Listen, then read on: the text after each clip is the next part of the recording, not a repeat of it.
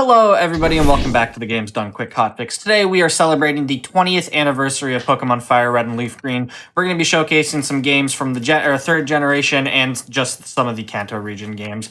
Before we get into that, just a few quick reminders. GDQ's next all-women and femme speedrunning event, Frost Fatales, is coming up March 3rd through 10th. The schedule is now out. You can use !FF in Twitch chat to learn more, and prize submissions are open from now until February 28th. You can go to gamesdonequick.com/framefatales for more information on that.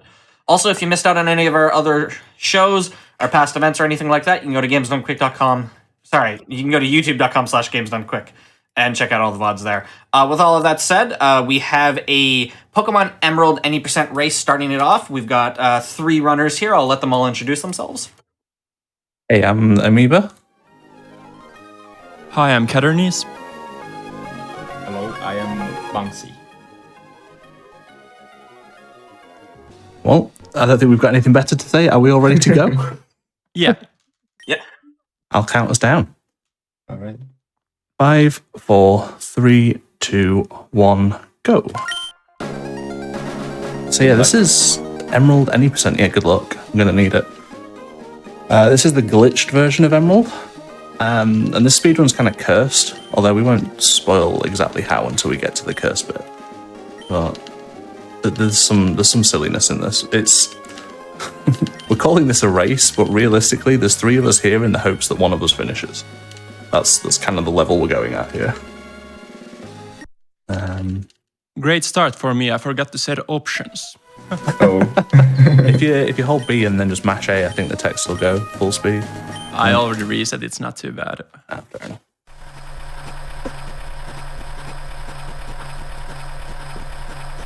But yeah, the basic premise of this run, it's going to look, if you're familiar with an Emerald glitchless run, it's going to look very similar for the first half. And then it's going to kind of go off the walls. But yeah, I think we're 3 of the maybe 8 any percent runners that exist. Yeah. This is not the most popular category. And for a good reason. yes. I love it. I secretly as like a super guilty pleasure, absolutely love this category. But it is a hot mess. I like how. too, cause Oh, go go ahead. Sorry. Banksy. No, sorry. Go ahead. I like the part that like you can have a really bad run and still just get so lucky in the end that it turns out great. I just really enjoy it's only really 2 manips and it's really fast paced. When yeah, sure, the glitchless is already kind of fast paced when you consider the length of most Pokemon games, but yeah, it's just much fast paced. And but yeah, then there's the 1 in 32 trick at the end. But yeah. Speaking of the nips, we're going to be coming up pretty shortly to the first one of 2. This is to get good stats on Mudkip. It's exactly the same Mudkip that we get for glitchless. And it's just really good stats all around. Amazing attack, good special attack, good speed, and really good defenses. We'll probably all go a bit quiet just to try and hit this because it is frame perfect and we are just screwed into doing it until we get it. So there'll probably be a little bit of silence here just while we're all attempting this. Yeah, for sure. Surely we will all get first try. Surely.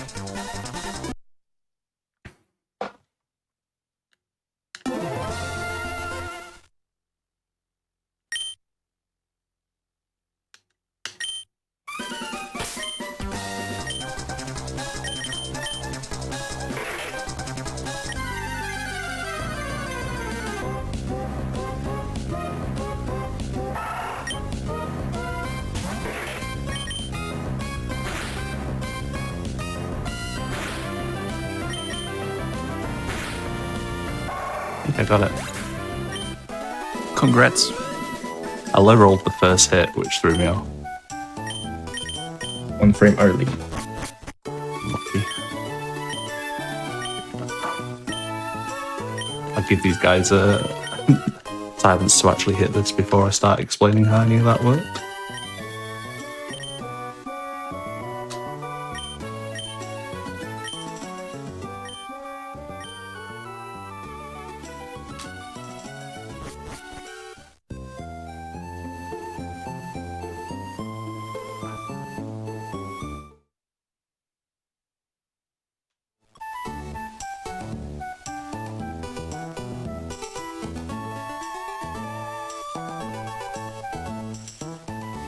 Right, so I've managed to hit an encounterless path as well, which is an extension to this minute, which is very nice. So I won't get any encounters until, well, up until Rival 1.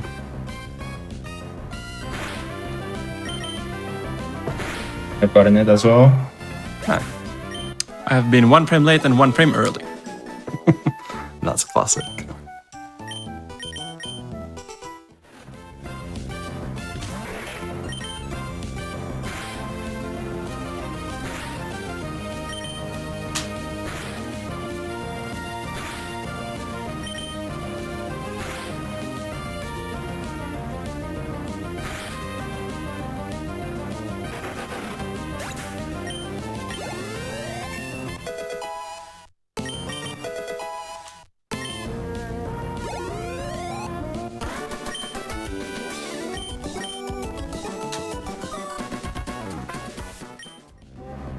Yes, this is, well, it's technically a race, although it's more 3 of us trying the same run in the hopes that one finishes.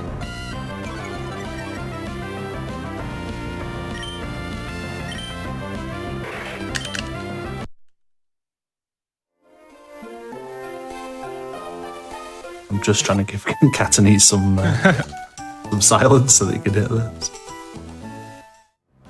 Was that it? Oh no. I can also just mute my headset for a while if I don't hit it now.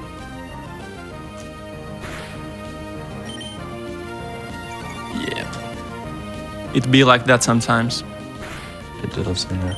So the premise of this is that Emeralds. So the way RNG is supposed to work in Gen 3 is if you soft reset or start a new game, it's supposed to seed RNG with an initial random value, and then generates all of the RNG off of that initial value. Oh wait, sorry, I hit the wrong one. Apparently. Oh no. Oh, I got hit the quiet. Oh no. But it was male. Oh my god. Oh well. So unfortunately, I've got a massive lead on both Bouncy and Catanese now, but trust me, it's probably not going to matter until we get to the end of this run. But yeah, the RNG is supposed to seed a random value, and then it'll be unpredictable from there because the initial random value is supposed to be random. Game Freak messed up, basically, and didn't do the seeding in Emerald correctly. So when you soft reset, it always seeds to seed 0. So provided that we can do stuff frame perfectly from a soft reset, we will always get the same results, which means we know that there's this one specific very good Mudkip, 1026 frames after a soft reset. So it's simply a matter of saving in front of the bag, soft resetting, and having a timer for 1026 frames, because quick maths, like 16 seconds.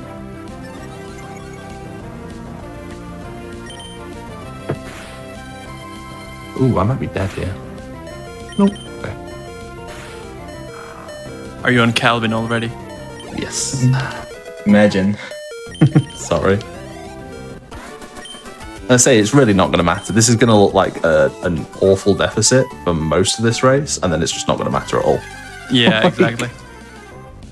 But if I do find a level 4 Lotad or routes here, I'll swap it for the experience. But unfortunately, we can't extend Minips this long, so I do just have to suck up any encounters to get Lotad. Level 4, okay. All Please right. don't kill me. I have 5 HP.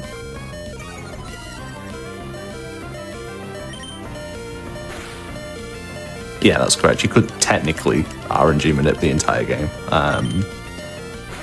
But you would literally have to be frame perfect for the entire run.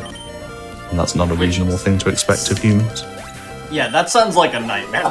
Yeah, nah. Well, to give you a clue, this is the shortest Emerald run. It's 1 hour and 20 long, and we can minute like 2 minutes of it at best. Yeah.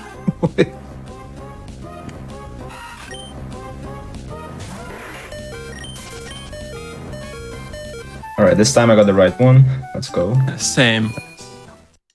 Okay, at least me and Kirunis are pretty close, I guess. Yeah. And maybe Amiibo will just die to Roxanne, and Sure. it will all be even. Oh, surely not. Surely that won't happen. One of us will. Oh no. Odds are in our favour to all survive Roxanne. Yeah, it's true. Maybe. I'll just die to Aquapooch like 3 times, it's fine.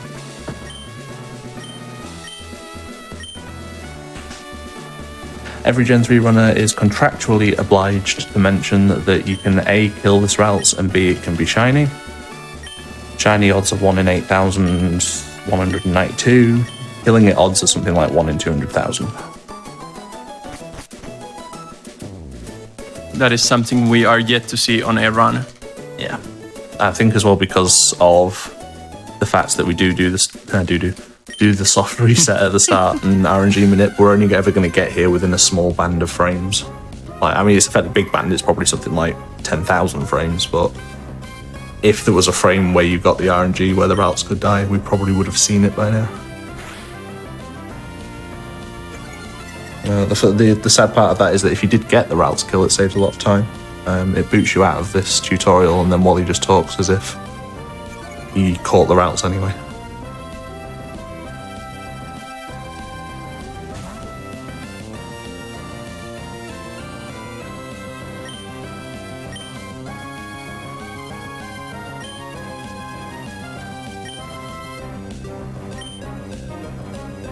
I guess it makes sense how Werster was the one to find the route shiny, yeah?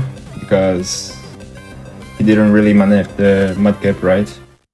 The manips don't affect the shiny rate thing at all. So the shiny rate's based on your secret ID. Oh yeah, true. So yeah, the shiny thing's entirely possible for everybody. It's the killing routes bit that's not likely anymore. But yeah, I think Werster is the only person that ever found the routes as a shiny. And it was pre-manip days. But I've had the tutorials Zigzagoon be shiny 4 times, Wow. which is very dumb. Oh, speaking of routes, level 4 routes. Congrats on early experience. I never did explain what that's for. So I bopped a Lotad earlier, and that's given me level 8, which is going to make this Aquapooch fight much safer. And it's also going to make the Roxanne fight safer later. It saves 2 turns, and on average you generally save a bit more time on Roxanne than just that 1 turn that you would save on her anyway. But it's at a cost of ideally 3 turns. I actually 4 turned the Lotad because I used a bunch of growls. And you can go as far to extend it and get Marshtomp early for safer fights later on. Which Amiibo probably will do since this is a race. Might as well, yeah. Aquapooch blows. This fight is the worst fight in Emerald. For early game anyway. Has Tackle, Howl, and Sand Attack, and we 5-shot it. So it's basically always getting Sand Attacks off. If you plan on running Gen 3, you will have to deal with, I mean, not Gen 3, but I guess Ruby, Sapphire, and Emerald, you will have to expect a lot of runs lost to Aquapooch, for sure. Yeah.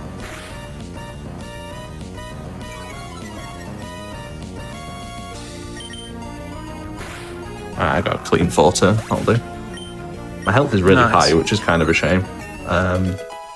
Get a faster Roxanne fight potentially if it was lower, but I'm not gonna turn my nose up at a 4-turn Pooch fight. Oh, something I didn't talk about as well. So the bug catcher in the bottom left of this forest, and the one that I'm about to run past as well, is the first spinners that we meet in the game.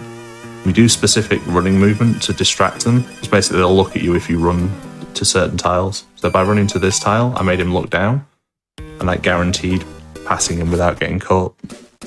We basically never want to fight spinners. So there will be some fun tactics to try and get past them, especially later in the run when we've got the bike.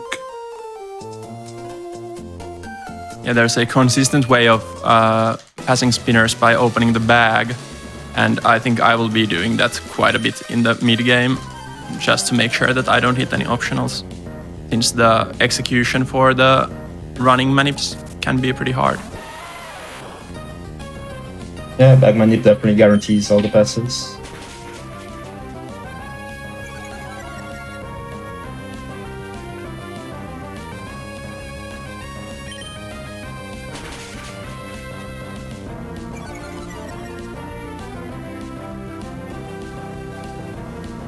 Unfortunately, we don't get any water type moves until level 10, so I have to slap a Geodude to death. Which is very slow. Sapphire has a really fun strat for this first Geodude, where they catch a Wingull and use it to do almost full damage before dying.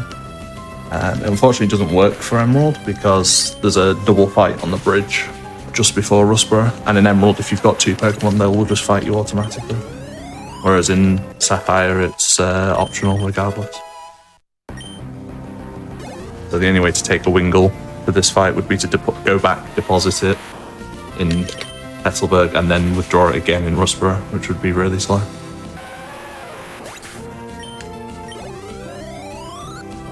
It's kind of a shame because it definitely saves like probably close to a minute in Sapphire. I don't know the exact timing, but it is a lot.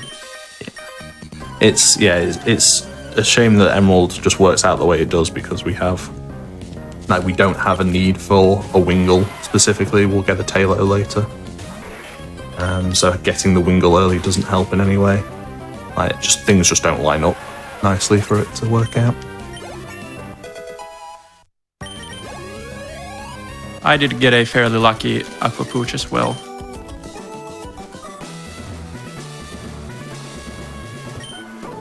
I'm still in the middle of it, choosing the text so far. I believe Bouncy is in the bottom left. Yes, that's me. So our cameras reflect the game positioning. Climb up that way. Gonna find out in 17 seconds as to whether I pointed in the right direction or not.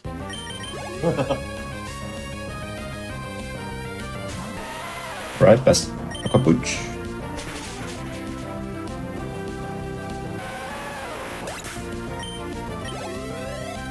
Now, because I didn't fight an extra encounter in the early game, I will fight a different optional from Amoeba and Bouncy. And this will take a few turns more. So that's one of the places where it saves time.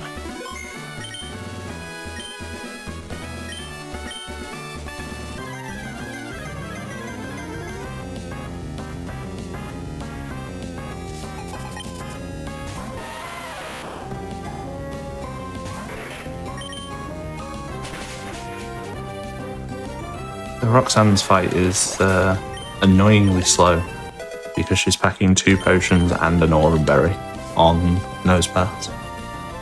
So the ideal fight here is that I'll Water Gun turn 1 and then crit turn 2 and skip all of the heals. But crits in this game are 1 in 16. We will have to get lucky.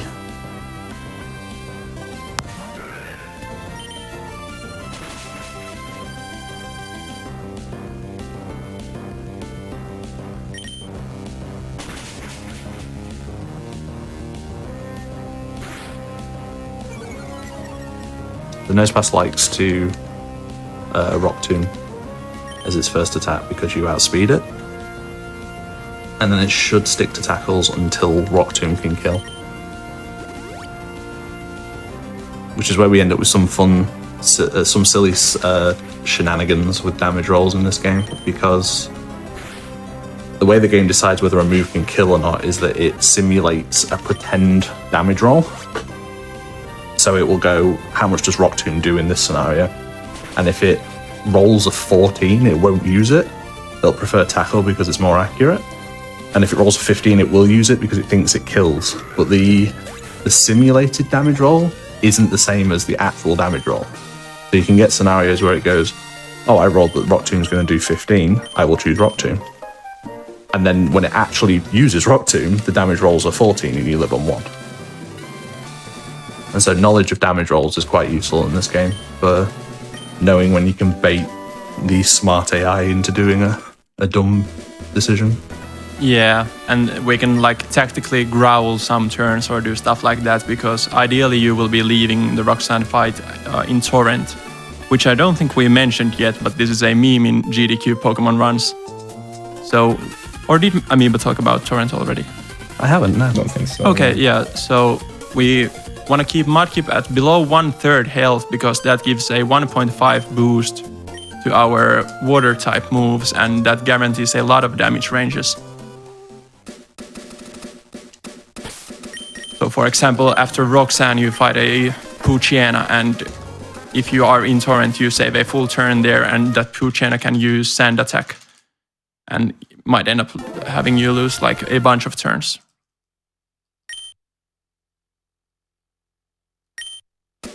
Orange is definitely very good for the speedrun. So I'm manipping a specific Abra here. This is the last manip of the run.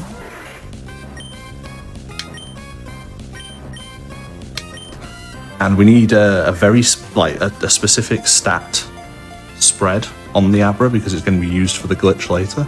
Thank God I got that first try. This category used to be way worse because this manip was frame perfect as well. But thankfully we've got a 3-frame one now.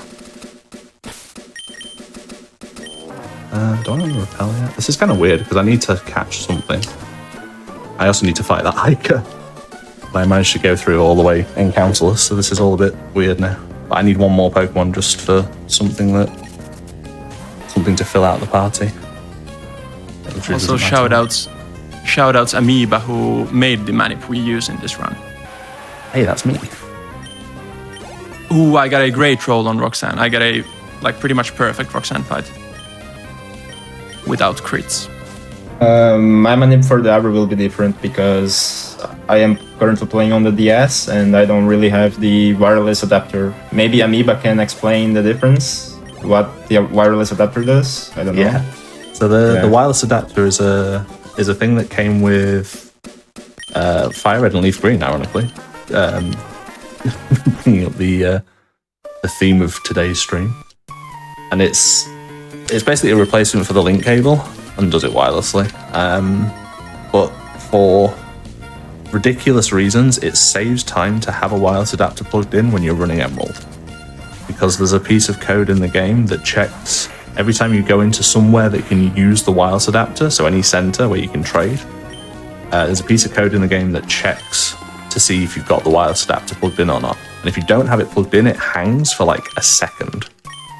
So if you have the wireless adapter plugged in, everything kind of loads a little bit quicker when you walk into a center or when you start the game up. Now, a lot of manips are made with that in mind.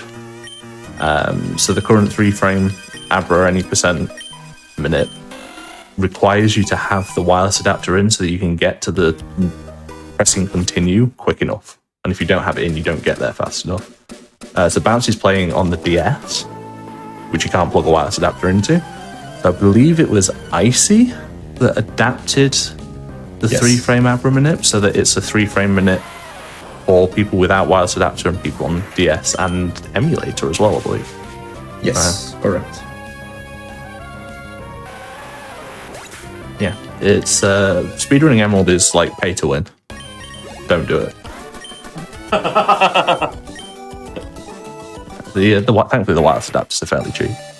I had one stolen before and it was only like £8 to replace, thankfully.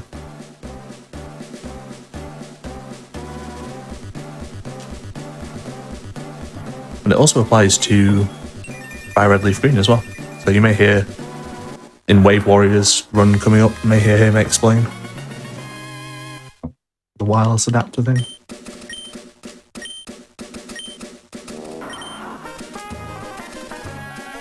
Oh, I should be using a great ball actually. Oops. That was my mistake. Hey, I only learned that yesterday. Don't feel bad. I need to catch something here. I can't really damage it either. I should have grinded for this before. Oh, this might survive a tackle actually. Watch as it doesn't. How easily. Thank you, bulky bug. Yeah, I need literally anything. Didn't matter what it was, just to fill out third slot in my party. Did you already evolve to Marshtomp? Yes, I did. I didn't. Okay. I didn't is think scary. about the fact that I wouldn't be able to damage anything, but thankfully I got an Incader and it just tanked to tackle. That's good. Yeah. I don't remember what the hell I was saying there. Oh yeah, there was a specific bit of movement I did to get past one of the spinners on that route, that she looks up and down. And it's kind of a similar idea to the spinner passes before.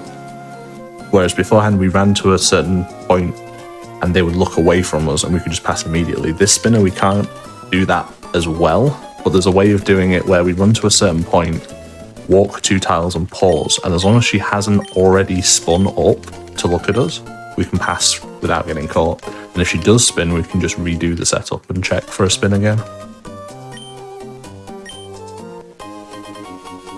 Yeah, Ray's correct in the chat. So the lead makes basically no difference at the moment. There's a huge thing coming at the end of the run that's just going to decimate the leads.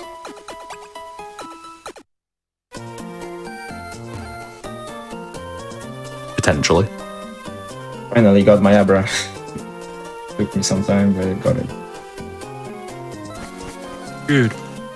Bouncy is also taking a slight disadvantage as well because the DS runs at a low. Is it a higher or a lower frame rate? It runs slower, Lower. basically.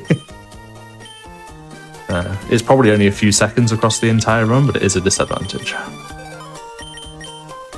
Yeah, DS is 59.6555 and GBA is 59.7275. So like it does add up over the run, but I think it's less than 10 seconds for this category. Yeah, none of them run properly at 60 frames per second. Because I think the only thing that's ever run properly at exactly 60 is the Super Game Boy 1 attachment for the SNES. So clearly that would be optimal. And fun fact, that is exactly why it's banned and you can't use it. I actually didn't know that that was the reason. Yeah, it just runs faster. But I think that's only for like Gen 1, Gen 2 games. I don't think it even does Game Boy Advance. Yeah, surely not.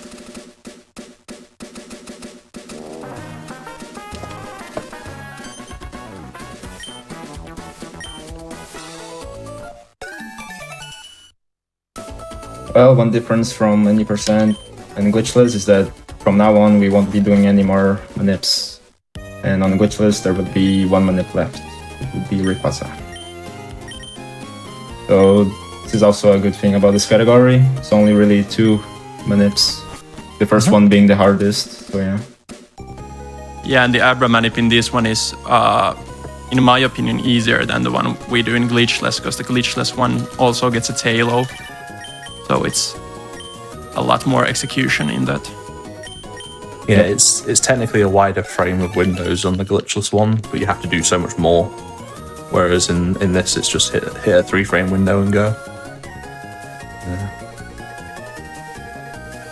Yeah, so I'm on the way to Dewford. This is normally where we would fight Brawly, but any Gen 3 runner knows that Brawly sucks. We're going to do him later. So I'm just going to do the Steven detour and be on our way. I have 4 potions. I'm potion rich.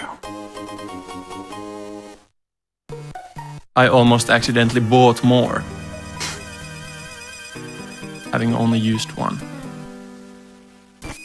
Okay, hardest trick in the run, you have to say no to rival 1.5. Now watch me mess it up. I love that rival 1.5 stuck. Yeah. As a name. So we call him that because it is a rival fight, but it's completely optional. So for a long time, runners called the second rival fight that we actually had to do Rival 2. So it became a bit of a meme to call this optional 1.5. Yeah. And I did a little weird thing there, which was after I finished talking to the rival, I opened my start menu and moved my cursor. And that is to save just like a few frames later, because there's lag from the new audio track loading after the audio track from the rival theme is loading out. So we have like a free time window there to do something useful. And that's why we also move the cursor in the start during the mudkip manip. Unfortunately, it doesn't come up as much in any percent, but there's lots of like little improvements and things you can do like that based on the game won't load in a new area until it's done loading in or loading out or fading out an audio track that's playing. So if you know like a rival theme's fading out, you know you're going to be waiting a little bit before like the inside of Bryony's house loads. So you can optimize your menus by doing, as long as you do it quickly enough, you can do a quick menu and position your cursor better for later on in the run. And I think the only other place we're really going to do it for any percent was back when we did the mudkip minute. As we left Rival's house, we opened the menu and moved our cursor down, ready to press save. For exactly the same reason, the Rival theme is like fading out. So if we just walked straight out of the house, we'd have to wait for it to finish fading out before we could actually do anything. So I picked up Soft Sand on the Beach. This is going to give a 10% boost to ground type moves, and it becomes useful immediately.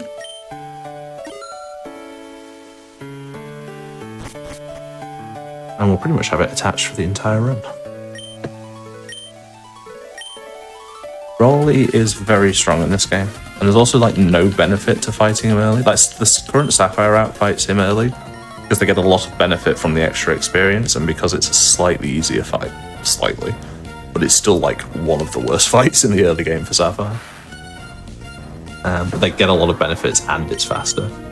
It's not really faster for us, and we get no benefit from it in Emerald. Yeah, isn't it so that there's like an extra trainer in Emerald, which makes the Sapphire order of things impossible? Yeah, there's the hiker on the right side of Rust Earth Tunnel. Yeah. Can see far enough. So you end up with it. It's weird how one trainer basically completely changes the movement and the order of the early game. Yeah.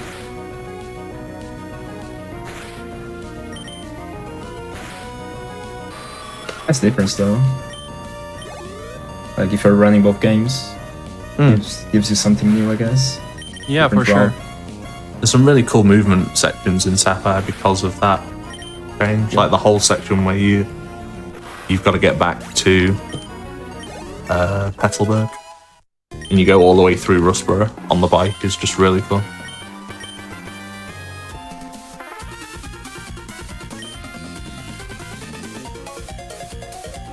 Okay, I'm entering the museum fight now, and this will be a much worse fight for me, because for Amoeba it's just click macho then win. But I have a fairly high, well, not a high chance, but there's definitely a possibility of me dying here. Because I have to hit 3 moves to the Carvana, and we are speed tied, meaning it's random which one of us goes first each turn. Did you grab the beach revive? I did.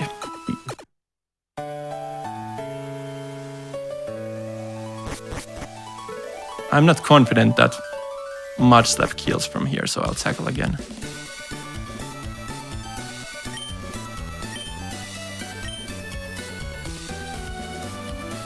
Yeah, this Carvana's bite does a surprising amount of damage. I think it's like 17, 18. And then if it's also used focus energy and crits, it nearly kills. Yeah. So if you get unlucky with speed, tie losses, and flinches or crits, then that fight can get really bad. I'm about to go into the Pokefan fights, and these guys suck. If I get 2 growls from the first one, I will lose 6 million years. Catanese, why isn't your Mudkip evolved yet? Says somebody in chat. Yeah, so I was doing a different EXP route from Amoeba and Bouncy. They both fought a level 4 Ralts or Lotad in the early game, but I did not, and that's the reason why I evolved later than them. And that will also mean that there's an extra trainer for me to have to bag manip later in the run. So that might be a little time sink for me as well. Yeah, Although but- I don't know if... Did Bouncy fight the extra hiker? Yes. Yeah. But yeah, early XP threat is just something you can do only if you find a level 4. level 4 loaded or routes, then it becomes somewhat worth it. It's the first time in my life I've got double growl and then crit the minion anyway. Of course, you Finally get that seen luck it. now. Yeah, Well, I mean, it's unlucky to get double growl. true. It's normally terrible if you get that because the second mudshot doesn't kill, and then you get speedfall text, and then you get Oranberry text, and you give minion an extra turn. It's like double growl just loses you 20 seconds immediately. Thankfully, I crit, so. I guess early XP for Museum also means you skip the soft send menu. You need to equip it. Oh, I equipped it anyway, but yeah, that's a good Oh. point. Yeah, Don't I you could've need it skipped for the that. Poke fans, though? Maybe, I don't know, I'll be honest. I would say no, I don't know. It's not something I've ever no. thought about, yeah. It might be a good shout. Because I think that the reason why we still equip it is that there's just no better place to do it, because you still have to do it before the Poke fans. But I might be wrong here. Possibly, yeah. If not, you could do it with the Rival 2 menu. Because like Speaking of Rival 2. oh, you're heading there. Because Yeah. I wanted to mention turn frames real quick. So sometimes we want to time our like opening the bag or bonking some ledge to cancel this little animation. You get a 8-frame animation whenever you turn, but if you bonk into something, then it skips that animation. So little time steps like that are used also when opening the menu. I can't cancel remember the if I turn frame. saved. Oh no. I can't remember if I know I thought about doing it, but I don't remember if I actually did or not. Oh, don't crit me. Don't burn me as well, please. Please no.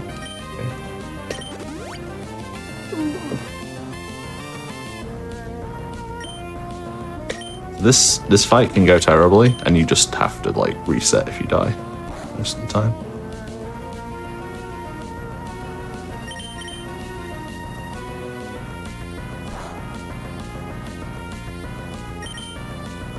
Ooh, 2-turn wake up. Okay.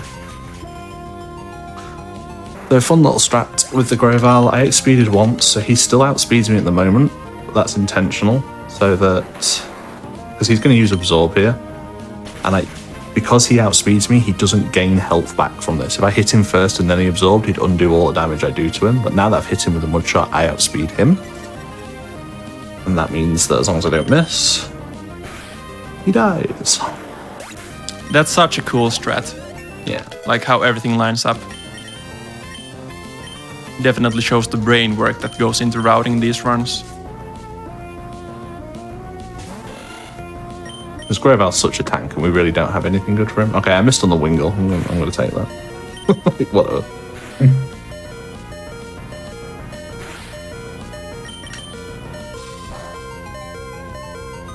I don't remember if I saved. That would have been such a bad death if I had. I cannot believe you did that without being sure you saved. I just don't remember. I thought about doing it. It's just I don't know if I actually did it or not. I was very nervous. It is recoverable. It's just it's very long. You look like I'm kind of saving recover. I save like 10 tiles away just because I'm not sure which tile it actually triggers the battle. Oh, I normally save with the menu, like way Yeah. before.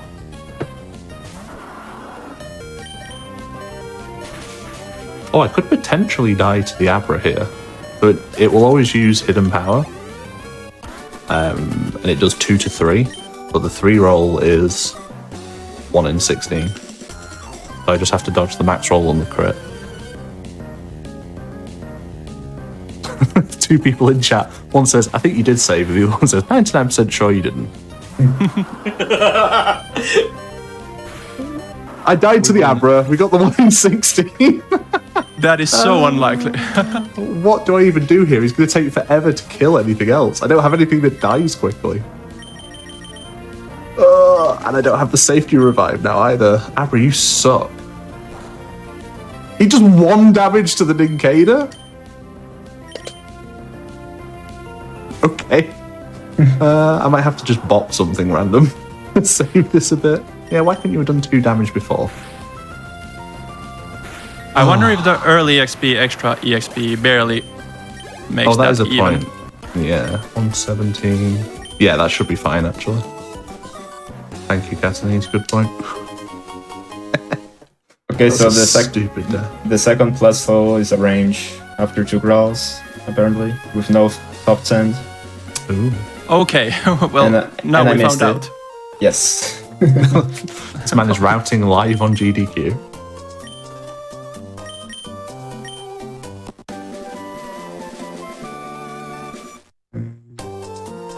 I am water gunning the Wingull because I am a coward. I also want a good day, don't worry. Yeah. You're like only 1 in 20 to miss tackle there, but if you miss it, you die, so... It's just awful getting past the actual difficult bits of that fight, and then it's like, oh, you missed on Wingull. Oh my god. Yeah. Oops. Accidentally hit the optional before level 2. Oh no. No, but I saved before. Oh, good. I feel so washed. Just bagging it. That's the hardest like spin a minute to do, to be fair. Because you have to do the turn frames part of it, so you've only got like 7 frames to actually pause it properly. I don't like this pass at all. Also, I'm doing a safety play here. You could also water gun this Magnemite, but it's only 7 in 8 to die, so I Mud Slapped instead. But when I use Mud Slap, I get super effective text, which loses like 2 seconds. So in many cases, we try to avoid that. So if we have a neutral move that kills, then we prefer using that over the super effective one. Basic Pokemon speedrun things. A lot of this is avoiding extra text where we can. That's why useless crits are frustrating on 2 fronts. Not only could you have got the crit in a more useful spot somewhere else, but it's also going to tell you that you got the crit and you sat there for a couple of seconds.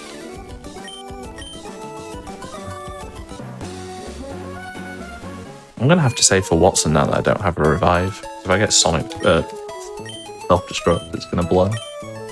It's going to blow. I'm funny.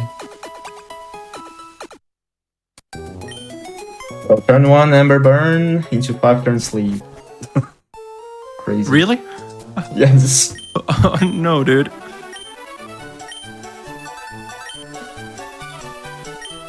Yeah, we all picked up a full heal right before that fight, because getting burned is just death otherwise. It's really bad anyway.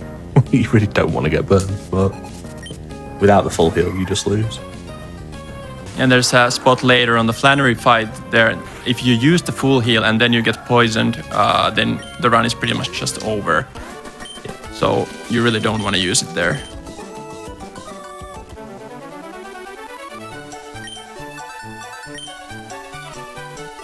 Let's like crit Grovala, I guess. That helps a little. Surely I can get the range. Nope. Oh, ooh. Wingull crit me. No. I was left with 1 HP. That was scary.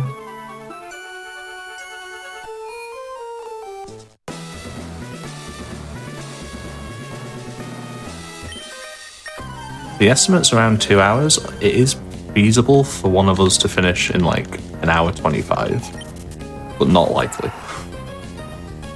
And we keep teasing you with why, but we'll explain it when we get there. So what you're saying is all 3 of you are getting a sub 130. No. I mean, theoretically, that could happen still. It could, but no. It won't, but it could. Technically speaking, it is not impossible. Exactly. However, Right, you're massively off schedule, as all 3 of us finish with PBs. I did have to specify that. I was like, look, this is when you're supposed to show up, but like, technically speaking, you might have to show up 30 extra minutes early. Like, it's possible. Am I on track for record? No. Safety saves and some bad fights have put me behind record by a couple of minutes now. Yeah, the record for this category is pretty good. definitely nobody's like encouraged to grind it since the end is so dumb. Nobody except for Amoeba, who actually did it. And fun fact, the previous world record was by Wave Warrior, who was running glitchless FireRed later, and he got it on his first ever run that made it past Rival 2. He DM'd me like mid-run to ask me a question about it. I had the record beforehand, and he like DM'd me an hour later. He's like, "Look what I got." No, okay, I wouldn't have helped you if I'd have known. That's not true. Well, he's a good guy, but it's just like, really, dude. You couldn't let me keep that one. Well, it incentivized me to try harder, and now I've got an even better time, so, you know. But it is, yeah, this category to grind. More so than a lot of other Pokemon runs. It's a really fun run to do, like, once or twice. It's not a fun run to play for a top level time. Oh my... Oops. I just bought the wrong trainer. Oh, you are I bought Rose. Yes. Oh no. You can just mud shot, and then you might have to suffer through Shroomish a little bit. Okay.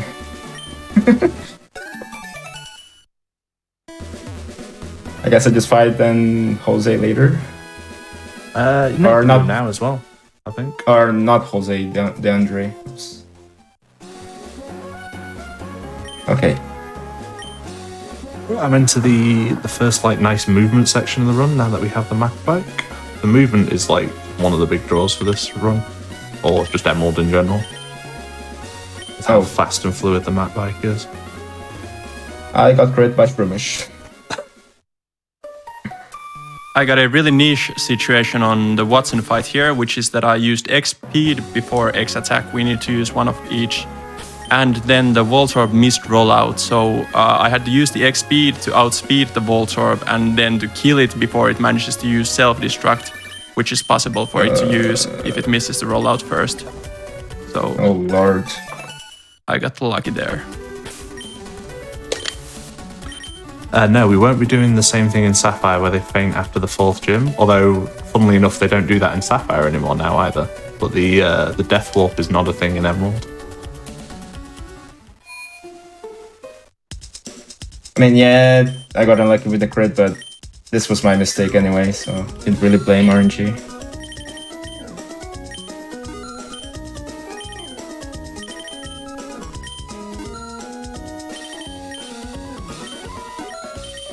Asked Catanese with the idea to buy a bunch of extra XP.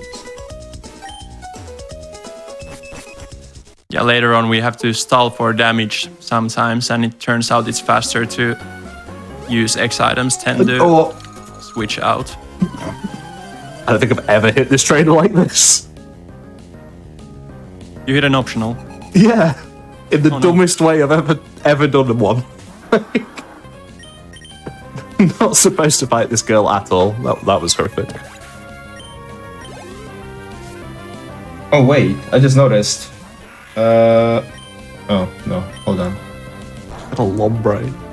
Yeah, 2-shotted at least. Don't absorb me. Okay. Guard Spec stops opposing Pokemon from dropping your stats.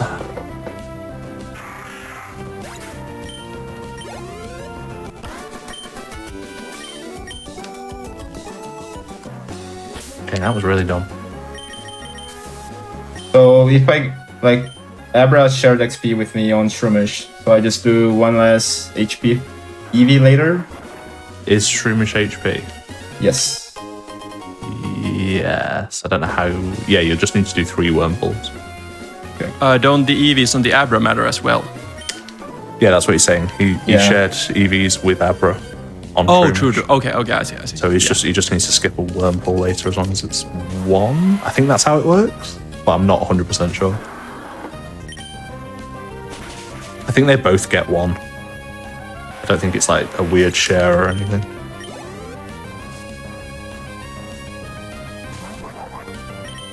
I have 1 extra repel and I have no idea why.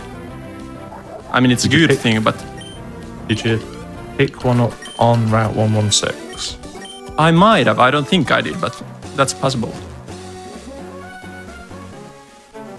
The only other one is that if you fight like all the extra experience and then you just buy max repels, you get 6. But I know you didn't do that, so Yeah. Wow, I'm so far behind. Surely the end will be nice to me. you'll get first try. Don't you worry. Surely. It'll all even out.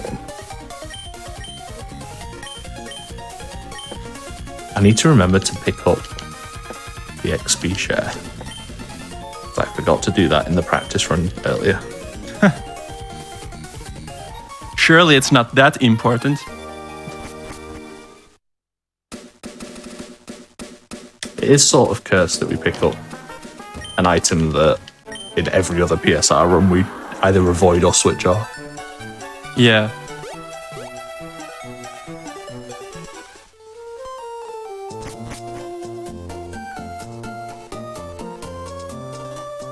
But yeah, we're going to take a quick detour up to see, what's his name, Devon Corp dude?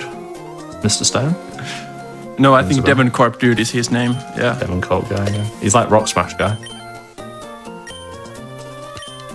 It was Mr. Stone.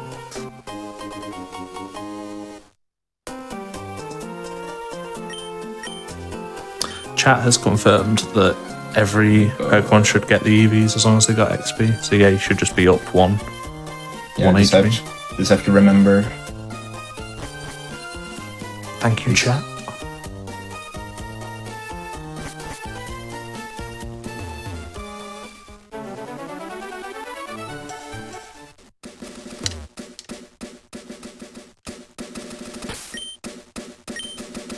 Okay, I messed up that front bike, but that was still safe because of how I did it. But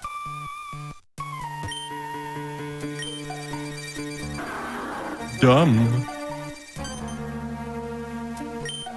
I'm not that far ahead of you now, Catanese.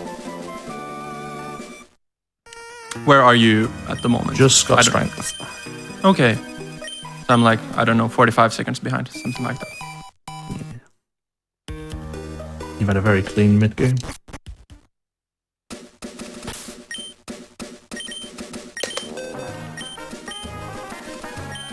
The strength is a good move, and we need it, so I'm going to teach it to Marshall. Actually, we don't need it. We don't use strength at any point in this run. But it's a good move, so we're going to teach it anyway. Yeah, we need it as a damaging move.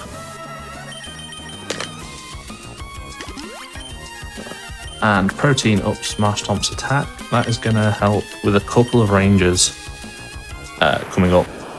A big one on Flannery, and then a couple of fights in Norman's gym as well. It's technically a safety strat for glitchless, but you take, like, any percent pretty much universally does it because you take as much safety as you can get, because a lot of this run is, or a lot of grinding this run is about getting as many games, as many runs as you can to the late game. So I don't know of anybody that does any percent that doesn't grab the protein. Yeah, I at least take it every run.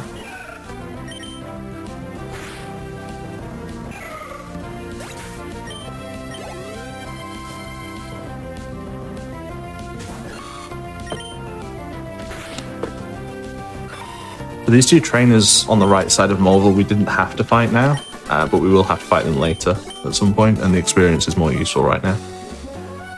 But we fought the youngster as soon as we got to Morville, and we fight the Aroma Lady once we've got strength.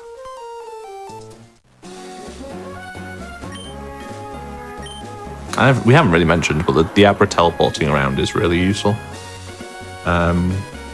We've gone into a couple of Pokemon centers along the way, and that's specifically to set teleport points for Abra later. So once I Yes. was done getting strength and all that, that teleport allowed me to skip a trainer on the right-hand side of Rusturf Tunnel. And it's pretty neat how we can combine Abra into these two purposes, one for the glitch and the other for the teleporting. Yeah, big shout-outs to a tasser called Merp.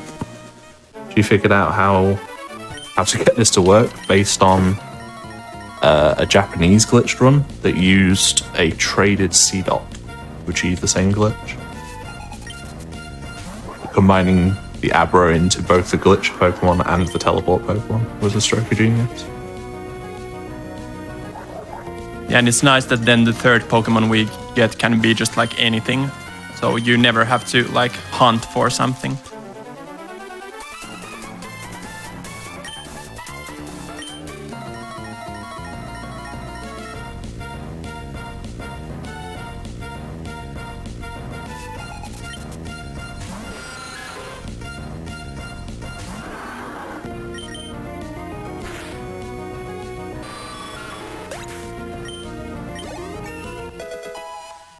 Yeah, I'm a little bit low on XP, I think. So I don't know if it's gonna matter before Norman. Probably. You could. So once your repel wears off on the way down to Slateport, you could just stop there and grind for something, and just pop that.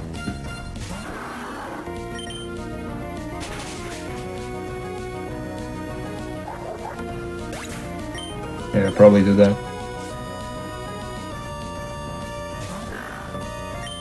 Yes, there's 3 different runners.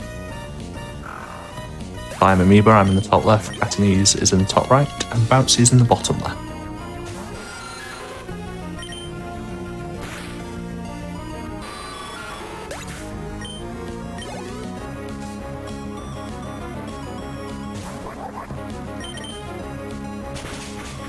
Not really a lot to talk about in this section.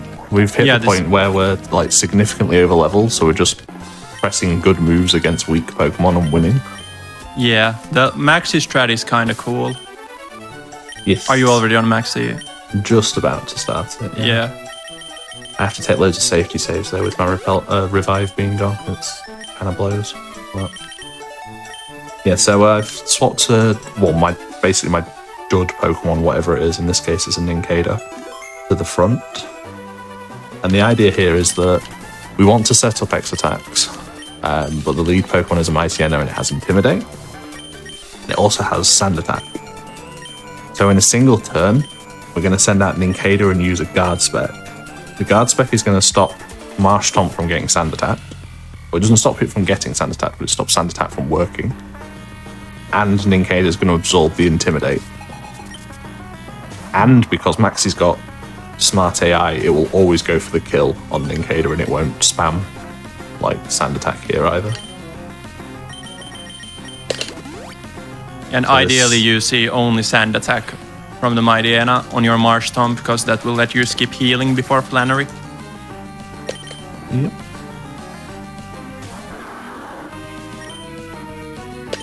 So it has Smart AI, but the Smart AI doesn't account for Sand Attack not working once you've got a Guard Spec up. I unfortunately got 2 bites. And a flinch. And a 3rd bite. And a crit. Jesus Christ. I almost died. Still alive, still alive. Yeah, it's fine now though. There was also a speed tie as well. Like I could have outsped Mightyena at any point there. Not got flinched. But whatever.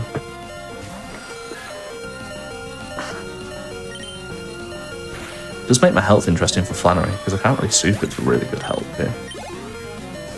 Do I do early herb shot? I hate early herb. Why do I always have to do this? Can you just super and potion? Yes, but I only have 1 super. Ah. Mind you, would I ever use a super? I'm never going to use a super in Flannery fight, am I? No, that would be fine. Oof.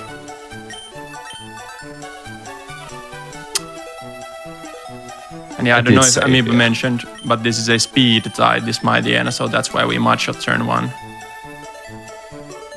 Even though strength twice would kill, but we'll rather get the consistent. Oh my god. Okay. Second turn, where we're faster.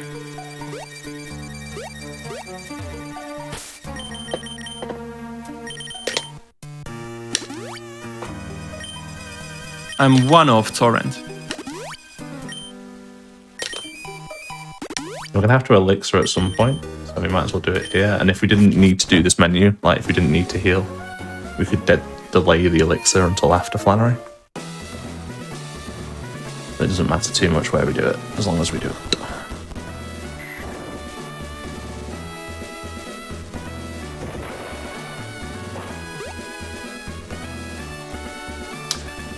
Coming up now, we've got Flannery, and Flannery sucks. Which is kind of surprising when you're packing a water ground type Pokemon.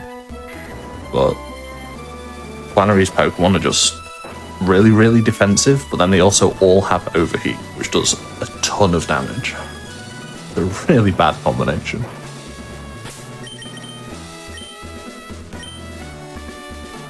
Or the richer will not get richer. I mean, the rich will not get richer. How long have we Some all like- run this? I mean, any percent's not been a category for as long as I've been running the game, but I've been running Emerald for about 10 years. On and off. I've been running around 2 years, but not too active at any point. Let me real quick check. Bouncy, you're fairly fresh blood for PSR, aren't you? Like, my first run was probably, what, 2 years ago? Yeah. Or maybe 3 years ago, I don't know, something like that.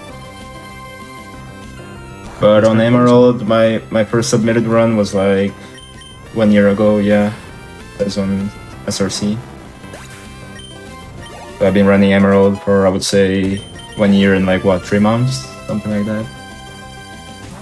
That protein that I used a little while ago guarantees that the mudshot kills on this camera, which is one of the main benefits. Can still miss mudshots though.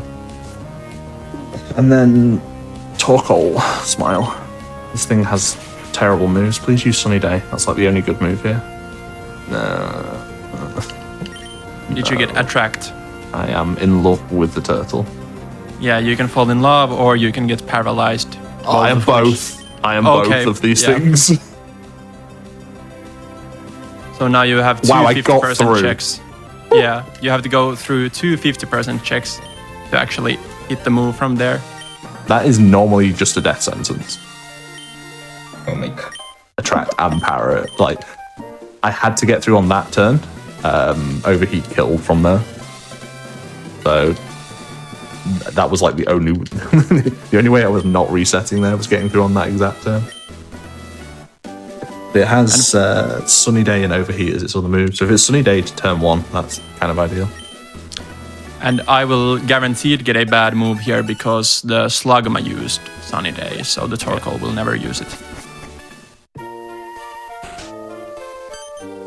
Okay.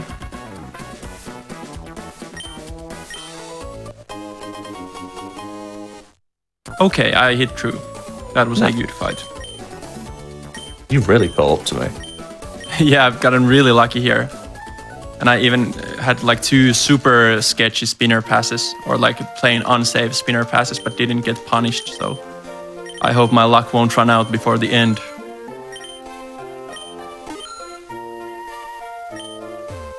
Final market trip of the run, just to give us some heals for Norman's gym coming up.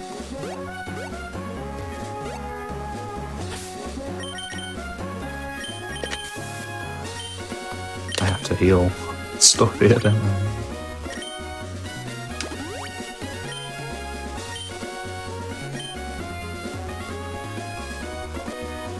Cat News, do you still have your revive? Yes, I do. Okay. But I'm That's actually very never nice. buying the revival herbs here anyway. Yeah, there's not really much use. Yeah. Right.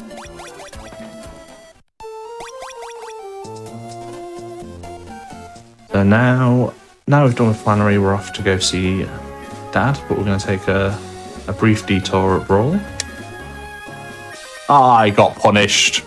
Did the Anna pass bad and got punished? Did you hit the optional or get a encounter? I hit the optional. He's insta-spun me somewhere. Ananan is laughing. And for this very reason, I'm going for a easier pass, especially since I have an extra repel. So the purpose of the pass that Amiibo was doing was to save steps and therefore risk fewer tiles in the grass. But since I have an extra repel, it doesn't matter for me. Strength is the wrong choice there. He has static. And I got punished. Okay. God's sake. I have 29 now, then. I could just candy here. This is weird. What am I doing?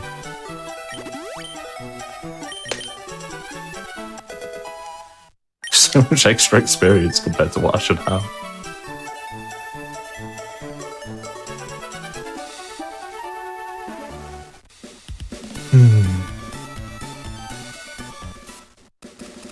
classic 2 optional Emerald raids. Yeah. And it's a shame because it always just comes down to luck unless you run in their vision. But like even if you fail a pass, you still have a chance to get lucky, which happened for me, but sometimes it doesn't.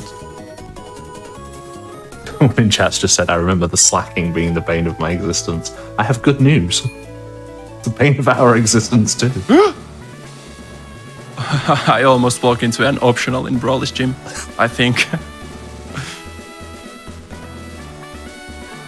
I'm gonna have a look. I want to see which one you want to see. We are like neck and neck. Yeah. So here in the Brawly fight, this is really free. Strength is guaranteed to kill both of these, and it's a 15 in 16 range on the Makuhira with protein. And we prefer using strength here with protein rather than mudshot, which is a guaranteed kill, because you are better off missing the range than missing the mudshot altogether. If you miss the strength la la. range, strength again just kills, even if he bulks up. Whereas if you miss mudshot and he bulks up, then you've got like 2 more mudshots to get through at least. Well, at least I crit Torkoal. Getting some luck back. Nice, that's a huge crit. Yeah, like that's one of the crits I rarely see, to be honest. Yeah, that is the big one. Also crit I think Volvo. Amoeba got that crit 2 runs in a row when we had this break the record kind of event in Pokemon speedrunning. When they were both early herb shot runs as well. I think so, yeah. Which is the weirdest combination. Oops. Okay, there would have been no optional where I was about to walk. Good thing. So this is... Brawly is supposed to be the second gym leader, but there's nothing in the game that forces you to fight him before you leave. Which they did change in the remakes. In Omega Ruby Alpha Sapphire, you do have to fight Brawly before you leave. Yeah, I've taken the lead back slightly because I actually candied early. Because of all the extra experience I had, I hit 29 before Brawly. And normally we candied from 29 to 30 after Brawly. Well, I figured I might as well, seeing as I had to heal the paralysis anyway.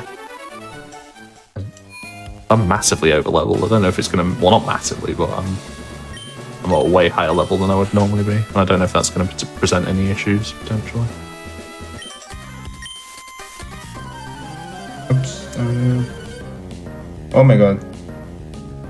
Yeah, I mean, it's really only... There's only Brawlies and Winona's gym that you can skip in these games.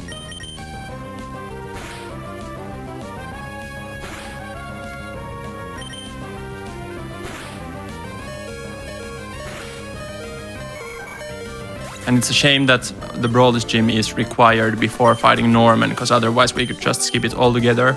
Because Norman is really the only badge we care about. And we could actually completely skip it, because the only badge that the badge check checks for when you get to the Elite Four is Winona's badge.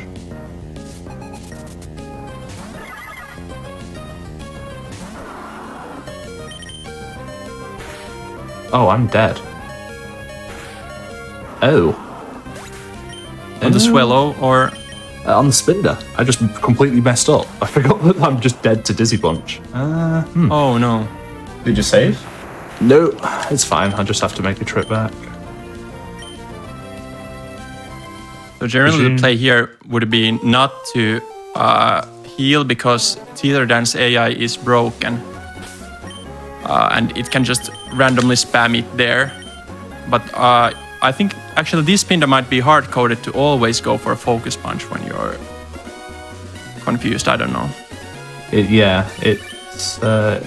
Well, I don't know if it's hard-coded. It does like to Teats Dance sometimes, but it will like go for the kill if Dizzy Punch kills or if Focus Punch kills. I'm really hoping that Mr. Briny is going to be at Slateport, otherwise I don't actually know what I'm going to do to get back.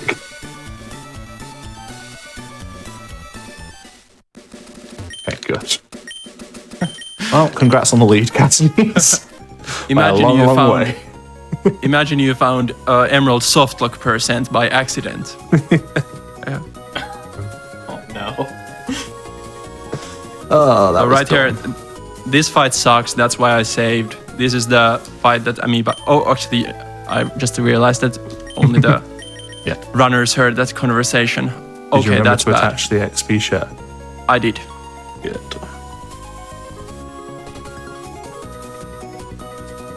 Okay, so you can sometimes kill this in 2 turns with Mudshot. It's pretty likely with Protein, but since I didn't get a good roll on the first one, I just opted to go for a 3-turn kill. And yeah, you saw that I put EXP share on the Abra. This has to do with getting EVs on the Abra. I know we mainly care about attack and HP EVs on it, but I don't know if the other ones matter as well. No. You can get Yeah. whatever you want for the rest. It's just we need a very specific set of values on HP and attack. And coming up is Norm, and this is the final actual fight of the run. And this is really tricky because in order for us to be able to perform the glitch later, we need to leave this fight at pretty low health. So I will be opting to make decisions that will leave me at like around 10 health leaving this fight.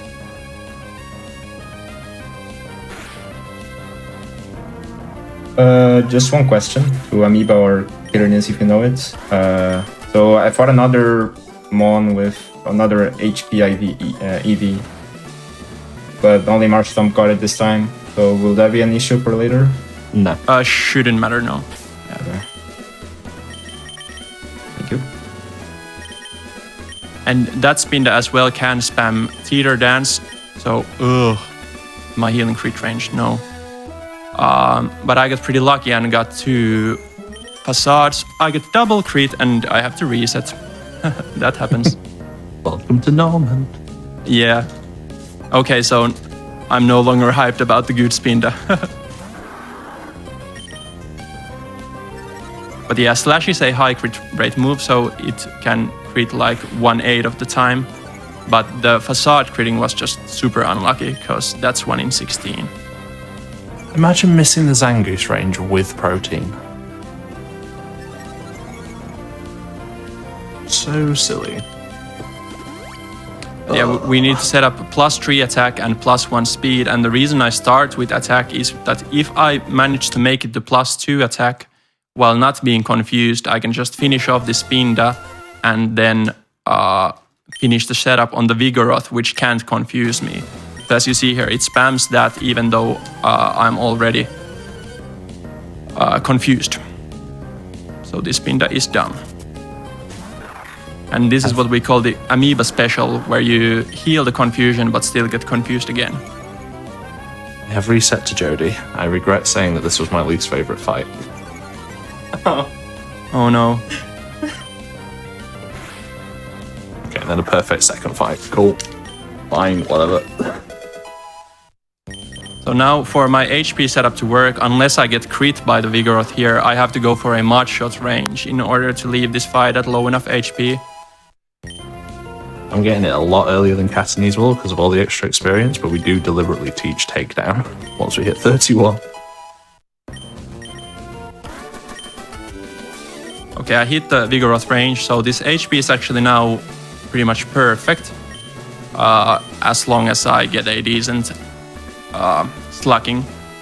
So here I'm trying to fish for a Rock Smash defense drop. Rock Smash is 50% to drop defense. Yeah. And depending on if we get the drop on the first or the second turn, we play the rest of the fight differently. But if I happen to crit the Rock Smash and slacking goes for counter, I'm just dead and I have to reset, so let's hope that doesn't happen here. Okay, it did not, and I did get the drop. Can I strength twice after 1 drop, or should I Mudshot? No, yeah, strength twice is fine.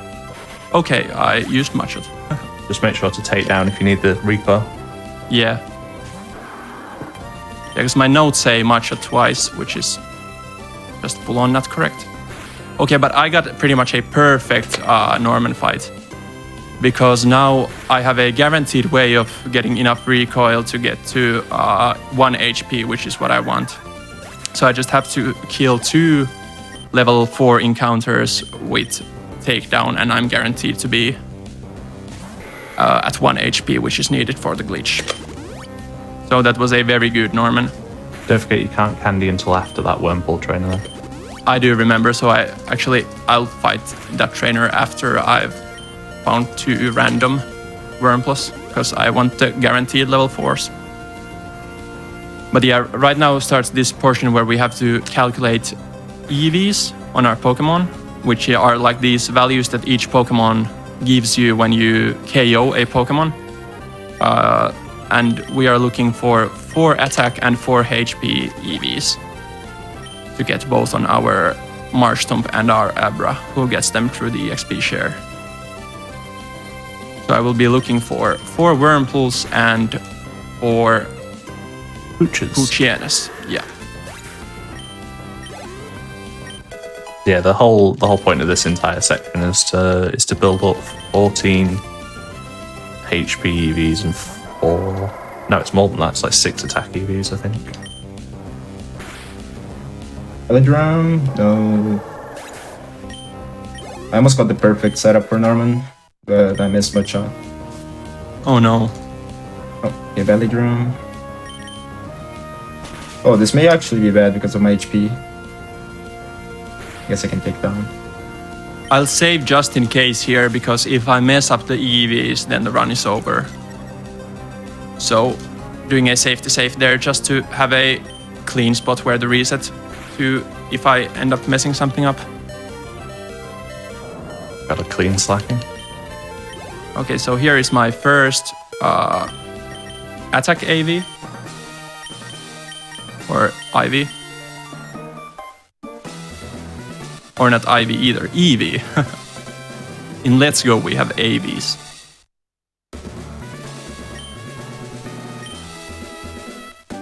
But yeah, this section's the important bit for us to concentrate on, because there's no real indication we've done it right until we get the glitch, and it's entirely possible we make a mistake when like counting this section, and then we can spend, you know, eternity trying to get the glitch and it'll never actually work, but we don't get any feedback as to whether we've done it correctly or not. Yeah. For that very reason, I made this little calculator program for myself to keep track of the EVs. Because I'm not confident that I am able to remember 2 random numbers. Yeah, I just write it down on Google, just like 1 and then 1, 2, like according to how many I have KO'd, you know. Makes it easier to remember. Okay, now I have 2 HP EVs. So I will rare candy the Marshtomp. And you see I got a +4 on HP. That's how I know that my EVs are correct. And now I will be going to fight an optional from who I know that I can get a guaranteed 8 recoil from. And it's also nice because it's a guaranteed 2 Wurmpools as well. Because in Route 101, you've got Wurmpools and Pooches, but also 10% Zigzagoons, which are useless for what we need. Of course, takedown can still miss here. And if that happens, and I get poison stinged by the Wurmple or tackled, I don't know what they have. They have tackle, yeah. Yeah, Tackle if I and get string tackled, it's really bad. But luckily I didn't. So now I have the HP EV set and I have my HP set. So now I only need to kill 2 more Poochienas.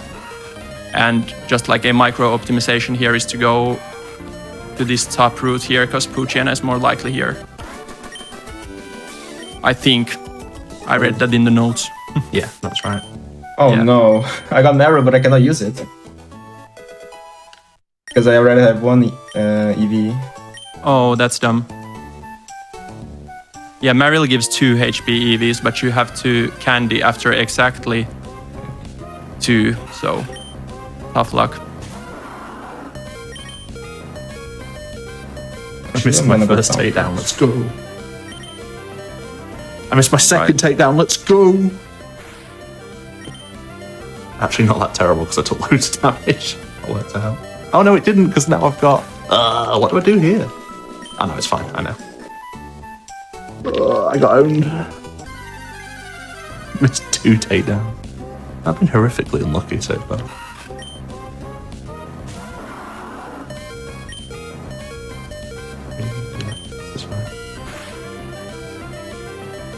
my HP. Oh, my HP is kinda bad. Yeah, this is the entire point of picking up the XP share earlier, was just to make EV grinding on the Abra quicker. Okay, I am now done with the EVs, so now I will get one more encounter and I have to flash Abra in a fight. Something to do with how the glitch works. Yeah, so you want the Pokemon in slot 3, which happens to be Abra, to be the last Pokemon out in your party. So that later on, when the game tries to send out a slot 3 Pokemon, but we've deposited it, it doesn't know how to handle that.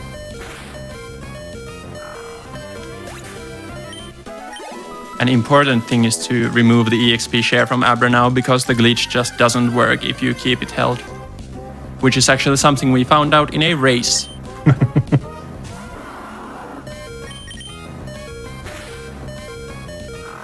So here I'm picking up an HP up to give to the Abra. Again, just to align with the correct EVs.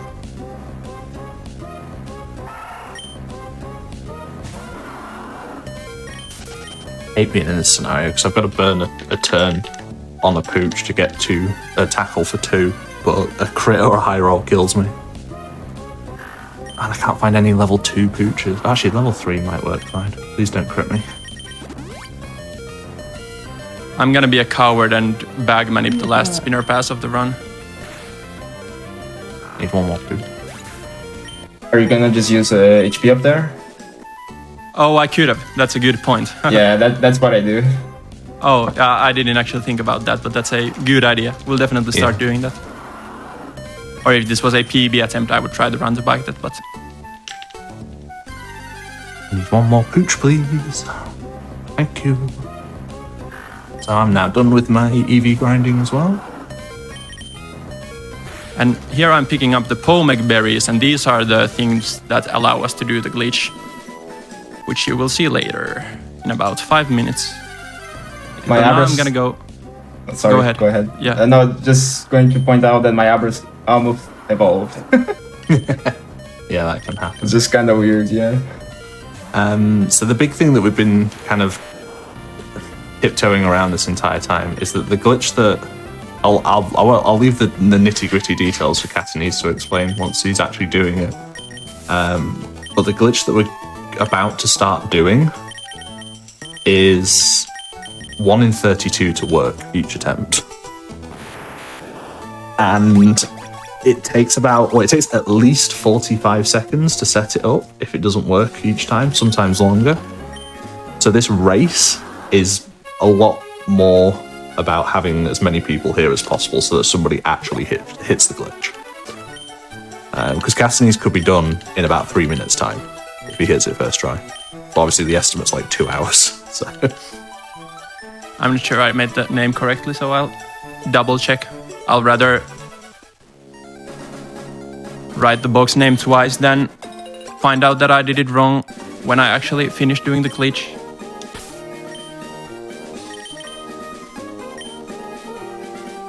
yeah, It's Castanese tedious is because currently writing code into the box names that we're gonna get the game to read from later on. Unfortunately, it looks like jumbled garbage for now, but it does have a purpose.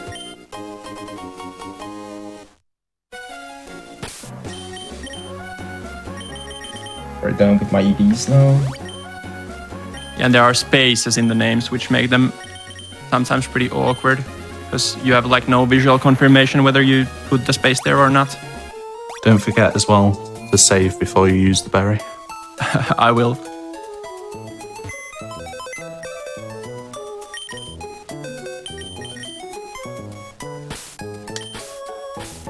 So now we're in typing simulator.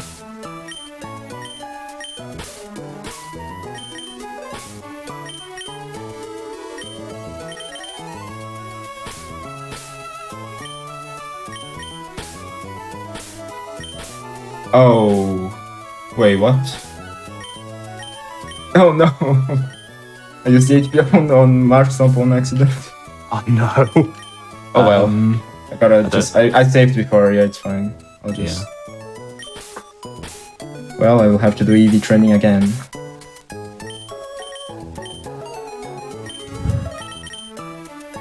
My favorite box name is this one.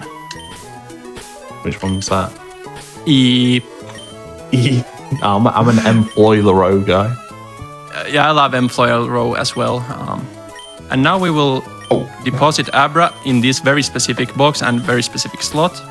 Now I will save. And coming up is the actual corruption, which is using a Pomek Berry on the Marsh Stomp. And Pomek Berry raises happiness and lowers your base HP. So when I use it here, what happens is that my Marsh Stomp faints, but the game doesn't realize it. And you will see what that looks like. Now I will go get an encounter and do very specific inputs in order to set up for the corruption. And whether this corruption happens or not is a 1 in 32 chance, so expect to see this a few times. Yeah, and this is the main reason why we said that the early game leads weren't going to matter at all, because normally we've done a few races of this, and normally like the best lead anybody has going into this is like 1 corruption attempt. So now I'll go. It's like 1 in 32 to work. So I just went to check my box after 1 attempt, and I still had an Abra, which means that the corruption didn't work. It can either be an Abra or an egg, and even the egg can be the wrong kind of egg.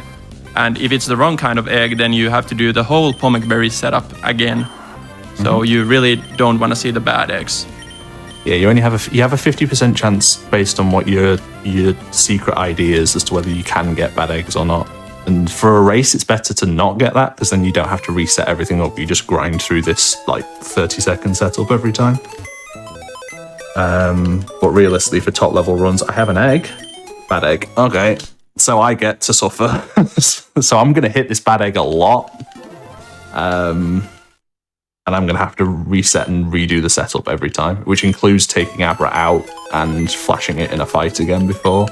Oh, true. I didn't remember that. Yeah, so mine's going to be way more garbage. Hopefully Catanese hasn't got that, and he can at least just grind out these encounters. Is it 5 in 32 to get the bad egg? It's 5 or 6, yeah. Yeah. It's like fairly likely, unfortunately. So that's the reason why I did 2 corruption attempts at the same time here, but neither of them did anything. So I still have no feedback on whether I can get bad eggs or not. Basically, we'll know when we're good, because we'll open the box and oh great, I got paralyzed and then synchronize activated. Thanks, bud. We'll open the box and there'll be an egg. It won't say good egg; it'll just say egg. And provided then we haven't messed up anything in the setup, that's when it all comes together. There is a possibility you can get a good egg and then it doesn't work how we want it to. Yeah, that's, for example, if you forgot to remove the EXP share.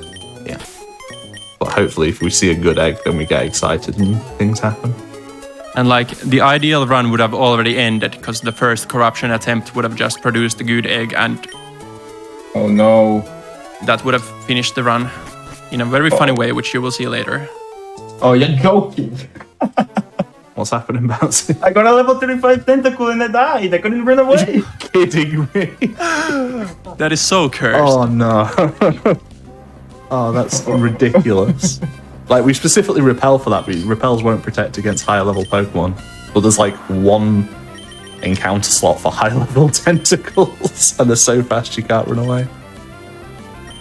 How did people come up with these glitches? Merp. So I don't know how the Japanese runners that did it came up with it, but an English TASA called Merp built this route off of a Japanese run. But there's some very talented people that know a lot about these games. And it's just a matter of knowing how. Like, I think this is something to do with error correction in the game. If you corrupt data, it tries to fix it. And that's where the 1 in 32 chance comes from, because it doesn't fix it in a consistent way every time. We have to hit the right error correction. I got a bad egg on my second attempt as well. Ugh. I'm yet to see one. So yeah, this is why this has possible. a 2-hour estimate, is that we could be here for a little while just doing And this is why there are 3 of us. Yeah. And I'm not even there. It's alright. I've only had 2 attempts so far. It's Catanese that's holding down the fort here with the actual good setup.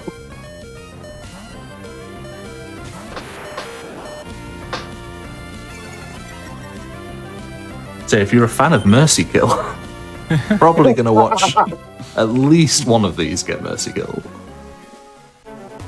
I believe that all 3 of you will finish. What's our sample? Yeah, we had 3 out of 4 finish with a similar estimate in the PSR marathon, so it is possible. 2 hours is generous, but yeah. So what you're saying is it's going to be 3 out of 3 today. I mean, I believe. Bouncy needs to stop finding the high-level tentacles. That would help.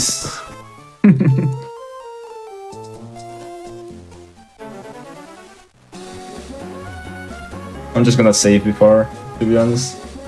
Also, fun fact, we have to get to some grass here to be able to do this glitch setup. You can go south or west. It is exactly the same number of tiles. The only reason I personally prefer going south is because you can't accidentally hit a trainer. Same. But you could go west, and it doesn't save any time, but doesn't lose any either.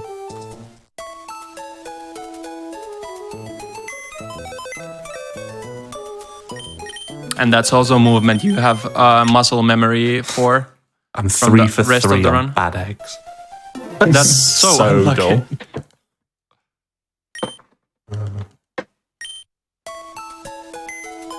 Yeah, if anybody in chat's got questions, now is the time, because we have plenty of it.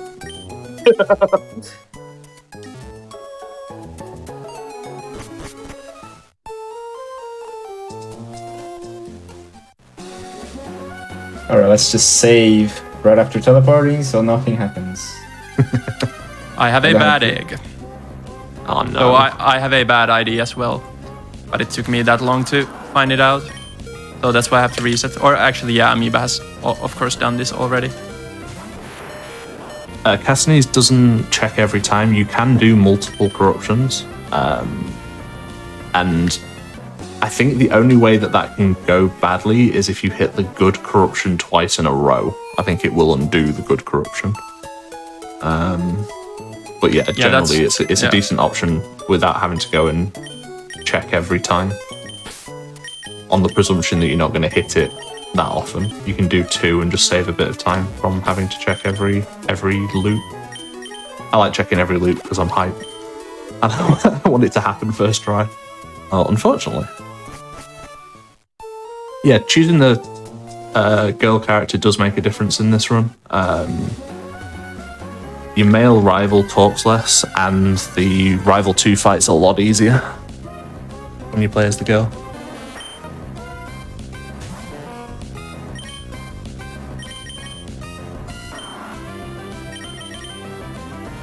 What will the egg give? The egg will hatch into a Pokemon.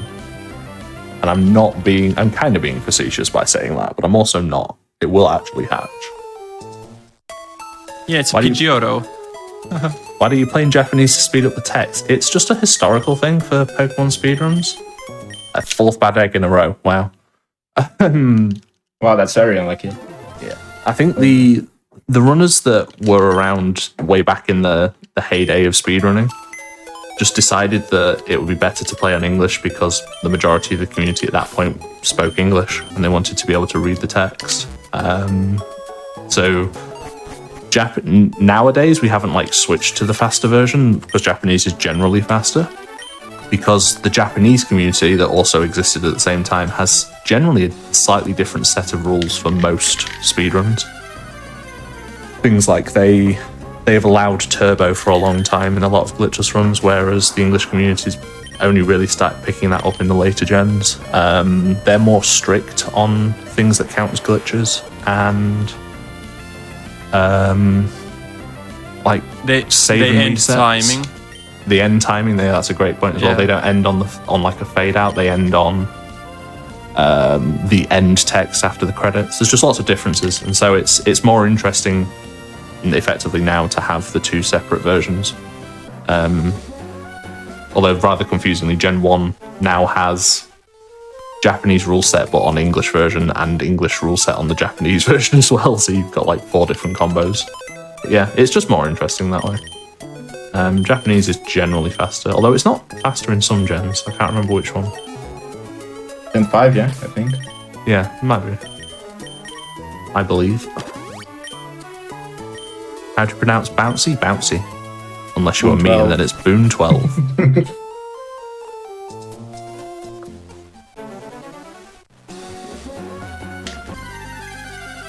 What are we trying to do? We're trying to corrupt the Abra in the PC box so that it becomes an egg that we can hatch. But yeah, I think you've already gotten enough evidence to why people don't grind this category. Yeah. The record was done 15 minutes ago, and it hit second try egg, if I remember rightly, with a fairly clean run otherwise. It's just not very fun to grind this at the top level. Wow, I finally didn't get a bad egg. Let's go. It's still an Abra, but... Not a bad egg. It's not a bad egg. I can play the game a little bit again. Woohoo! I got a bad egg. Hey. Alright, watch this first try. Dude, First try. Please be first try. That would be pretty descriptive of this category.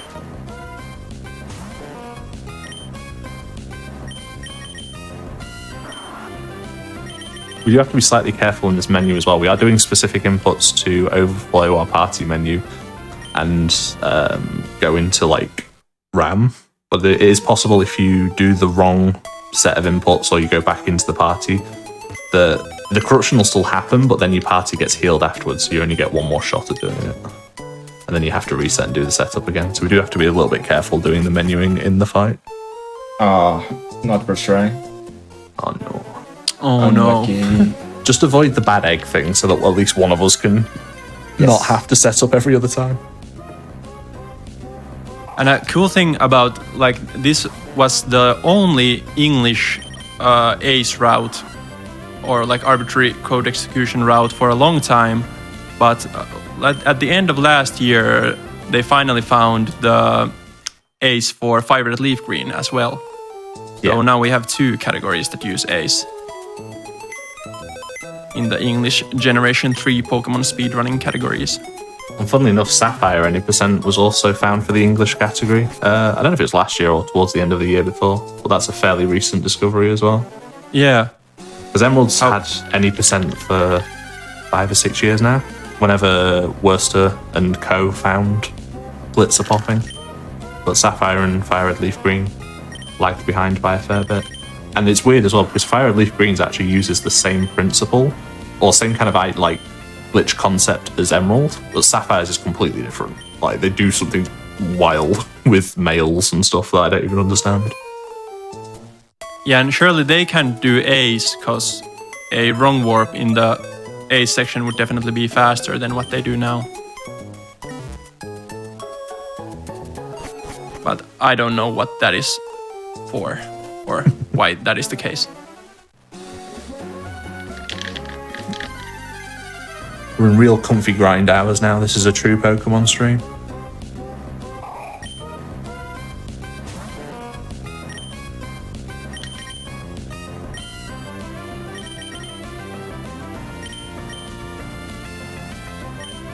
But yeah, my first ever run of this got first try corruption, so I got a very wrong image of what this category is about. I only hit first try for the first time today in a practice run. Which is the fastest Pokemon speedrun? The boring answer is red, blue, any %, because it's like a minute 50. You just save the game, corrupt your save by closing the game halfway through, and then overflow your menu and write code in to go to the Hall of Fame. After that, I think it's Diamond and Pearl any %? They're like the next shortest ones, right? Oh no, it's not. It's Gen 2 any %. Gen 2 any % are wild though. Imagine not getting first try. Alright, Wave. Oh, Wave showed up and I got it. Thank you, Wave. West Wave in the chat. Okay, so provided I haven't messed up, I'm about to hatch an egg and fun things are going to happen. Provided I haven't messed up. It's completely random how many steps this can take to hatch as well. I think in my PB, I'd hatch before I even leave the center. I'm a bit worried now that this is messed up. No, it can take a long time. It can take a long time, don't worry. Yeah, but this is taking a long time. Please work. Please tell me I didn't mess this. I don't even know how I would have messed this up. Oh no. Oh yeah, that's too long, I think. Holding an item. It's in a Premier Ball.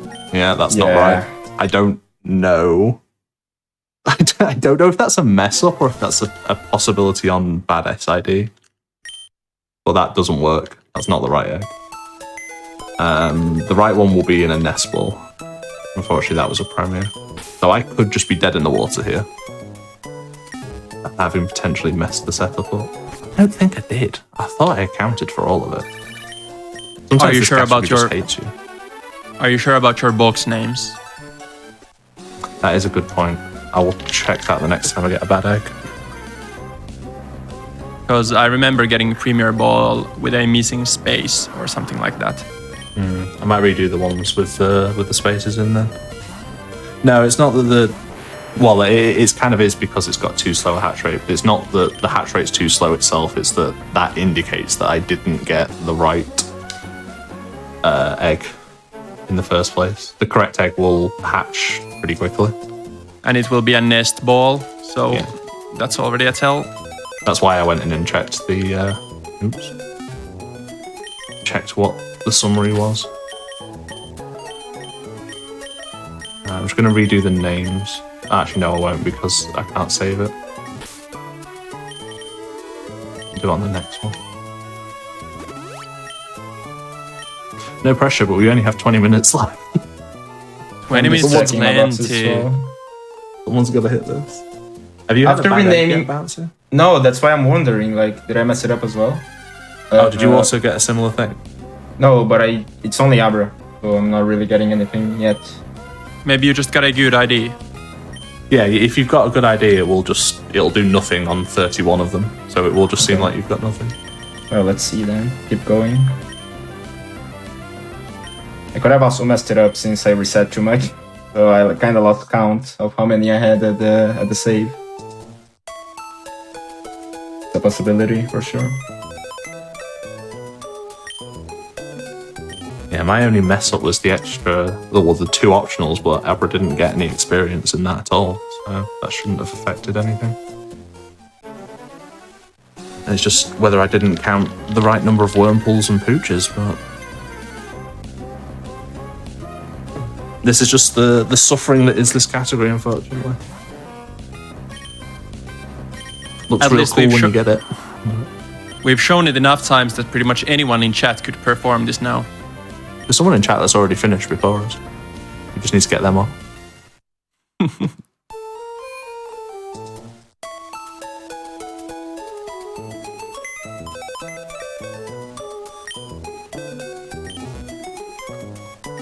I want to check the box names and now I'm getting no bad eggs. Like... Classic. Yes, I remembered. Yes. I should have the right amount of HP EVs, that's for sure. But I might have the wrong attack EVs. But it's still pretty likely that you're just on a good ID since it's 50-50. If you've messed the setup up, you will eventually get an egg that doesn't work. So if you're just not getting eggs, then you're on a good set of IDs, and you've just got to play it out basically. Okay.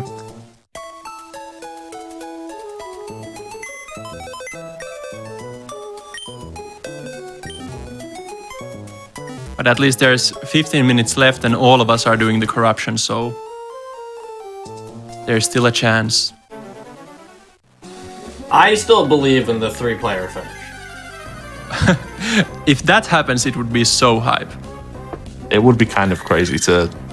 Because like, with 15 minutes left, we've got like me and Katniss have got maybe 15 attempts, given that we can get bad eggs. That's That's not a lot. That's like a 50% chance. It's a 1 in 32. That's how math works, right? Sure. Well, it's 50-50. You either get it or you don't. And I'm pretty sure I'm just screwing up my own bad math, so I'm just gonna stop. Right. I'm getting... I mean, I suppose I shouldn't complain about it, but I'm getting no bad eggs now. But I kind of want to check my box names. So it kind of blows in a way.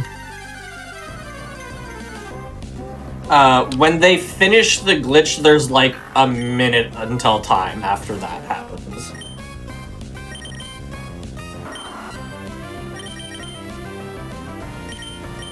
Yeah, when this category when this category was in the older route that didn't have Ace, but it still had the Pomegberry stuff, it was actually quite difficult to finish a run that would be faster than a glitchless run. But this version of the route is really not that unreasonable, with glitchless being 2.5 hours.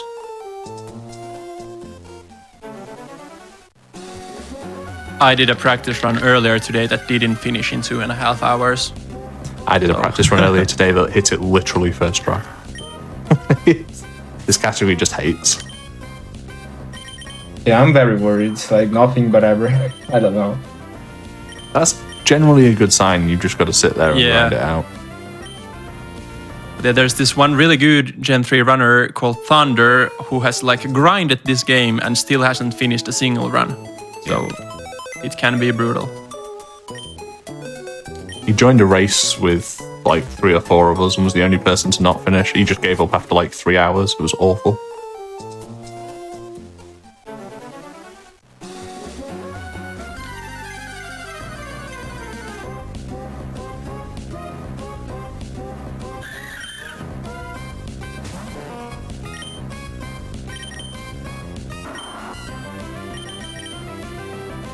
But yeah, for FireRed and LeafGreen, this glitch would always work. Bad egg. So there's like no RNG factor for the glitches in the other Gen 3 runs. I've dodged a bad egg like 8 attempts in a row. This is weird. At the moment, we have 5 badges. The only reason we have to go that far is because we need to get Surf to get the Pomegberry to be able to set the glitch up.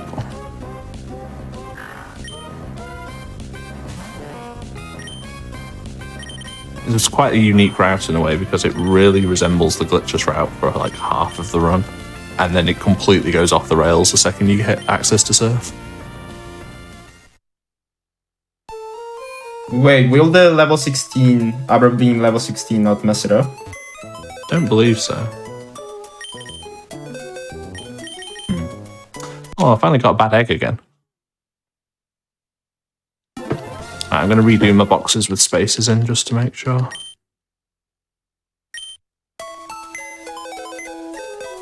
And fun thing, if you check the summary on a bad egg, it crashes your game and you have to hard reset the console. Yeah, and it makes a horrific noise as well. Yeah.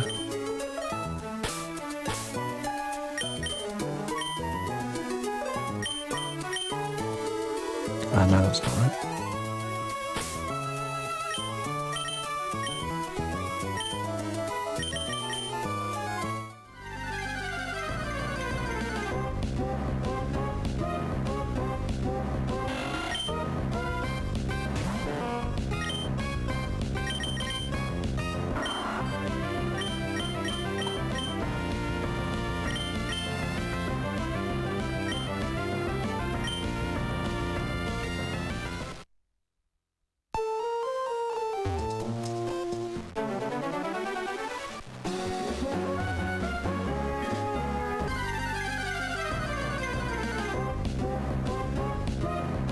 Yeah, still only Abra. And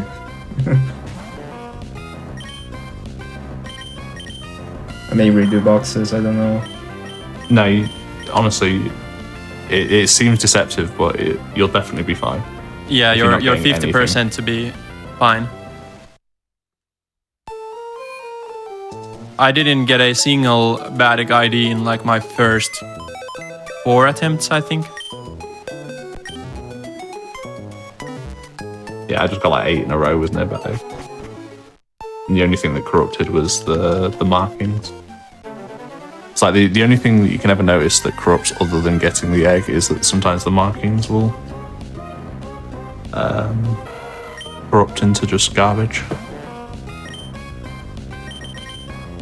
But otherwise you won't be able to tell anything. Oh, actually no, that's a lie. I think one of them changes the R in Abra to like a text box red arrow.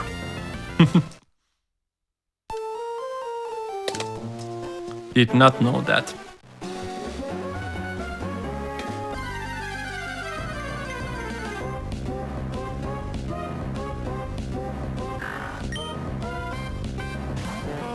Oops, I'm not in the center.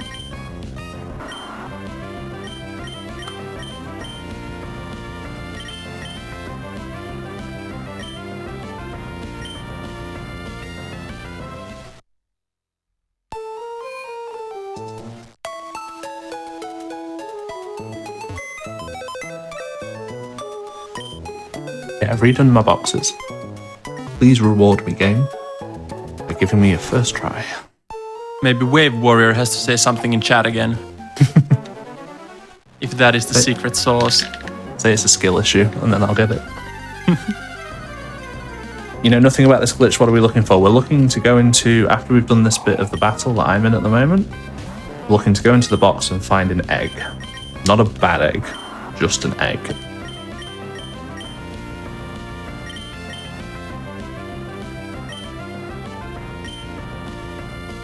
Wave Warrior said skill issue. This is it. This is Okay. the one. It's an egg. It's an egg. How did he do it? Please tell me this one works. Is it a nest ball? I don't want to check because I don't want to jump. Ah, it's hatching. Okay. How does he do it?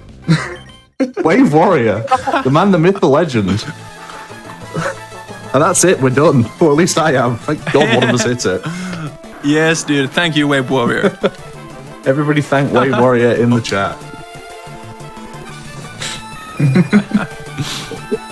If I got it too, this has to be some kind of magic. Okay, no.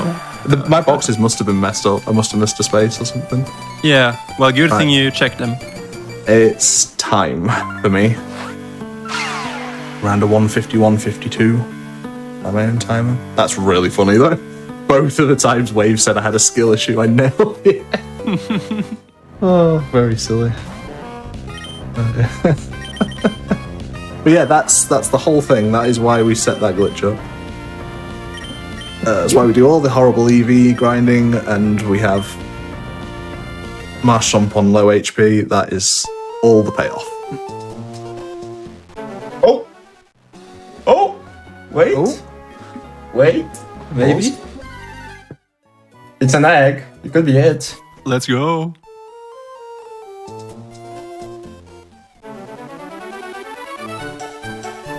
So yeah, basically the hatching of the egg plays a specific animation that's corrupted, and that animation leads it to read the code that we wrote into the box names, and the box names tell the game to play the Hall of Fame cutscene. Oh, it's not it. Premier Ball. Oh no. That's a shame. Record is a 119. It gets a cleaner run than really any of us had up until the eggs, and then it gets second try eggs.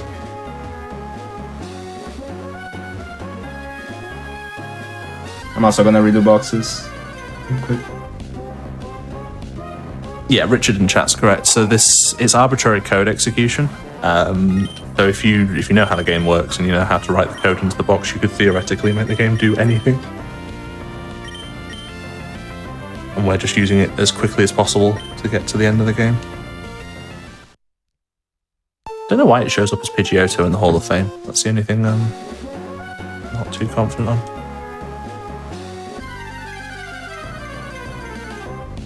What else could it be? Of course it's Pidgeotto. Because the animation doesn't look like anything.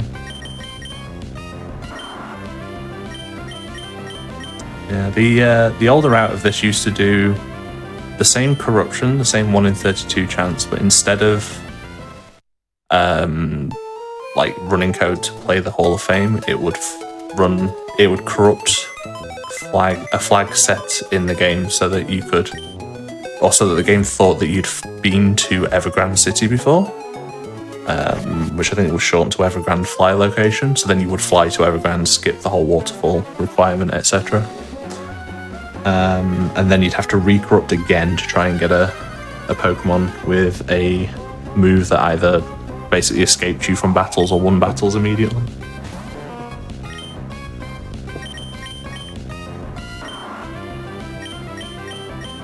So wait, was the old route 2 1 in 32 glitches? No, well, technically yes, but you corrupted 6 Wingles, so it was a 1 in... and I don't think it was 1 in 32. I think the glitch moves were more common than that. It was pretty hard once you'd got to Evergrande to not get a Wingle that had a good move. That sounds cool. It was, yeah. Worcester's PB on the leaderboard still has that route. It's definitely worth a lot. In fact, I think his PB was the old record. I have a glitched Pokemon in my party.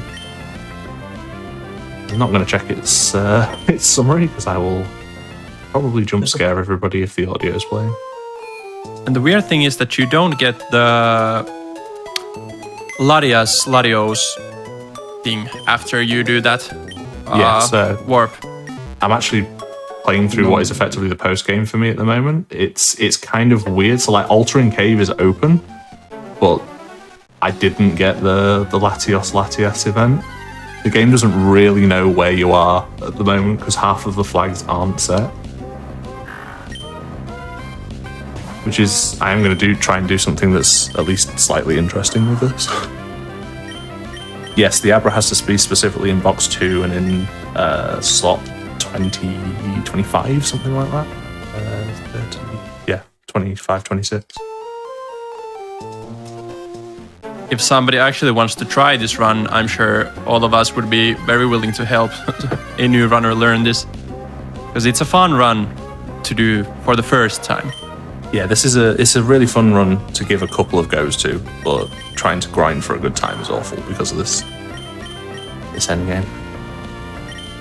The next run's going to be Wave Warrior doing FireRed LeafGreen glitchless, I believe, in 3.5 minutes time. Unless both Bouncy and Catanese hit the glitch right now. Yeah, I don't think that's happening. But Sadly. I would never misplace my faith, and I have faith in the two of you. I got a bad egg, so I'm down to like 1 more try, maybe 2. Maybe I need to stop believing in it. Maybe that's That might be the issue. We need Wave Warrior. yeah. Get him in here.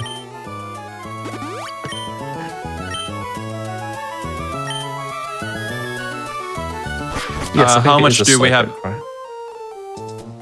How much time do we have left? 2.5 minutes. Okay, thanks. Yeah. Repelsion?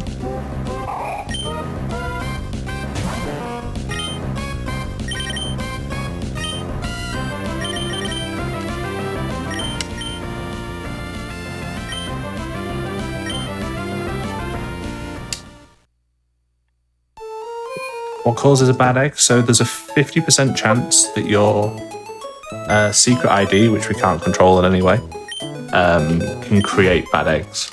And unfortunately, that's the best explanation I've got. I don't really know any better than that. But yeah, so myself and Catanese both got bad secret IDs, and we found bad eggs. I believe Bouncy's on a good secret ID, so he can just do this to infinity. Yeah, but I think my setup was wrong. Yeah, I don't know though. I've had the Premier Ball thing before on setups that I thought were good. I sometimes just think this glitch is silly. Mm-hmm. Yeah, that's probably the best explanation. The glitch is silly. I do want to give a shout out to our producer, Ray, who pinned one of Wave Warrior's messages to try and help. Okay, I'll do 1 more attempt at the corruption then and see if Wave's magic is true.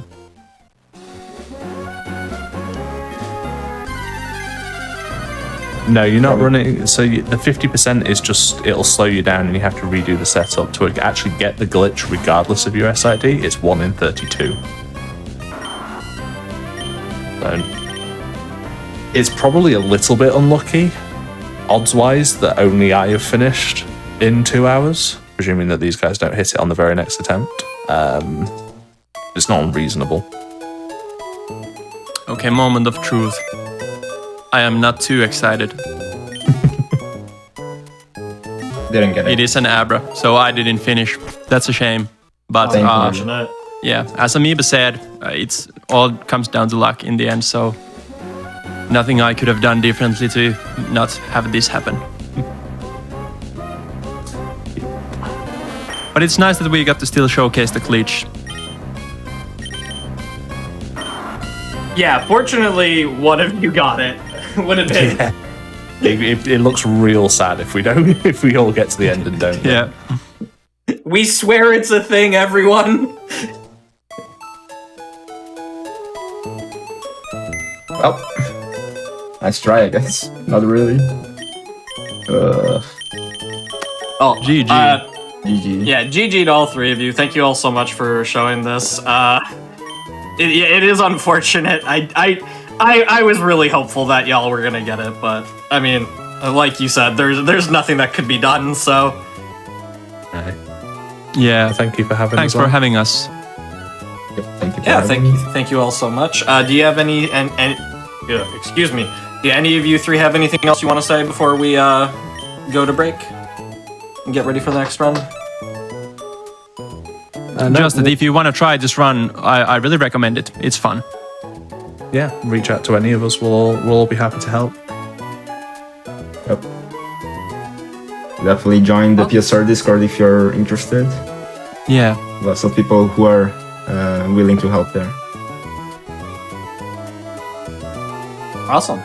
A huge shout out to all three of you. Thank you so much for coming on and showcasing this. I do like this run. It's unfortunate at how random it is and how lucky you have to get, but really appreciate y'all being on. With that said, we are going to take a quick break, and like was mentioned earlier, we'll be back with FireRed. Actually, I think it's LeafGreen glitchless. Either way, we'll see you in a few minutes for that.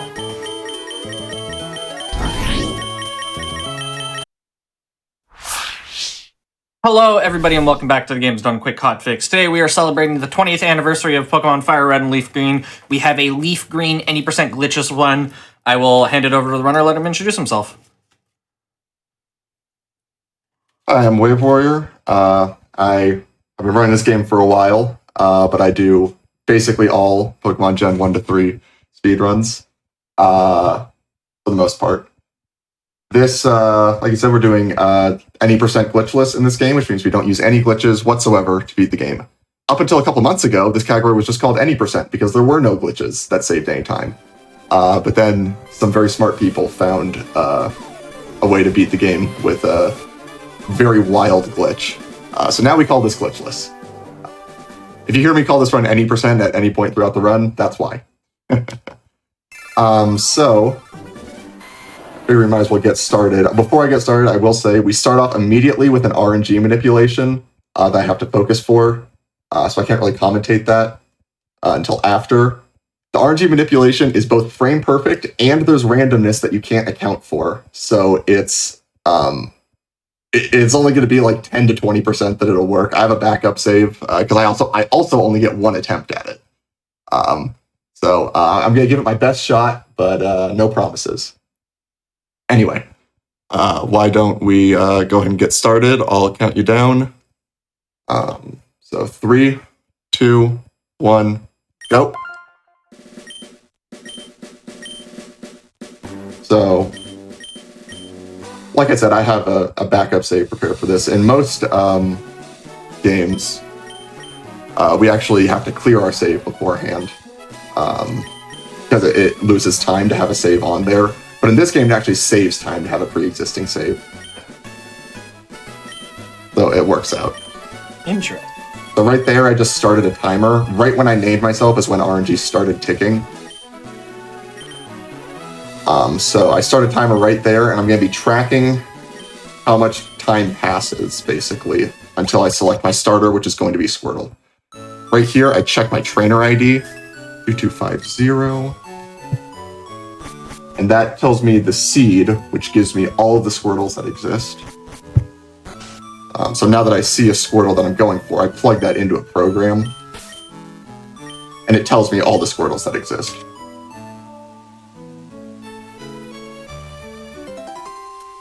You can't see what Squirtle I'm aiming for, but if I hit it, I'll tell you.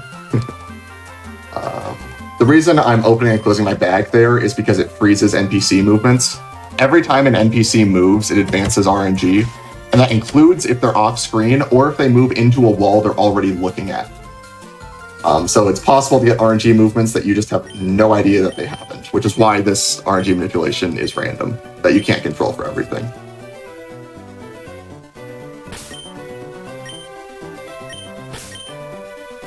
So the bags help mitigate that.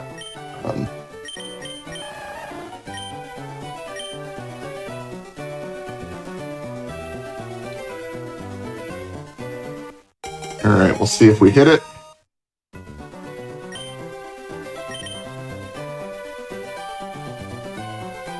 Input is frame perfect, and this game runs at 60 FPS, so it's about 17 milliseconds. No way! I hit that, Nice. okay. So we can just go. Cool. There goes all the preparation I had for the Squirtle I had saved. Okay. First try every time, easy.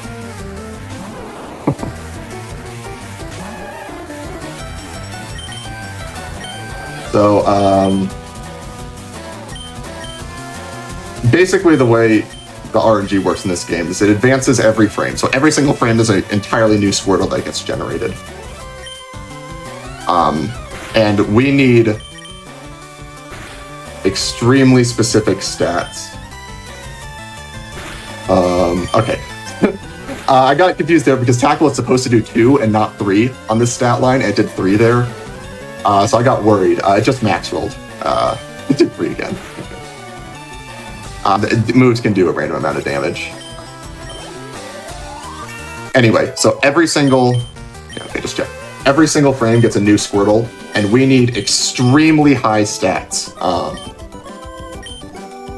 for this run. We basically need perfect special attack and really high speed. Those are the important ones. And so this Squirtle, I'll tell you, it has a modest nature, which is plus special attack and minus attack. And the IVs, which are the, every stat gets a number from 0 to 31. That tells it how good it is. The IVs on this one are 16 HP, 30 attack, 31 defense, 30 special attack, 16 special defense, and 30 speed.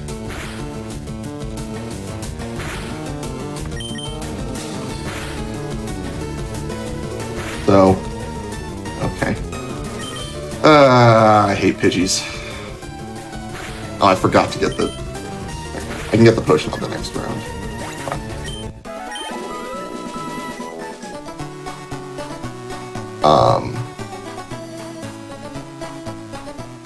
So, we need to kill at least one thing on that route for experience. Our experience, just barely doesn't work out. We need to hit level... The important thing is level 13 after Brock, because that's when we learn Water Gun. And if you fight just the fights in the route without a wild thing, you're just a few experience points short of that. So we kill one thing on Route 1. I'm going to try to kill a second thing, although I forgot to pick up the Mark Guy potion. So I'll have to run from something if I get an encounter before then.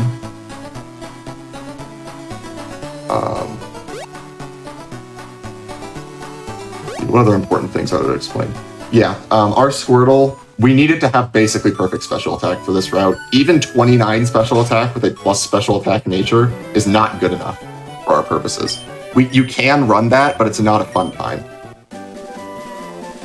And if you go down to 28, just forget about it. And we also need very high speed. The minimum that is possible to run is 18, but you really don't want to be running lower than 24 speed IV. The other stats are far less strict, but the higher they are, the better. This Squirtle's pretty good.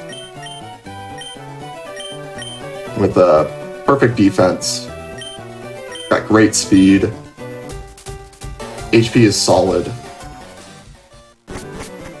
and special defense doesn't matter. So we also do need to catch a couple Pokemon for HMs. I'm gonna run from this because I took too much damage from the Pidgey. Normally I would catch this, but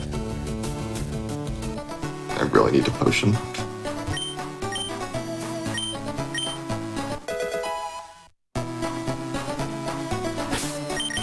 I'm just gonna use the potion because you normally take 3 damage, but a crit does 8, generally, because crit rolls are really weird in this game when same type attack bonus gets involved.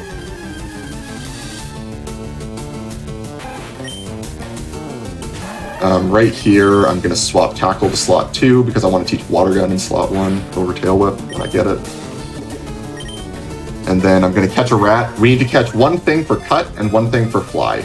And luckily, Route 1 has Rattatas that can learn Cut and Pidgeys that can learn Fly. So that works out pretty conveniently for us.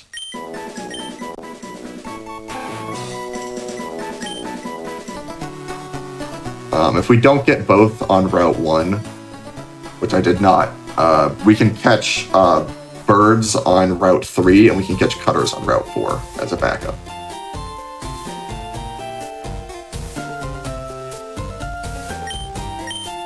And we gotta watch the mandatory test tutorial, because we definitely don't know how to do that. I'm gonna take this thing right here, which is called a wireless adapter, and plug it into my GameCube. I'm playing on a Game Boy Player attachment, in case anyone's curious. The reason I put the wireless adapter in is every time you enter a Pokemon Center, there's a specific check in the code to see if you have a wireless adapter plugged in. And if you don't, the game just waits for half a second. So if you don't have a wireless adapter in, you lose half a second every time you go into a Pokemon Center. Which is just a really fun mechanic. But I can't have that in at the start of the run, because if you put that in at the start, it changes how the RNG works for your RNG manipulation. So you can't do the RNG manipulation. Oh my. So you have to leave it out at the start of the run, hit your Squirtle, and then plug it in later. That's wild. Also, it's not just Pokemon Centers, I just remembered. It also lags a bit extra on whenever you soft reset the game if you don't have the wireless adapter in.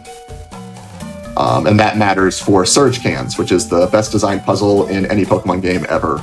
Such good design. We'll talk about that when we get there.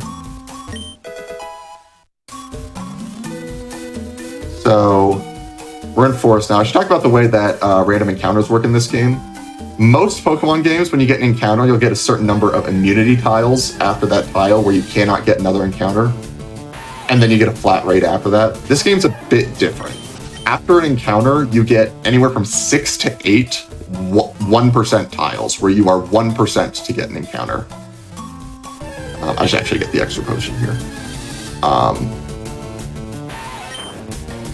And then after those 1% tiles, it slowly starts ramping up.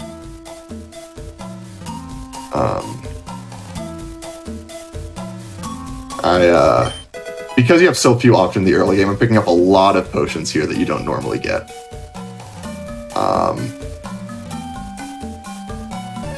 Just to make sure that nothing bad happens. Because if we die, we go all the way back to Mom back in Pallet Town.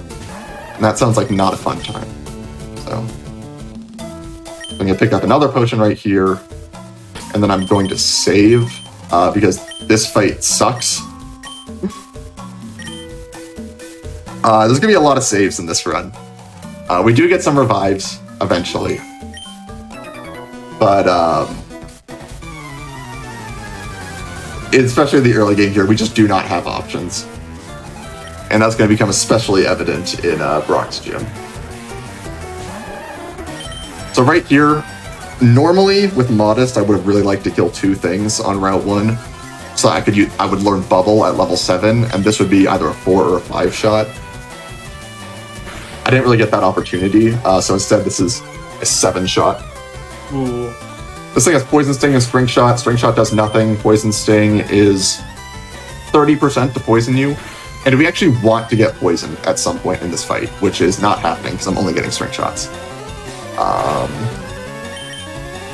Dude, use Poison Sting. This fight sucks. This fight kills so many runs in regular attempts. Alright, I just got like 6 String Shots. So you want to get poisoned so that you can take your HP all the way down into Torrent, because the starters in this game have, well, Squirtle has the ability Torrent, which boosts your water-type moves by 50% if you're under a third of your HP. And if you're that low and get that boost for Brock's Gym, you save like 5 turns. It's crazy. But you're at the mercy of Weedle, who only used String Shot. So we're gonna lose some turns. Nothing I can do about it. I could farm in the grass right here for a Pidgey. It's a 45% encounter in that grass, and I could take some damage. But taking damage here is not super helpful. Doesn't really change anything.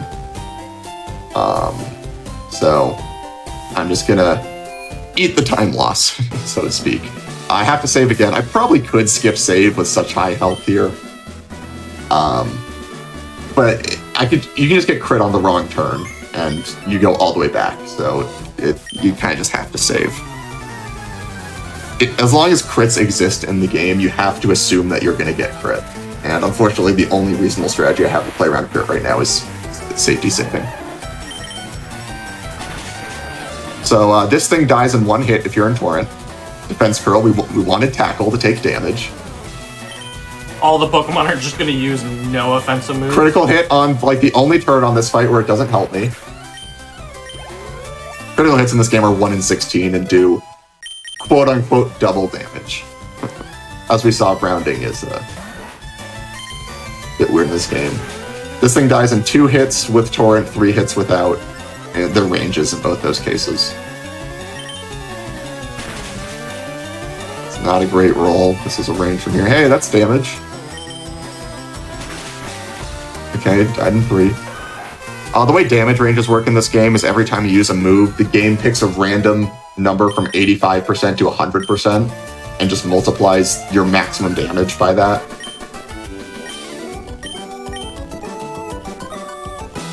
And then we go here and we save again. This fight is like actually the worst fight in like, you know, PB world record attempts. Because you need to end this fight in low Torrent so that you keep Torrent for the following route. Torrent is a huge part of this game, keeping our HP just low enough to get that damage boost while not dying to things. This thing dies in 1 hit if you're in Torrent, but I'm not in Torrent, so it's going to live. We do want Tackle, so we get Defense Curl, of course. Critical hit on the 1 turn where it doesn't do anything, again. These critical hits, man. So I'm gonna stall on this Onyx to try to take as much damage as possible. And so a crit on the wrong turn would be really bad. I'm gonna withdraw on this turn. He misses bind, very cool. That's like exactly the thing I wanted there. Interesting. Are you kidding me right now? Now I'm dead to Rock Tomb, so I have to potion all the way back up and stall back down again. He misses Tackle, come on! Are you kidding me? What is happening? This is like the worst Onyx I've ever seen.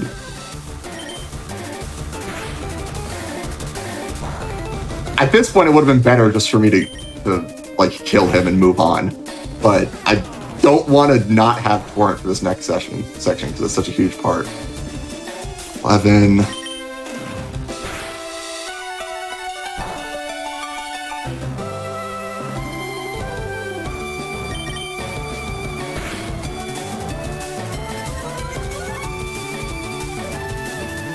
Don't you dare kill me on this turn. Don't you do it. Okay, well, that's still bad, but... Okay. So, you need Torrent for this next route because literally everything on this next route saves a turn, basically, if you have Torrent. Teach Water Gun here, because our main move for a while, like this entire split. That was like the worst Onyx luck that you could feasibly get. Honestly. Aside from him just critting and killing you. That was extremely unfortunate. That was. And on average, it's worth it to stall to try to get lower health to keep Torrent. In this case, it wasn't. But I had no way of knowing that he was going to miss a bunch of moves and then crit on the last turn. And all that fun stuff. Do literally the worst possible thing every chance. Pretty much. Just twisting the knife is when I healed, when I potioned, missed. and he missed tackle, which is 95% accurate. Oh, I need to sell Rock Tomb. So we don't need Rock Tomb, so we sell it for money. Then 3 of these, 3 of these, and 7 of these.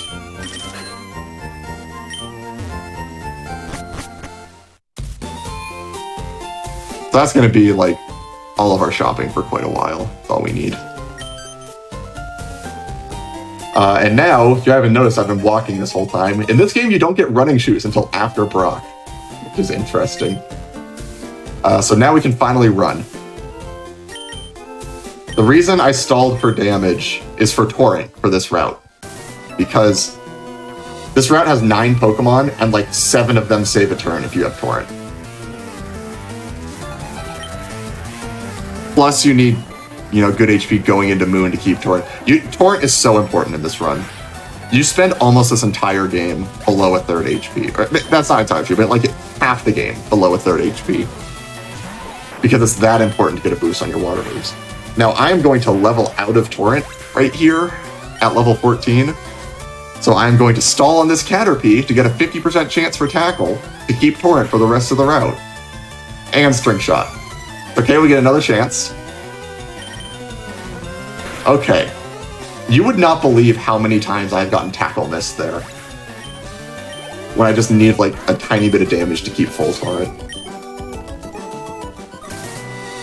Anyway, now we have Torrent for the rest of this route. After all of that.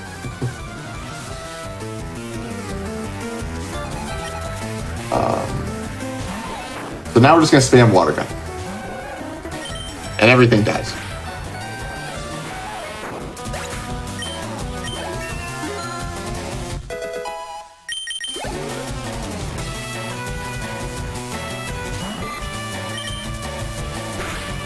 I guess I should point out right now, we're just going to run Squirtle for the entire game. There's nothing better we can get. The only other Pokemon as a main that's remotely close is Charmander. And it's like not really close. It's like 2.5, 3 minutes slower. Probably around 2.5 minutes slower. World record right now is like 4 to 5 minutes slower than Squirtle, but Charmander's not as optimized.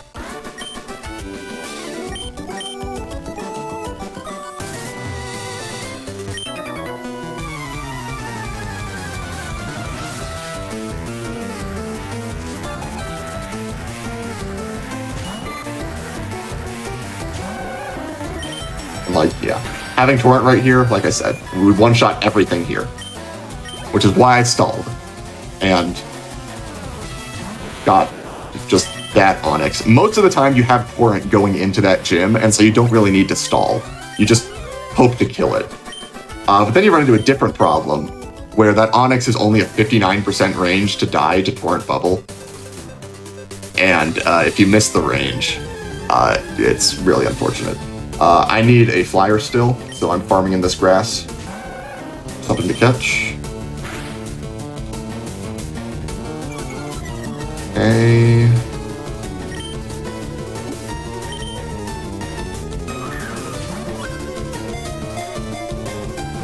Charmander does not need Blaze because Ember is super effective on everything. Wow, that broke out. So this is a 78% chance to stay in the Pokeball at this HP. You might be wondering, how could he possibly do that calculation so fast in his head? This game has thresholds for catches. So if it's not a guaranteed catch, the next highest it can be is 78%. And after that, it's 62%. I'm getting very unlucky with these breakouts.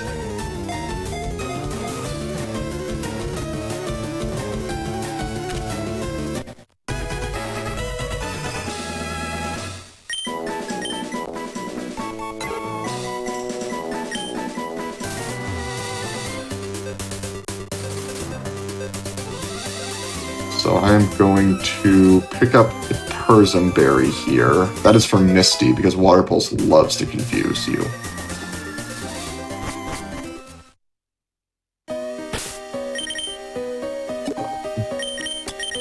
So I'm registering the TM case, equipping the Berry, and then repelling.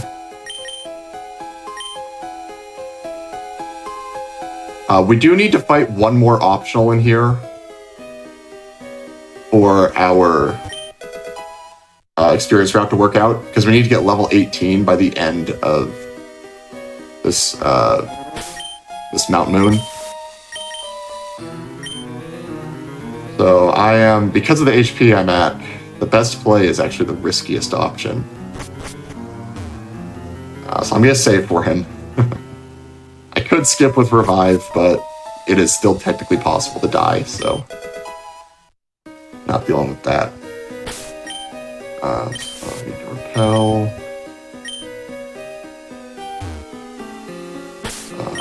Save.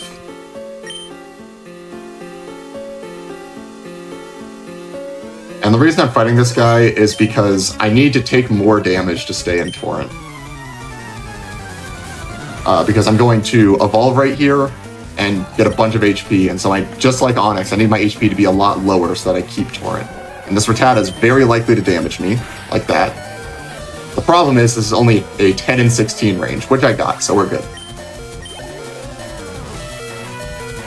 You might hear me say things like 10 and 16 range, 12 and 16 range, stuff like that. That's because there's 16 different damage rolls. It varies from 85% to 100%, and that's 16 numbers. And so if I say 10 and 16, that means that the 10 highest rolls will kill. So now we evolve. And that is the last optional we will fight for the entire game, unless I'm bad. And hit an optional I don't need to, which I wouldn't put past me, but...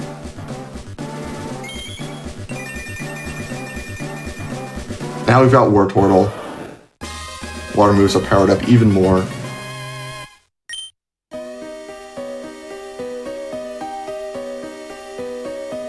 And we're just going to keep on trucking.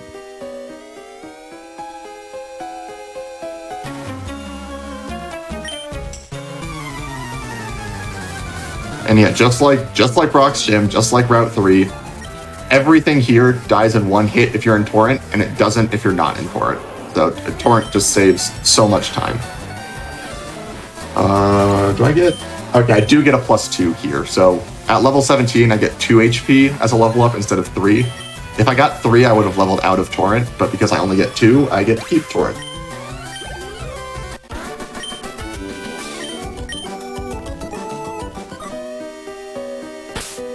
Oh.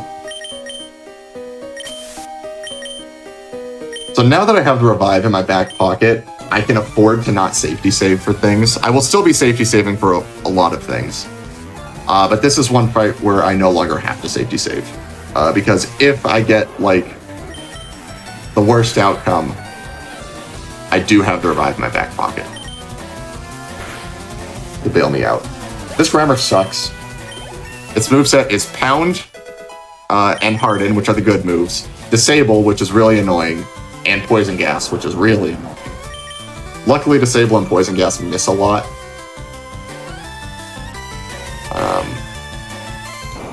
So most of the time you get a perfectly fine fight like that where you just get Pound.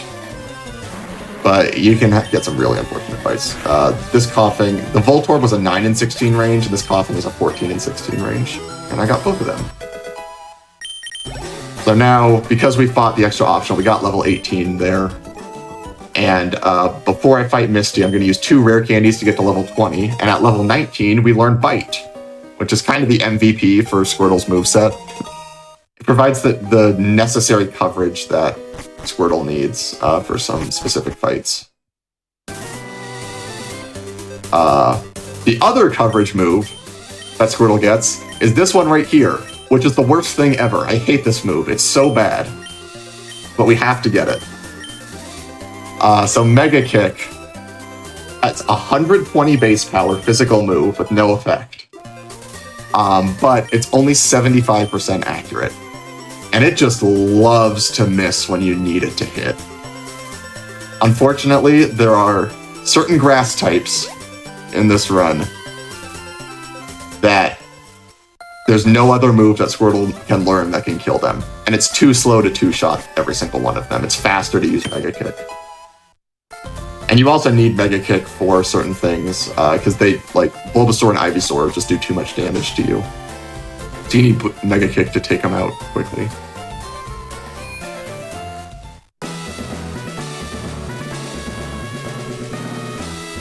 I am going to save from Misty. Before I do that, I use my 2 rare candies. Each Bite.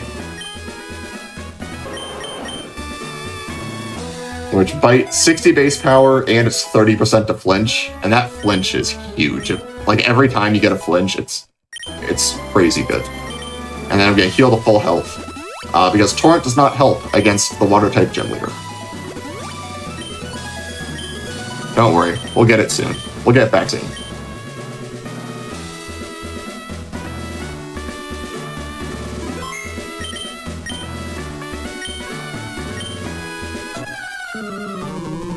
This fight, with the revive in the back, it is extremely unlikely to die. However, there's always the chance you just get Water Pulse confused and then hit yourself 8 times in a row.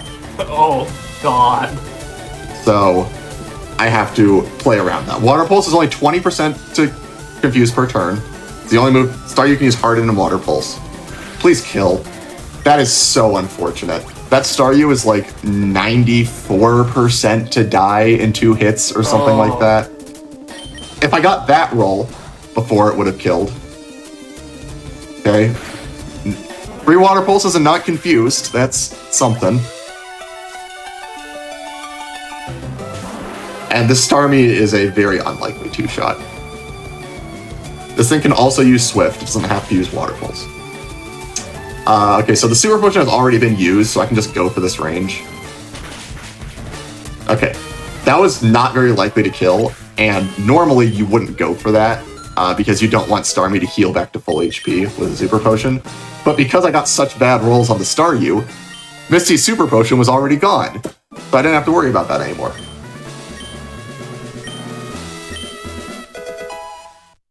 And so I got a very high roll on that second one. I think it was from there it was only 4 and 16 to kill. Might be wrong about that. I wasn't paying super close attention to the roll. But. So now we get Water Pulse, which is such a good move for Squirtle at this point in the game. Water Pulse is 60 base power. Plus we get same type attack bonus. So it's effectively 90 base power. And if we're ever in Torrent, it gets an extra 50% boost on top of that. So you get just so much damage out of Water Pulse. I have to save here, even with Revive, because this is a Mega Kick fight. And I could just miss Mega Kick a bunch of times and die. So, I promise the Revive is useful. It's just these specific fights it's not good for. Because I'm in Torrent right here, I can one-shot with Water Pulse. Or it's a ranged one-shot. Wow, I got it. That's only a 4 and 16 range to kill. So that was the best thing that could have happened there. No quick attack, and I get the range. And flinch there. Where is this luck in my attempts? That's the best possible fight you can get. When the fight goes that smoothly, it's like, what are you saving for? That Bulbasaur is the devil.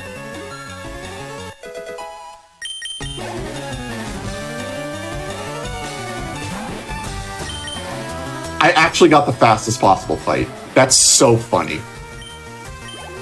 This fight kills so many runs. And I literally got a perfect fight. It was not possible to get a better fight than what I just got.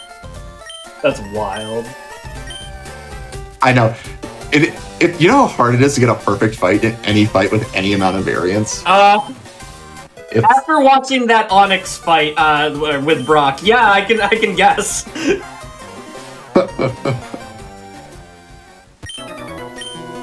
That's wild. Okay. So this section, there's a couple oddities that we have to mega kick. But aside from that, we just one-shot everything with bite and water pulse, basically. I assume a lot of the early game is a lot of this RNG where, like, you have so many ranges you need to hit and everything needs to go kind of perfect, basically. But, like...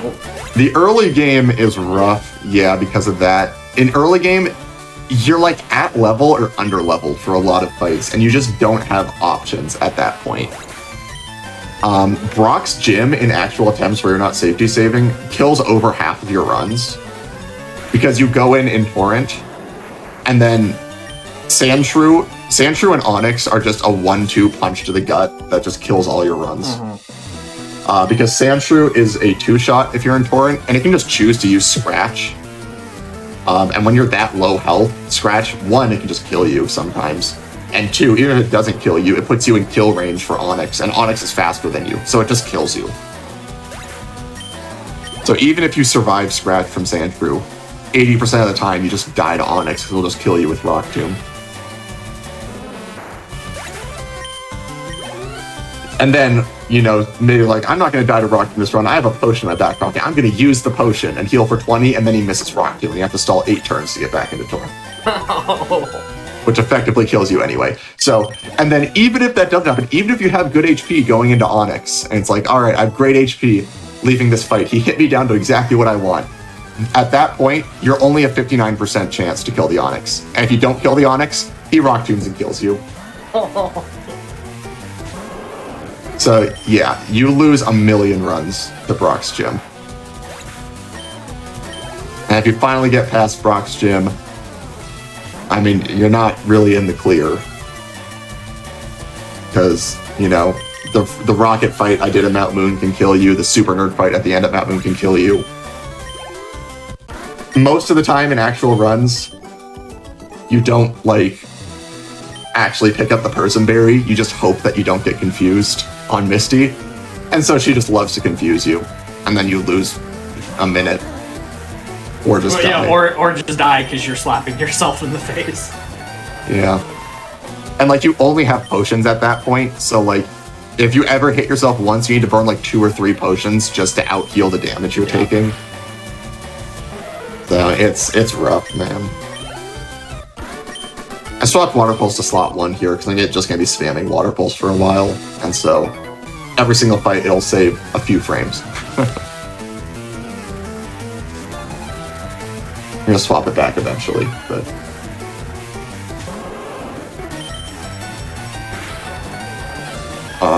Okay, so coming up, not on this next fight, which is the Rocket, but after this Rocket coming up, I actually have a choice of 2 fights.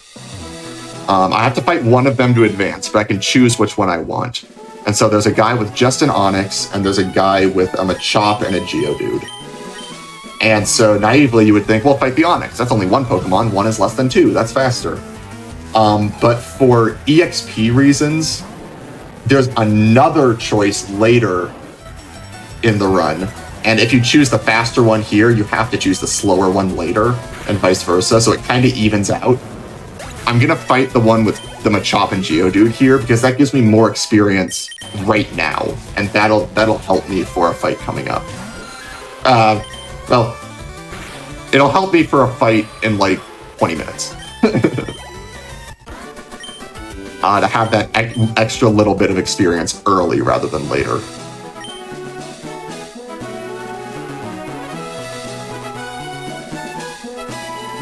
If I was in Torrent, it would also help for a fight at the end of this section, but I'm not in Torrent right now, so it's not going to matter in this case. Unless I miss Mega Kick and take damage.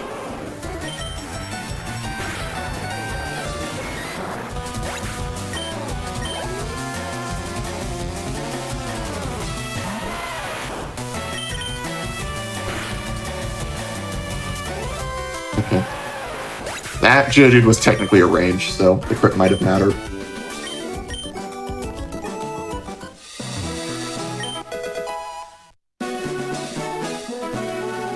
Oh my god, he spun left. Okay, so this spinner sucks.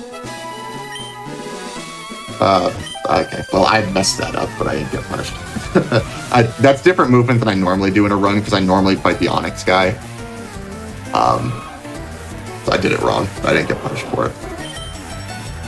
So I should talk about how spinners work. So you notice that guy was spinning around a bit. We call those trainers spinners because they spin around, and if they see us, we have to fight them, and that loses a lot of time. So there are several techniques for passing spinners. You saw some of them earlier in Mount Moon, actually. But the easiest way to pass them is if you open your bag, that freezes them in place for 32 frames. It's the same reason I used. I opened and closed the bag at the very start of the run when I was doing the RNG manipulation. If you open the bag, it freezes them for 32 frames. It only takes 16 frames to walk past them. So you can just walk up to them, wait for them to look away, open and close your bag, or TM cases I did is the same thing. And then just walk past them. You can't run past them, because if you try to run past them, they will hear you and always look towards you. So if you're ever like, wow, this spinner is always catching me, no matter what I do, it's because you're trying to run past him. So if I had Torrent right now, I could Water Pulse this Oddish, and it would actually be more likely to kill than Mega Kick would be to hit. Unfortunately, I'm just barely out of Torrent here, so I have to go for Mega Kick. And you only get that if you fight the other hiker earlier for the extra experience right now. Okay, I'm hitting my Mega Kick so far. Very nice.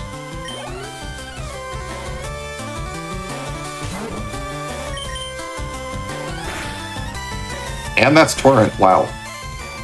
Dude, I just got like an actually perfect split. Where's this luck in my runs?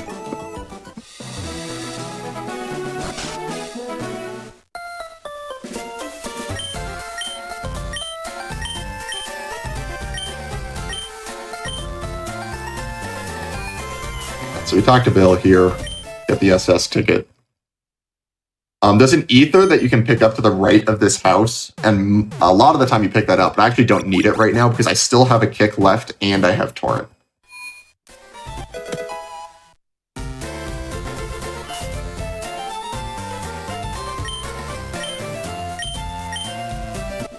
That was a sub-10 split with a safety save.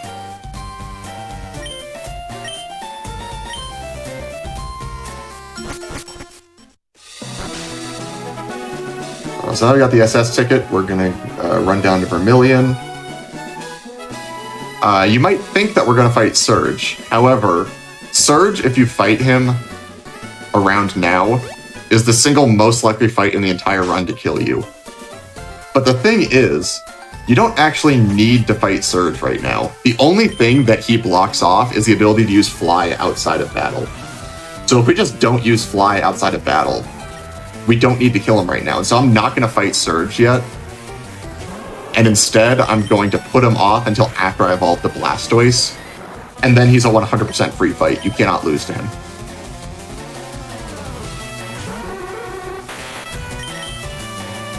Ah, it's an unfortunate kick to miss, because now I'm out. That is really unfortunate. This is a 3 and 16 range. Dude. Okay, we're fine.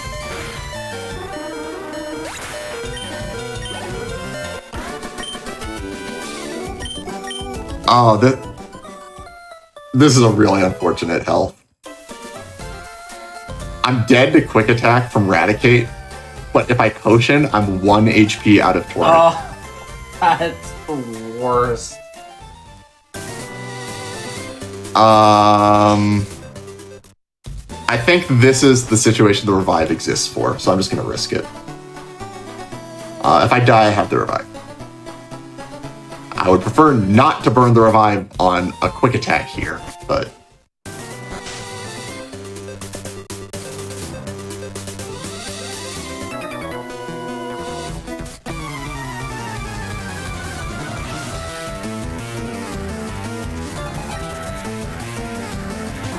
Because the idea is, so long as I have the revive in my back pocket, I don't have to save for things.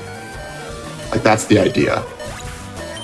I can't use the Oranberry right now because I need that Oranberry for later. It's very important for setting up your health at a certain later fight. Okay, we didn't die. So we're safe now. We're going to heal the full right now, so...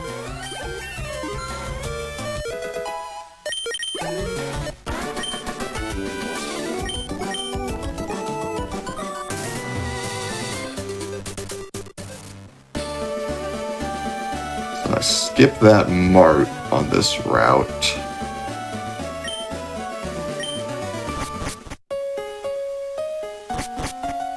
And so now I'm out of Mega Kicks and basically at no HP. So I'm going to use this free heal, which is a lot faster than using a center. See how fast that was?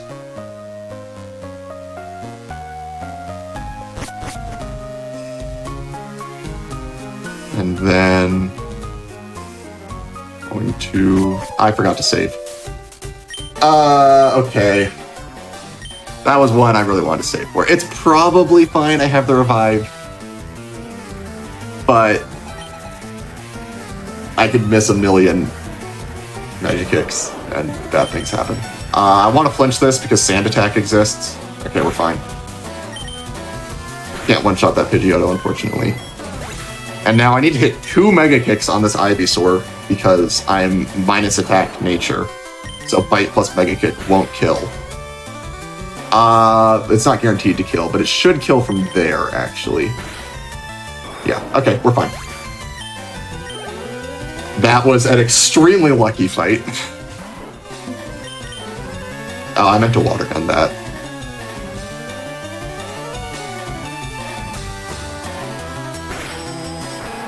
Okay, that's interesting. I didn't think that would kill.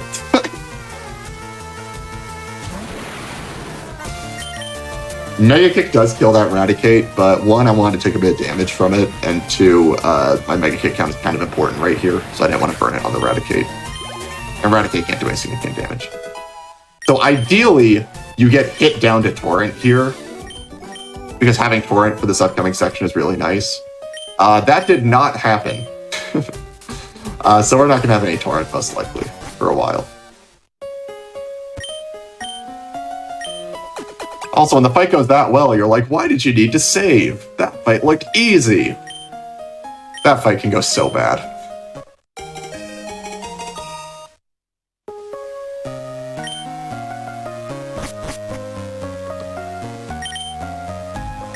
Each cut.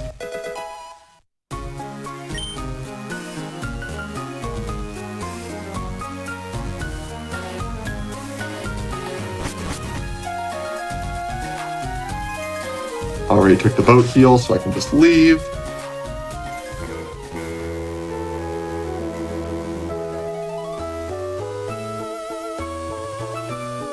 And so yeah, now the fastest route is to fight Surge right now. But I don't feel like being 40% or like 30 to 35% to die. So I'm just gonna let him sit there for a while. I'm gonna come back to him later. It loses about 45-ish seconds over the optimal route, but that's not a huge deal at this point. I do, however, need to get the bike voucher. Really bad if you forget to get the bike voucher. So you gotta do the walk of shame all the way back here after going to the bike shop, and it's like, I want a bike, and you can't get it. You gotta run all the way back. The walk of, or the run of shame, I guess. Yep. It has happened to me before. Not fun. I also need to remember to get the rare candy. Whoops. Okay. Very important to dodge these optional trainers. All of those grass tiles were 1% encounters, so I was pretty likely to not get one.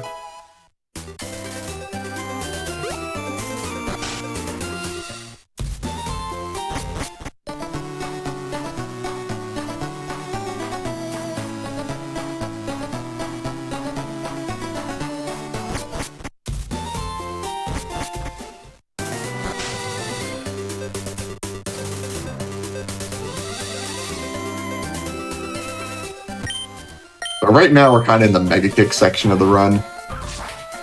We got to hit a few more in Rock Tunnel. because Oddish is like actually designed by the devil. Like there's malice behind those eyes.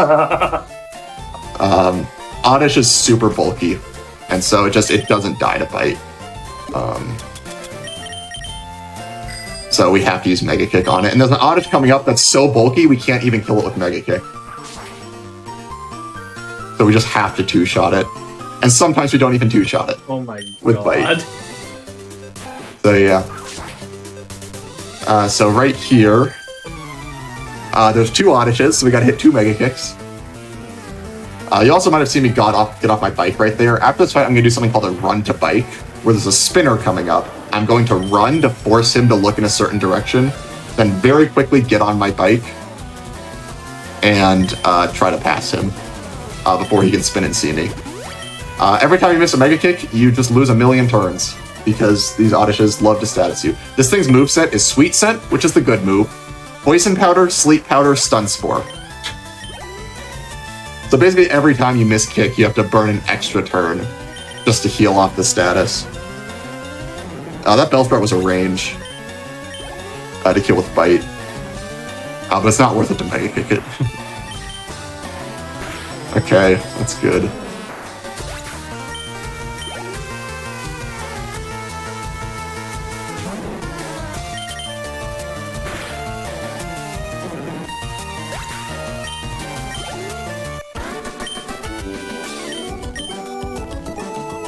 Now... So that hiker on the bottom was a spinner, so that's fine. I ran to make him look left, and then got on the bike to bike past him, because he can hear you running, but he can't hear the bike for some reason.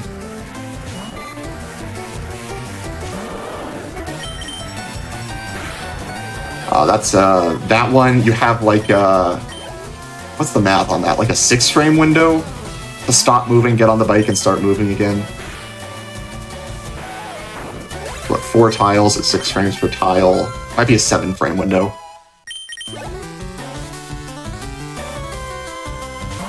So this, if you're in Torrent, this Venonat dies to Water Pulse, but because I'm not in Torrent, I have to do that. Well, there goes my Persianberry. And at least it got some use, right? I would have liked to keep that. Actually, no, I don't need it for Sabrina, so never mind. That was like the last chance for it to get used, kind of. So, that works. Pick up another rare candy. We use so many rare candies in this run. Cut this tree. Grab the super potion.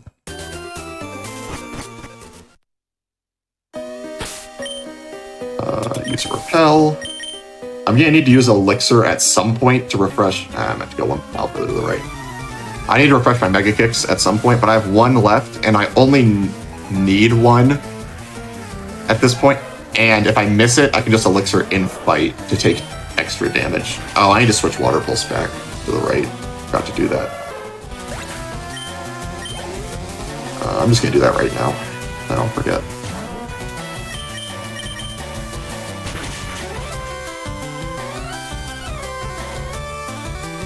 These Slowpokes look like they're close to dying, they never die, unfortunately. If you fight Surge early, they are very unlikely ranges. But because I'm a lower level, they just never die.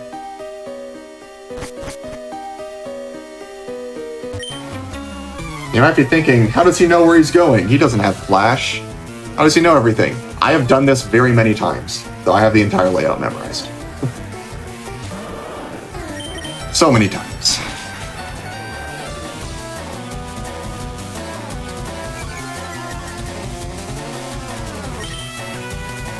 And because I have the revive, I don't need to save for this next fight.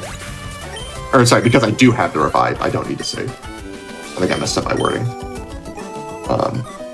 Even without the revive, it would be extraordinarily unlikely to die. But you can just get Razor Leaf crit from Bulbasaur, and it's all over. So remember like 20 minutes ago where I said that by fighting the other hiker and getting a bit of extra experience early, it would help out? Yeah.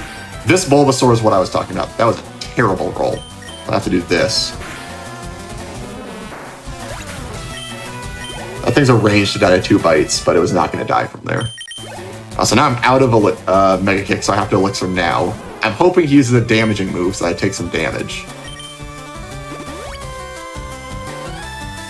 Sleep Powder.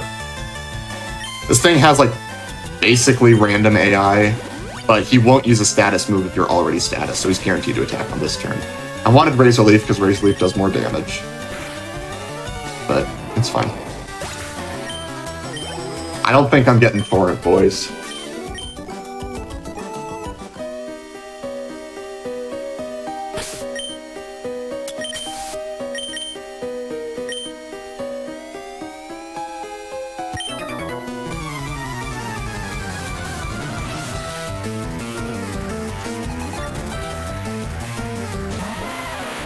So we're good on Mega Kicks for a while. We're just going to be one-shotting some stuff, doing some movement.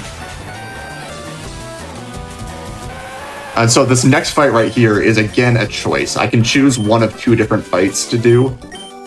This is where it evens back out, basically. So I'm going to go all the way down here and fight this guy, who only has 3 Pokemon, instead of the guy up and to the right, who has 4 Pokemon. You basically need to fight 5 Pokemon in total. I fought 2 of them earlier before Bill, and then 3 of them here. The other strategy is you fight 1 of them earlier before Bill, and then 4 of them here. So it basically evens out in the end. The other one is technically a little bit faster because you can save a little bit of movement, but it's very minor. And the reason I needed the extra experience is so that I would get level 29 for Bulbasaur, and my Mega Kick would kill. And if I didn't do that, my Mega Kick would have only been a 75% range to kill, I think.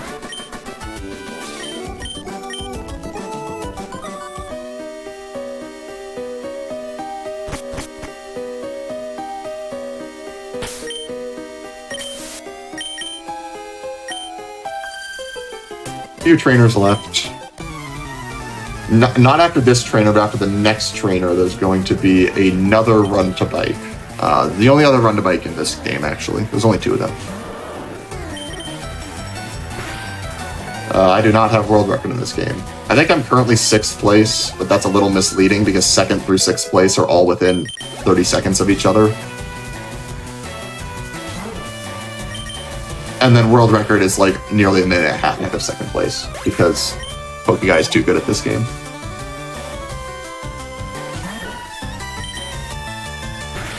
That Jigglypuff was a range, 14 and 16, I think.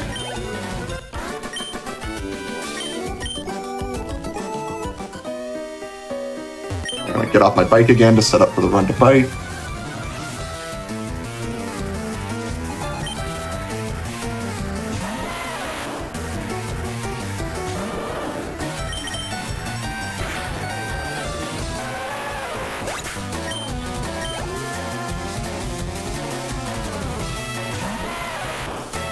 My favorite Pokemon, Zapdos. Which we are unfortunately not going to see.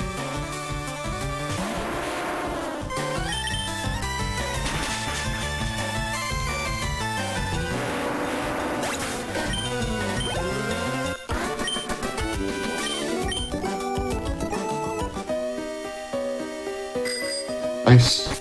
Then the tricky movement there to avoid some optionals, and we're basically through. This is the second to last Mega Kick we have to hit in the run. There's an asterisk on that statement, but it's not important.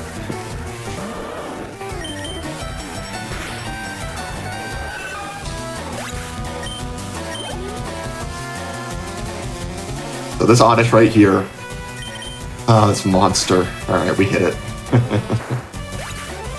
Oddishes are so bad. Like every single Mega Kick you miss usually loses 2 full turns, and it's really unfortunate. On average, an average run misses about 3 Mega Kicks over the course of the entire run, and I think I only missed 2 on this run. I still have to hit 1 more though. And we're out of Rock Tunnel.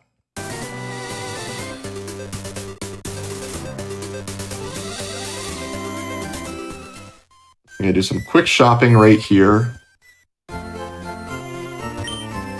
I need to sell the nugget. I didn't know where the nugget was.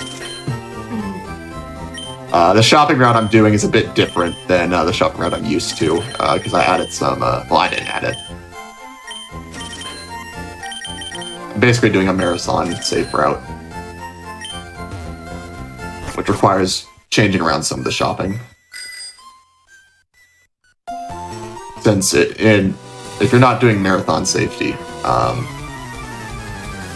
you normally fight Surge early and just hope that you don't die. And you usually die.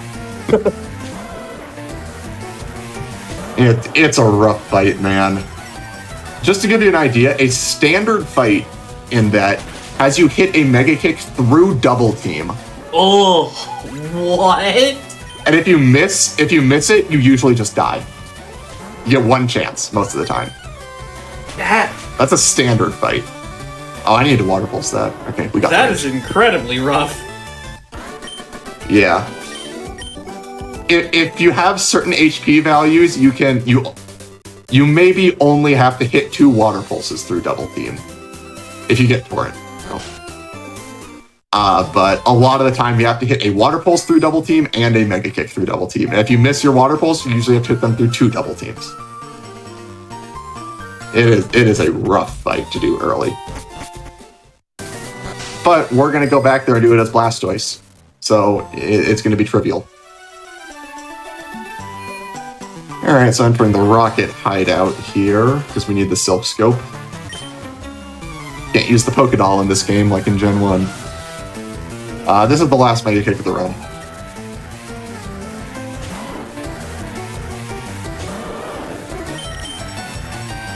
Alright, nice. Yeah, I think we only missed 2, which is above average.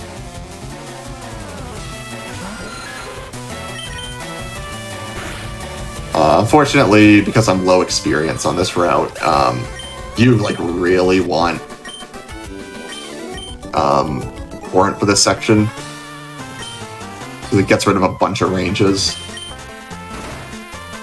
No such luck for us here, but it'll be fine. Dodge this guy. That guy's a spinner. If you mess up your movement and accidentally let him see you, he has 5 Pokemon. It's so bad. Pick up the black glasses. That will be important for specifically Lorelei.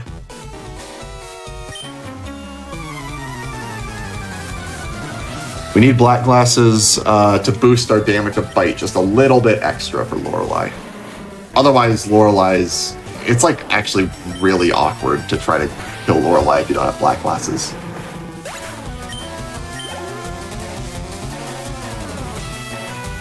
Because her Lapras has a citrus berry, and so it makes it like really annoying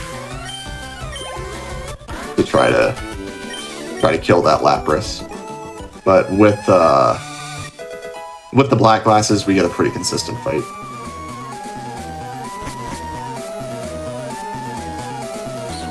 Get another rare candy here. We're going to use them in a second. Gotta do a few more fights first, though. We're going to pick up a Moonstone right here, and that Moonstone is very important because it's blocking the only path forward, so we have to pick it up. It serves no other purpose. We're going to toss that out later menu.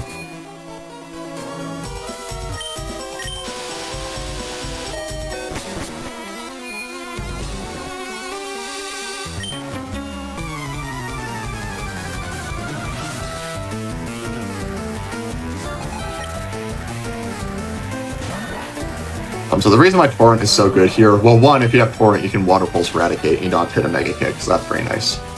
And 2, these Ekans are both ranges if we're not in Torrent. But if we are in Torrent, they just die. I didn't set the estimate.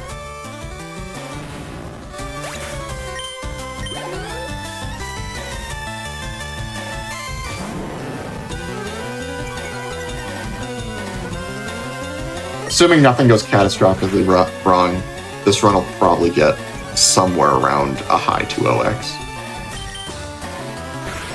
I gave a very generous estimate.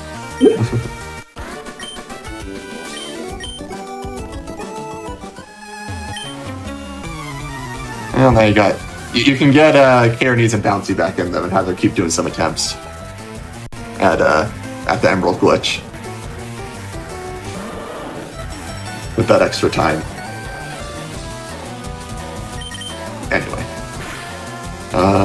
Missed both Ekans ranges. Let's go. Didn't get cleared, though. That's the important thing. These Ekans are annoying because they know Glare, which paralyzes you.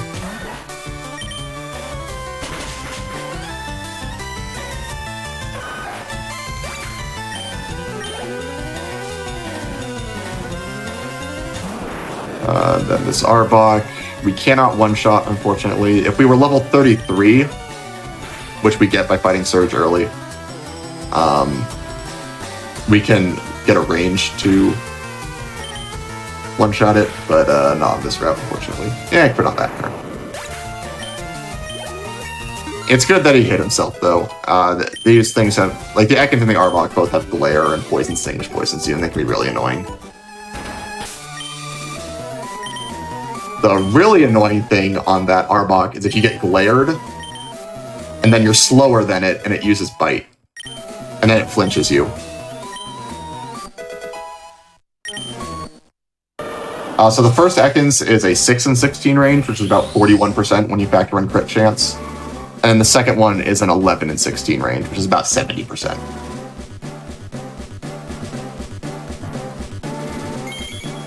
Alright, so coming up we have our first Giovanni fight. I was also told that you guys wanted to take a break at around the hour mark. So this is probably, after this fight is probably a good point to do that.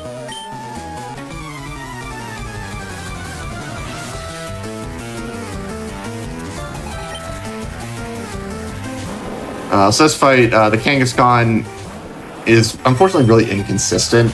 It knows Mega Punch, which does a lot of damage, but it has like purely random AI, so it likes to not use it.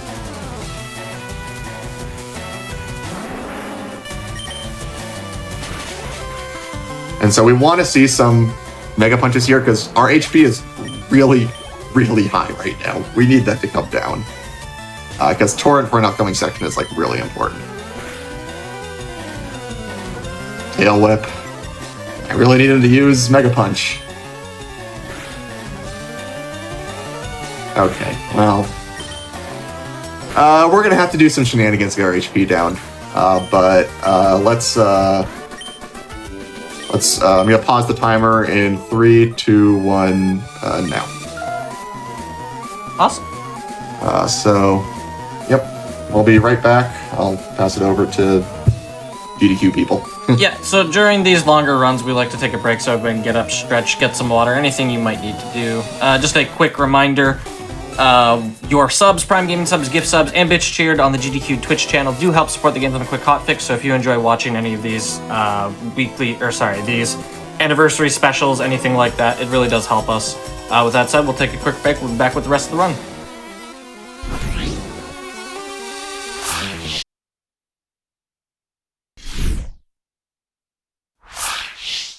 Hello everybody, welcome back to the Games Done Quick Hotfix. We are celebrating the 20th anniversary of Pokemon FireRed, LeafGreen. We're in the middle of a LeafGreen run. I'll hand it right back over. You can take it away, just give a quick countdown. Yep, let's just count right in right now. So 3, 2, 1, go. So now that we've beaten Giovanni, we get the Silph Scope. Just escape rope out of here. And now we are finally going to go fight Surge. After a little bit of errands before that, but it's finally time to handle Surge, now that we're Blastoise. First things first, we're going to go get Fly from over here. Unfortunately, we can't use it yet because we need to fight Surge in order to use Fly outside of battle. That's the main downside of this route, is you have to backtrack on the bike to get back to Surge. You can't just fly there. But you lose more time on average by trying to fight Surge, and then you just die. So, nice and safe. Dodge the double battle right there. You do not want to get in a double battle. Go and do some shopping. We're going to buy all the X items we need for the run.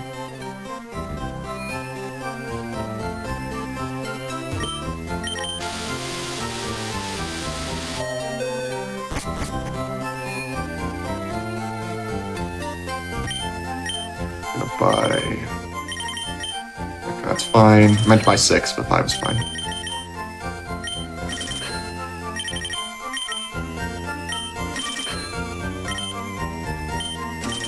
Alright.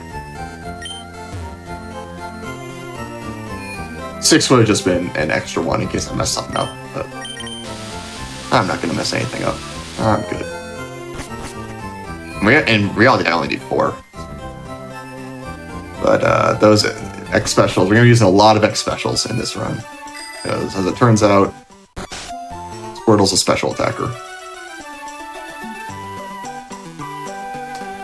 We also need to grab the T right here in order to get into Saffron. In Gen 1, you can just buy any freshwater lemonade and that works, but in this game, there's an actual key item for it.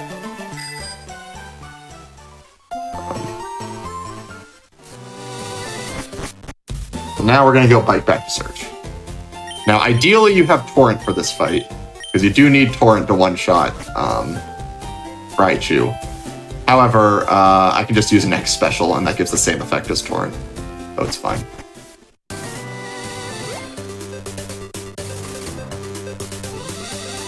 Dodge the optional trainers. Hey, got the NPC to move part of the way for us. And now comes the best designed puzzle in any Pokemon game. There are 15 cans here. The first can can be in any one of them, equally likely, and the second can is always in an adjacent one. If you get the second can wrong, it resets, and you have to start over and find the first can again.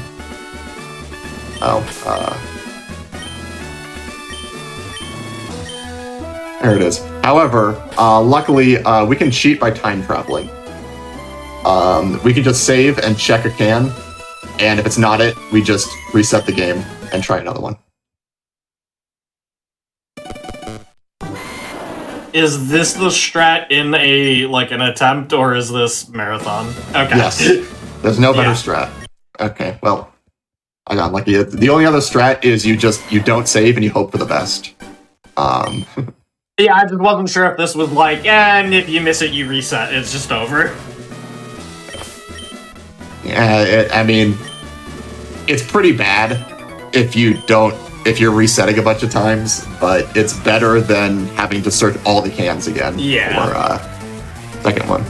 In Gen 1, we can manipulate those cans, so we get them. Well, in red, we can manipulate those cans. Yellow's weird. And technically, some people did work on trying to RNG manipulate these cans, but RNG manipulation is really weird in this game. And it doesn't really work. Basically, RNG manipulation in this game, for the most part, are double frame perfect. Oh my god. And that's pretty rough to do in a run. And it's also really slow, because in order to do RNG manipulation, you do have to save and reset the game, which takes quite a bit of time. Sonic Boom, that's the move I wanted.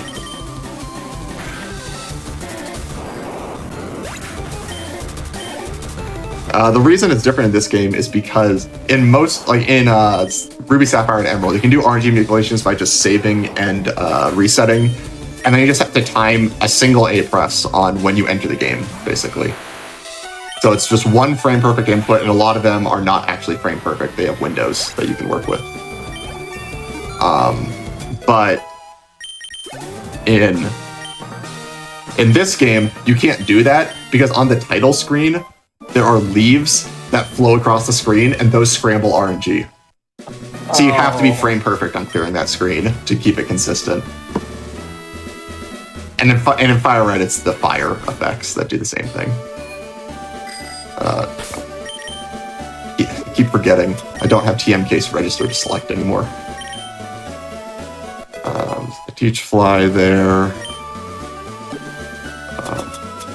Super Repel. Put the black glasses.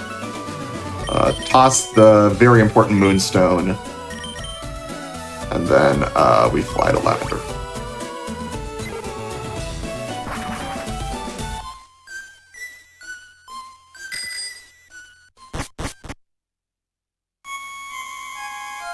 So I do have the revive, but unfortunately I do need to save for this fight. because I need to set up X items on this fight, and if you die and revive, you lose all your X items. And that you just lose too much tempo in that case. It's very unlikely for something to go wrong. Like, to that effect. On this route, I think. Because, yeah, I'm already level 37. Nice. This thing can sand attack. Just really not good. Oh. Okay, I should have stalled for one more turn. Because I'm not in Torrent yet. Okay, that was a range. If you're in Torrent, you can Water Pulse that, and Torrent Water Pulse actually does more damage than Neutral Bite. So that could have been bad if I missed that bite range, but we're fine.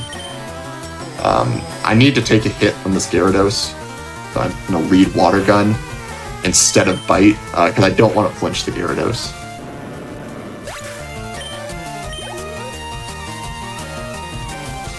And now we have good HP.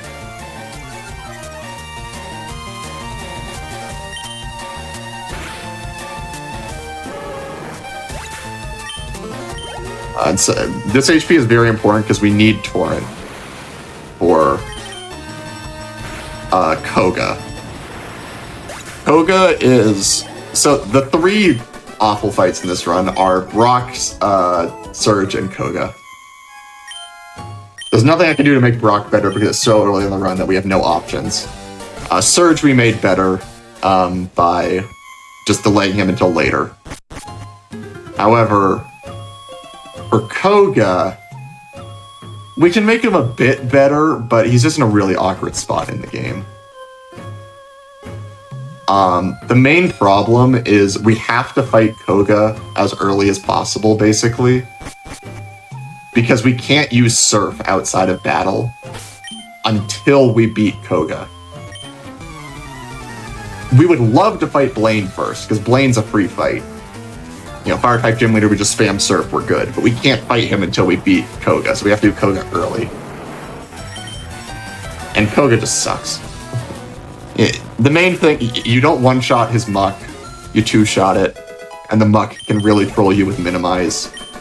And then Weezing is a range, and Weezing loves to use Sludge, and Sludge is 30% to poison you. And it's just not a fun time. And you need to be in Torrent for Koga, so if you get poisoned by Sludge, you just die. Let me check how my HP works out here. +9. Okay, that's fine. So I need to keep track of Torrent right here, because we're going to be keeping Torrent for most of the rest of the game.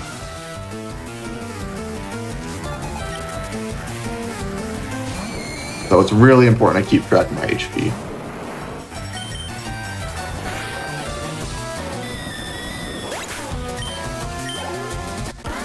Oh, right, I forgot to get the Lumberry.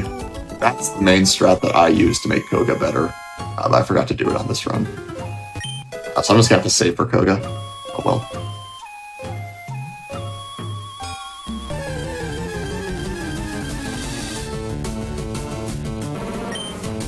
I also have the revives still, so should be fine.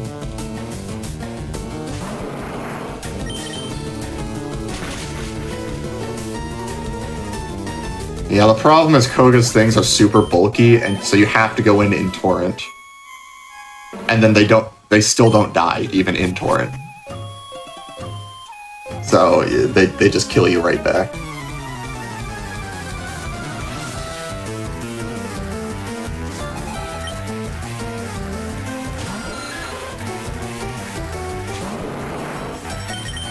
So you might notice we're running a bit low on moves here. Luckily, that doesn't matter. We have enough moves to get through this section, and then I'm going to teach Surf, spam that for a while. And then by the time that Surf is running out, we're going to use a max elixir and get everything back to full.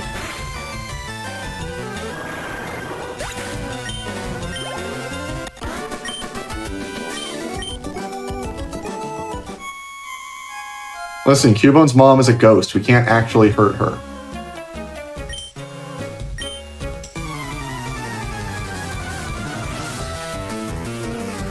But yeah, it's your only option for getting through that are to kill it, basically. I don't even know if you can catch that Marowak. Never tried. I imagine the answer is no, though.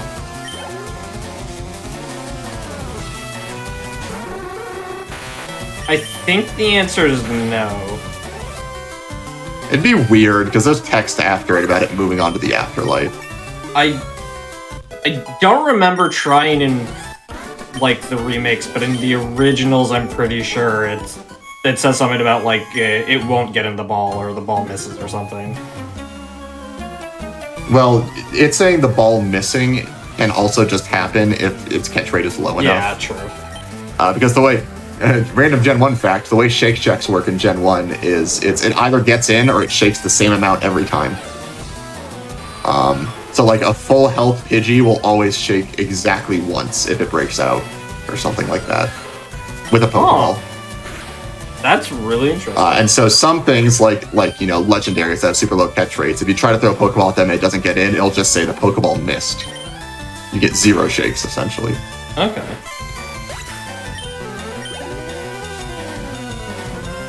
In Gen 2, they changed that so that each shake has a separate check.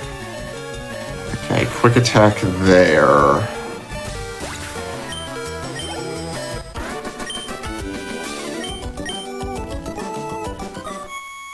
Plus 8. 31. 41 out of 126. That works. Okay.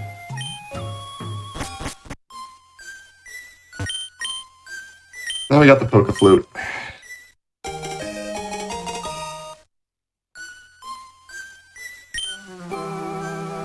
So now we're gonna go make our way to Koga. So right here we've got a really cool strategy. So these bikers coming up are spinners. Spinners always spin on, they have certain timers. They can't spin whenever they want. They can only spin at certain intervals. So what I'm gonna do is I'm gonna pause right before the spinners. And the idea of the pause is you pause immediately after a point where they could have spun. And so if they don't spin, then I know I'm safe to pass. And if they do spin, then I can see that and react to a different path, basically. So we're gonna see if I get it. This is like the hardest movement in the game, arguably.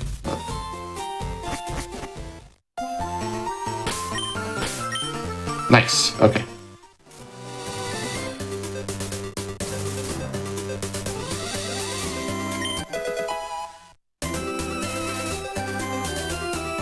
Pick up a hidden rare candy and a hidden max elixir.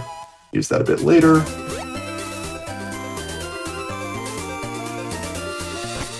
And now, who's ready for some fun Safari Zone encounters? In the other main category for this game, which is Elite Four Round 2, you have to catch 60 Pokemon in order to unlock the post-game and get your national dex. And so the Safari Zone becomes a huge point in the run for that category, where you catch a bunch of things here, and it's super random. However, Squirtle is OP, so we don't need anything. So we're just going to ignore all the grass. And then when we get to the grass right here, we're just going to rappel right through it. Sorry, no Chansey today. But yeah, in round 2 runs, this is a very, like, this is where the run really starts in round 2, and you start catching a bunch of things. And it's super random. Because throwing effectively Great Balls at full HP Pokemon is not a fun time.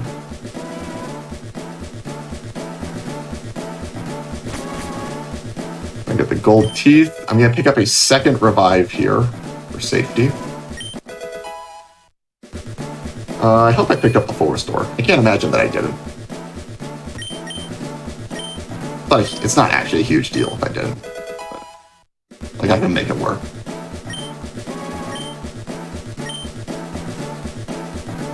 And now we're done with the Safari Zone. Oh. Alright. Bomb Nature. Very nice. minus attack Pidgey.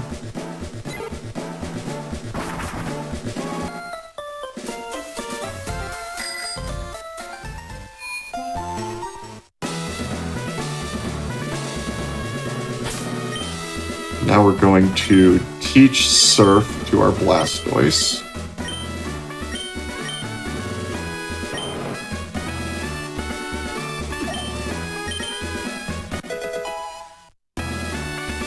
And then use an Oran Berry. Yep. Because I want to be basically as high Torrent that I can get. I intentionally let this guy see me instead of talking to him. Talking to him saves a few frames, but by letting him see me, it lines up the spin timers of the next spinner better. So that I can get a easier pass on him.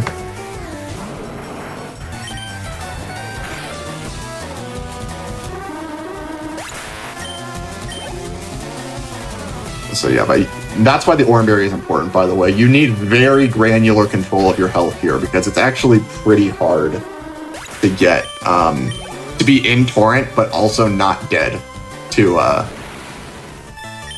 the moves of the Pokemon here. It needs to be a third or below. So exactly 1/3 works, but 1 HP above that does not. But I need Torrent. I'm going to use 2 rare candies here, so I need to keep Torrent through these level ups as well. World record is 159.34 by Pokeguy. Oh, why would you spin like that? I need to use rare candies. And so by rare candying up to 42, it makes this fight better. But it's still not perfect, so I do still have to save for cooking. Even with 2 revives in my back pocket and very high Torrent HP, I still have to save. Because Muck knows minimize, and if I can just miss all my moves, and it's just over. I've seen people have, like, lost their runs in races to not saving with good HP and 2 revives in the back, and they still fully died. They died 3 times through all their revives. Crap. On this fight. So, what I wanted to do, but I forgot to do it in the moment, I could have picked up a Lumberry earlier and equipped that. And that would make it so that the main danger of this fight is that Sludge poisons you. Because that just does too much damage, it kills you, always, basically. But by having the Lumberry, you can heal off the poison before the poison tick kills you. That's extremely bad, because then he sludges. Okay. That's just death. Oh, I had the revives. I could have just used a revive there, but probably faster just to try again, honestly.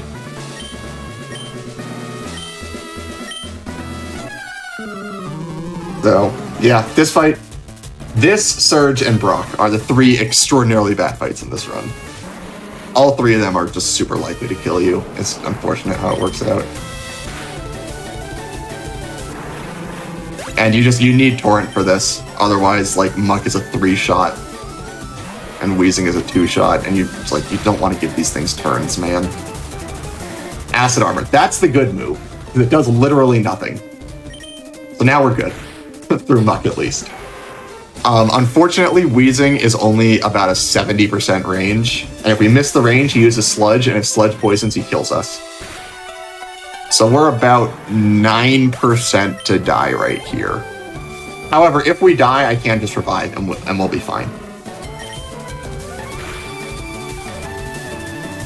Okay, we're good. Okay, if I'm gonna die to Koga, that was a very fast death. I'm not. It could have been a lot worse.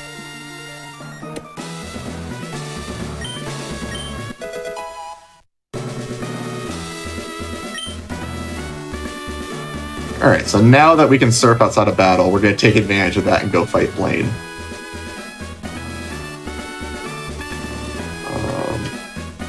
I'm going to just barely lose Torrent here. That's unfortunate, but not a huge deal. Pick up Strength from here really quick.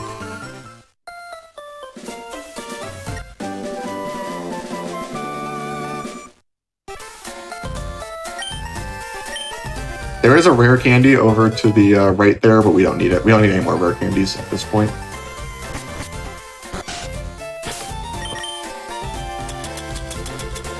Super Repel. Light a pallet. Drop by the house, but unfortunately we're not going to walk in and say hi to Mom. Gonna go ahead and bike down to Cinnabar.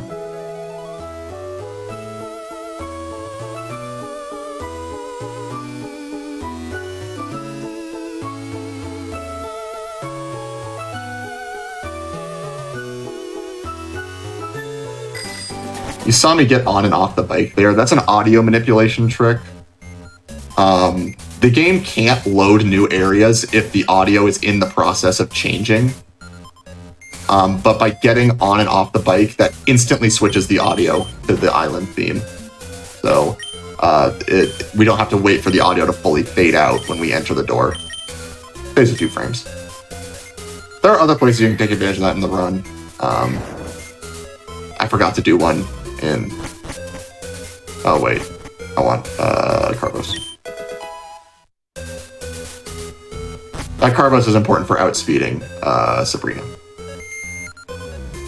That walker right there, we talked about spinners earlier. There are also walkers in this game where they walk around, and if they see you, you have to fight them. That walker, if he goes specifically fast up into fast right, he sees you. So it's very unlikely to happen, but it has happened. Pick up an Ether, pick up Blizzard. Blizzard is going to be very important for a few fights.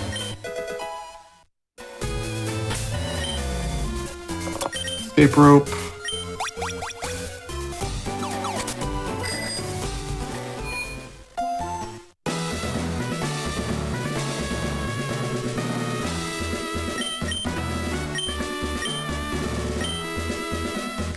And then the very difficult Blaine questions here. Alright, does anyone here know if TM28 is Tombstoney? I can't remember.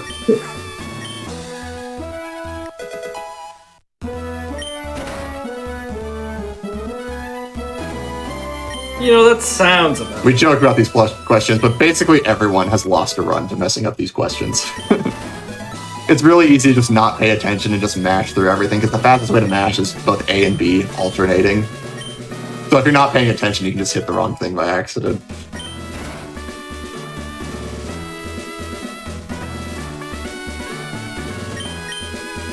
You can hit B to say no to these questions, by the way. What's really funny about the Tombstoney question is you are literally given TM28 by the Rocket and Cerulean. You cannot advance to this point in the game without getting that TM, so you should know what it is.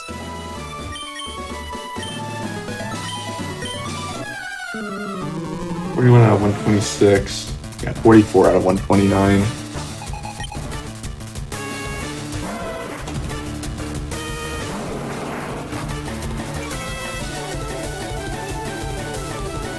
Unfortunately, I do have to stall a turn with an X special here.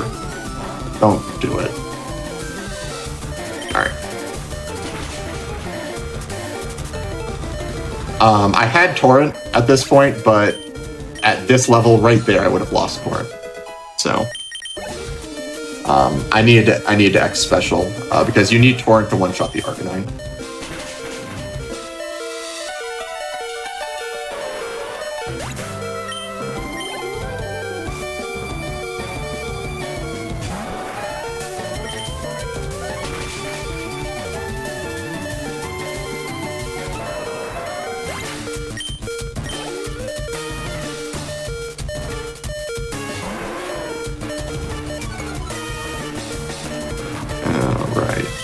Okay, I was supposed to teach Blizzard earlier when I escape ropes to try to like combine menus.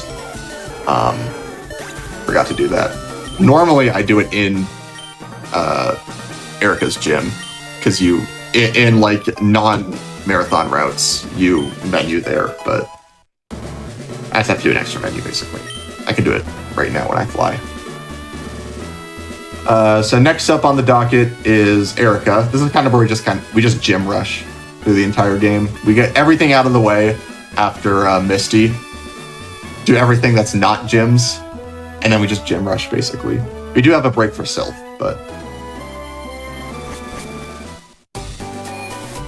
Oh, right here. This is the most important yes-no text box in the game. If you say yes to Bill right here, he kidnaps you to one island, and you can't leave until you finish the side quest. It loses about 10 minutes. So, that's not something you want to do. So it's very important that you say no to Bill there.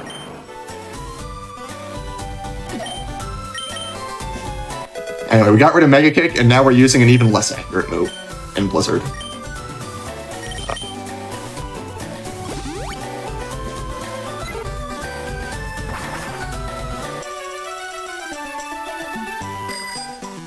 Yeah. Basically, everyone I know has accidentally said yes to Bill at one point and killed their run. Just like the Blaine questions, it's really easy to just not pay attention and just accidentally mash through it.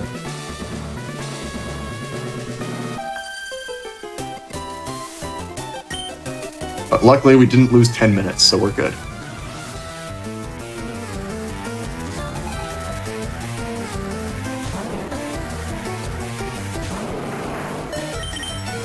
So we're actually really over-leveled for Erica, but our good friend the Oddish has one last trick for us in its evolved form Vileplume. It is so bulky that we still can't kill it with Torrent Surf.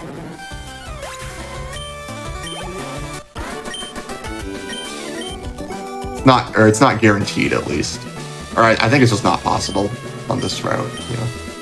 So I have two options. Either I have to go for a 70% Blizzard on it, or I can use an X special on Tangela, and then I can Torrent Surf it, which is what I'm going to do, because it's very safe to do that. But even when we're past all the Oddishes, it has one last laugh at us on this Vileplume. It's really bad when you miss Blizzard on this Vileplume.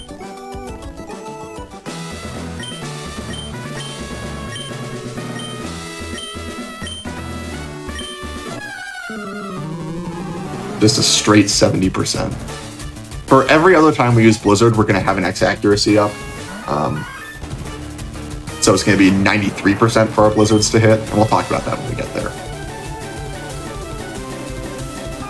And I don't feel like doing a 70% on this, so I'm going to use an X special here on this Tangela.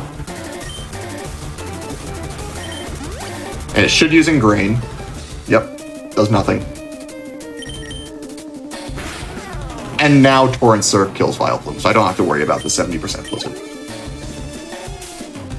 How often do I speedrun this game? Well, right now I'm grinding this game out pretty hard, because this game is actually the last Gen 3 game that I don't have record in. And it is very not nice to me.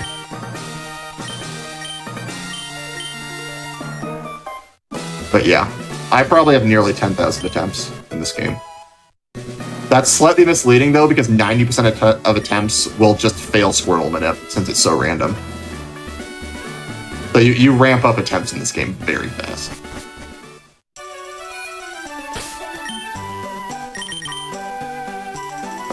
Apply to Saffron. Okay, so here we're going to do another, we call it a pause manip on a walker. Again, walkers have like they can't just walk whenever they want. They have certain timers and intervals that they have to follow. So I'm going to run right up to the walker, pause in front of him, and then react and see what I have to do.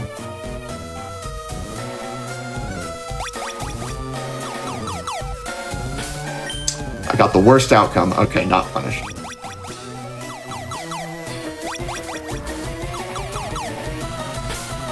Wow.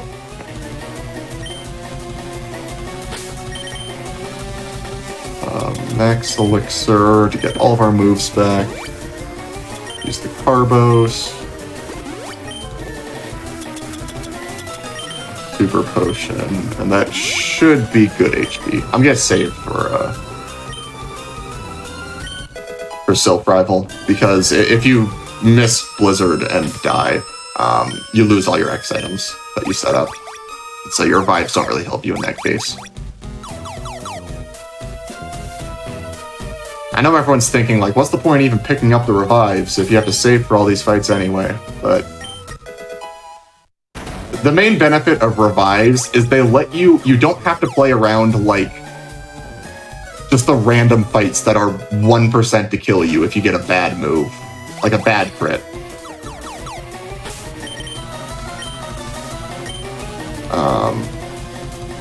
It's like, it gives you a mulligan, basically. It removes the saves for extremely unlikely things. And that's why the revives are good. But there are certain fights where the revive doesn't save you, unfortunately. And this is one of them.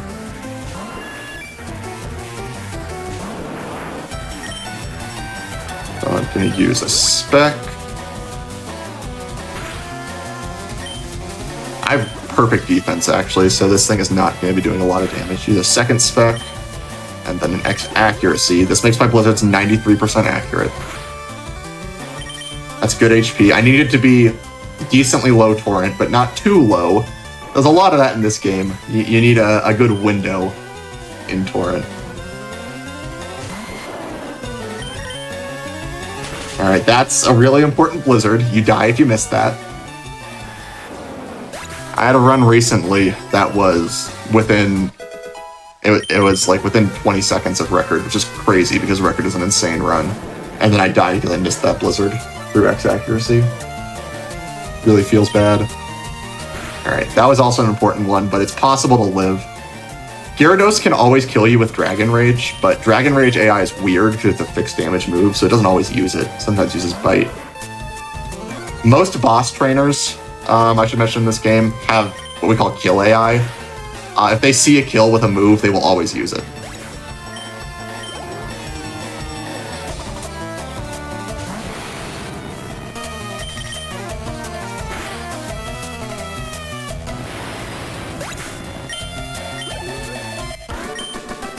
And we made it past Sylph Rival. This is the first Blizzard fight. We got a couple more Blizzard fights in the run, unfortunately.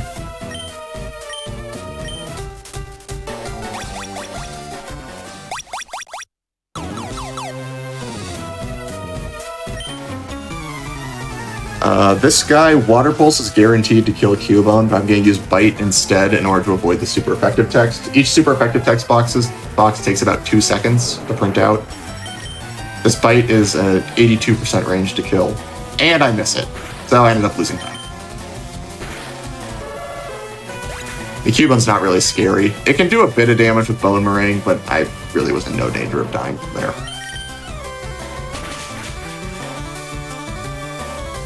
Okay, apparently I said the word mulligan and that set off, like, chat's hive mind. And just listing a bunch of things that sound like the word mulligan. Never changed, Twitch chat, never change.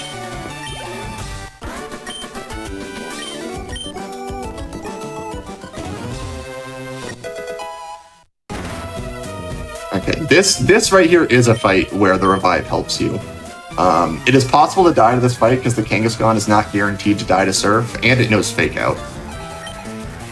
So if you get like a really bad combination of Fake Out and then you miss the range and it hits you with Mega Punch, that can kill you. But if that happens, I have the revive, so I'm good. I've gotten so many crits in the last like couple fights. It's crazy.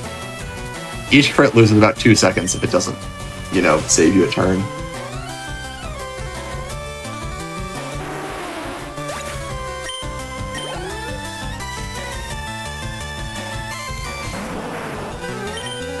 Okay, no Fake Out, that's good. Missed the range though, but we got Tail Whip, so we're fine.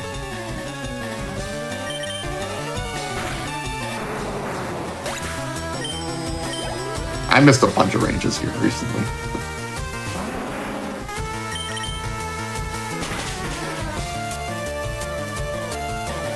So now we're going to go fight Sabrina.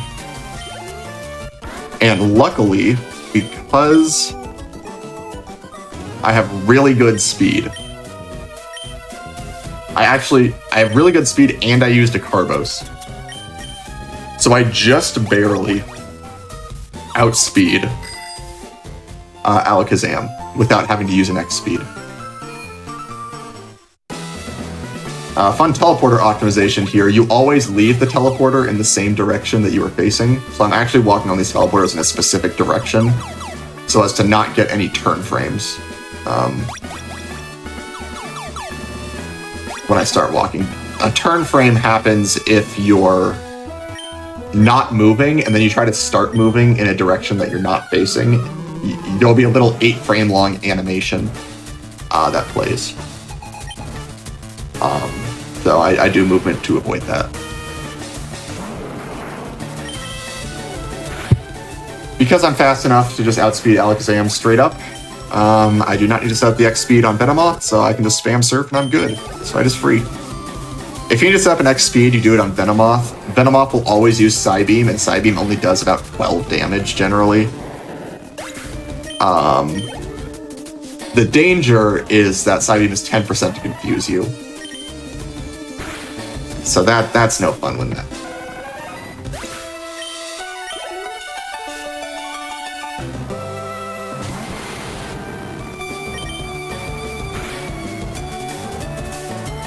Do Sabrina, and then we just got one gym left, and then the Elite Four.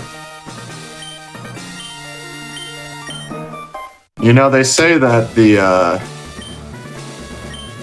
Viridian gym leader has been gone for a while. I wonder who it is. It's a real mystery, you know? Yeah.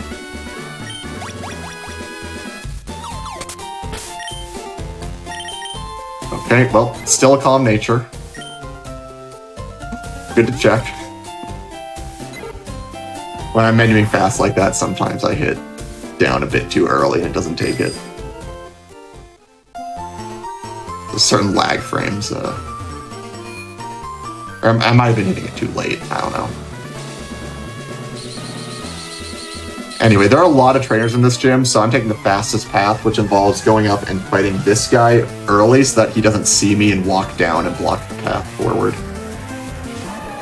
This gym, funnily enough, is actually the easiest gym in the entire game. Because if you're in Torrent, you just one-shot everything. You don't even need Surf for most of this gym, you can just Torrent Water Pulse everything.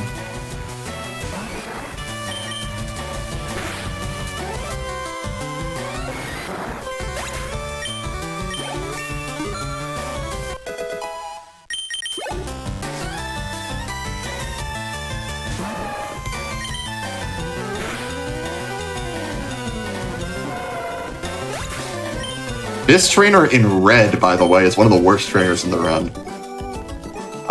Just as a fun fact about a different game. Because you need to set up an X accuracy on him in red bar. And if he uses Karate Chop, he just kills you. And so it's really fun in red when you finally get through the gauntlet that is the early and mid game. And then you just die to Karate Chop. Anyway, I'm literally just going to be spamming water pulse here. This gym is like, it's so weird that this is the last gym and it's like the easiest one.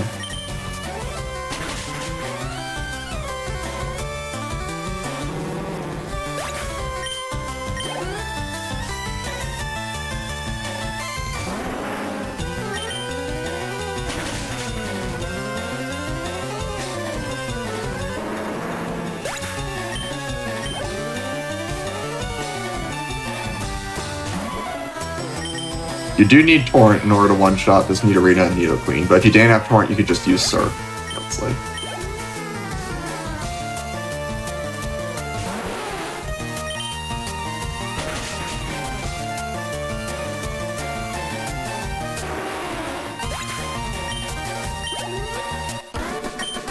The three hardest ones are Brock, Surge, and Koga. And honestly, you can order those three in any order you want, and it'd probably be accurate.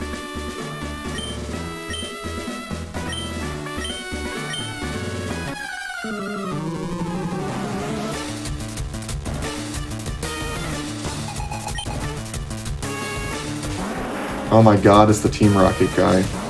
You're now gonna obliterate him with Water Pulse. So his team is so weird here.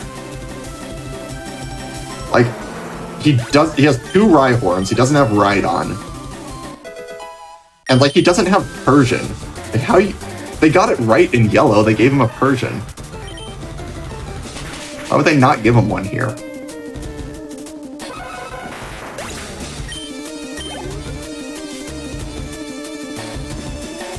Just forgot, I guess. Yeah. He really should have a Rhyhorn instead of or a Rhydon instead of a second Rhyhorn, and then like a Persian instead of Nidoking or something like that. That's just my opinion, though.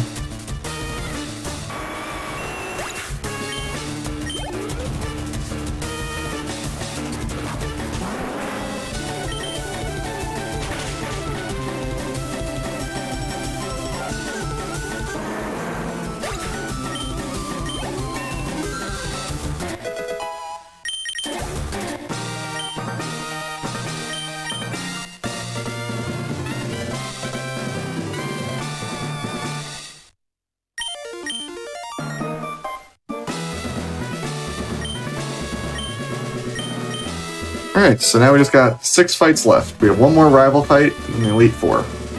I guess technically we have 2 more rival fights, but you know what I mean.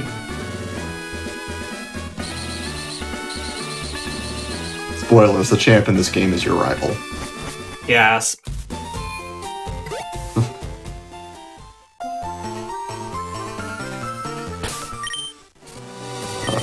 Super Repel, Full Restore. So, bye, Torrent. I don't need you at this point. I do need to save, though. Because yet again, this is a fight where I need to set up X accuracies. And if I miss, I just die. Sometimes you can live. It depends. I was living pretty lucky to live because I have good defense. But, if you die on Venusaur, I mean, you can't recover. It's not possible.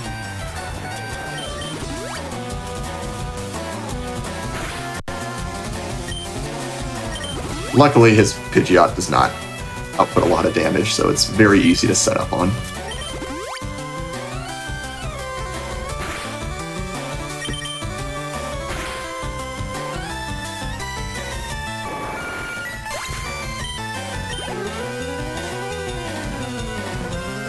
This is the important blizzard. Alright, good. I do have to hit 1 more, but it's not very important. And sometimes I can surf instead of blizzard.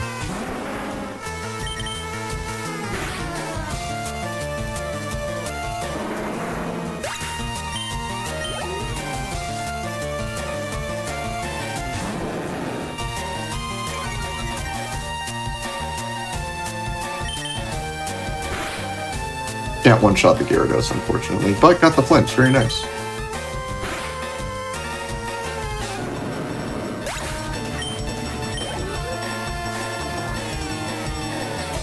That Gyarados can't really output any real damage. It does Hydro Pump, which does, like, less than 20. And it can also Rain Dance, which is a bit slow. I do need to X-Speed here to outspeed the Alakazam.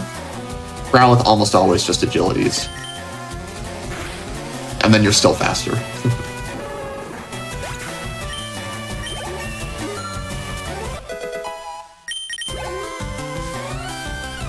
The Alakazam can't actually kill me from this HP, but if he uses Calm Mind, then Surf doesn't kill. So, you have to X-Speed. If Rain Dance gets set up by Gyarados, then you can skip the X-Speed, because you can kill even through Calm Mind with the extra 50% boost.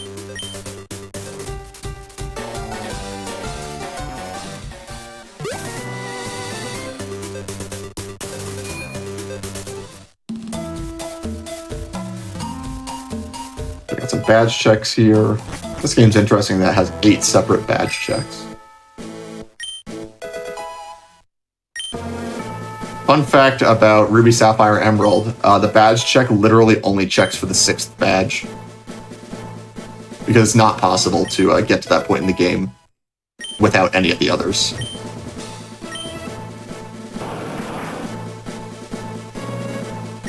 That's so wild that they would just only check for that one, though. Yeah.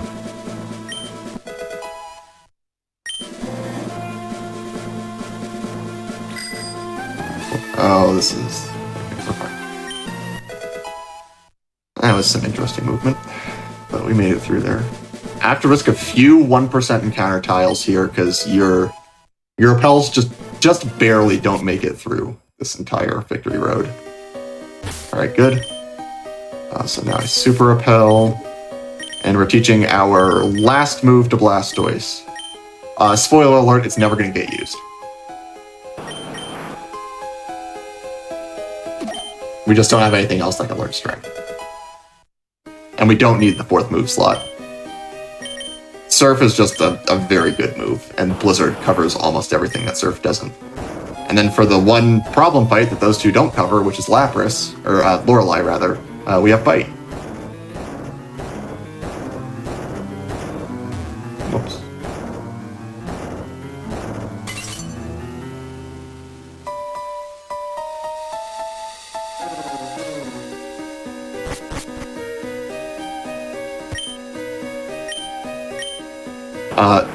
Very rarely you can sometimes catch a Nidoran on Route 3 for your cutter, and Nidoran can actually learn Strength. Oh, and there's also Sandshrew. You can sometimes catch Sandshrew on Route 4, and that can learn Strength as well.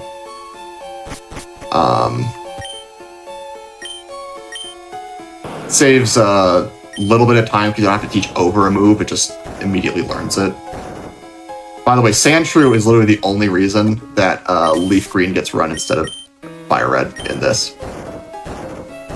In LeafGreen, on Route 4, there's a Sandshrew that can learn Cut. In FireRed, that slot is taken by an Ekans, which can't. That is literally the only difference between these two games from a speedrun perspective.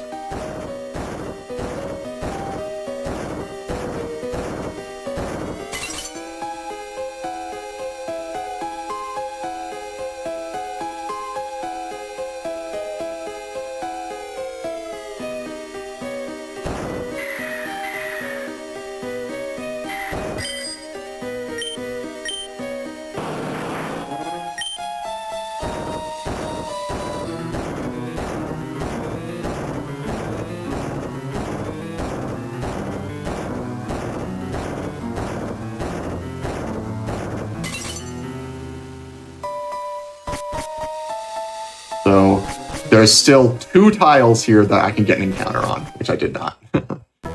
Your super repels like just barely don't make it all the way.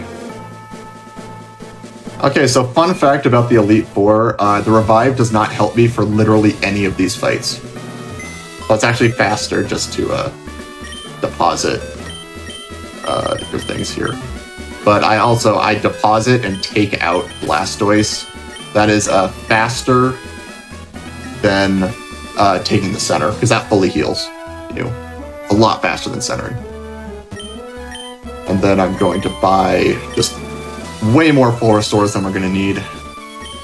But we do need some.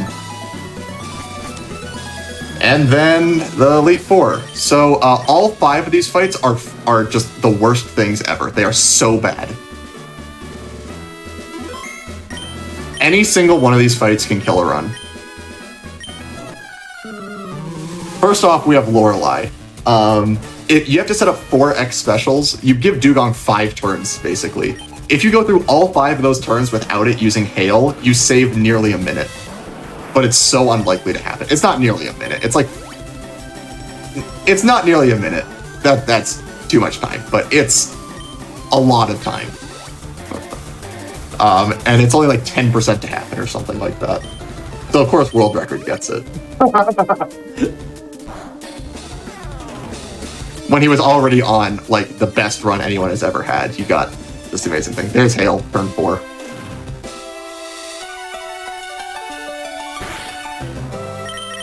So you set up 4x specials, and then you still 2-shot this Dugong. If it better not freeze me.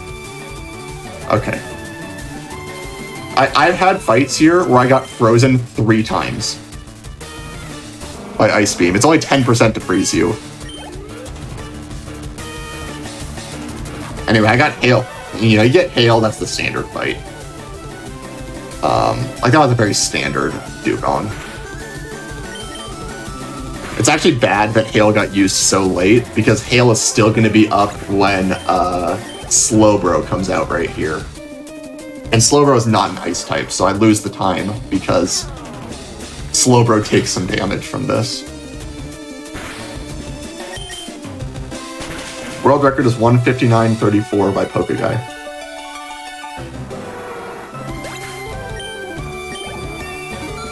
This run is like 208 pace for comparison. I mean, obviously I'm doing safety stuff, but all depends on if I die to any of these fights.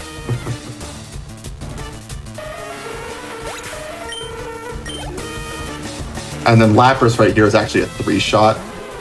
I forgot to look at this damage roll, but I have perfect defense, so I should be good here. I was not good. Wow. Okay. Cool. What did I have? Like 63?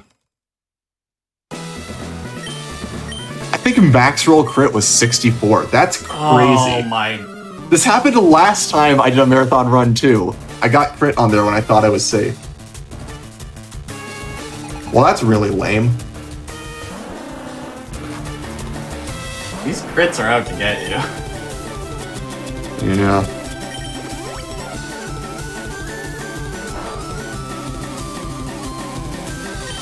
I also could have flinched with Bite as well. Okay, there's a crit. If I knew that I had a chance to die there, I would have just floor restored, honestly. But I literally have perfect defense. I thought I was high enough. Hey, turn 4 Hail again. Cool.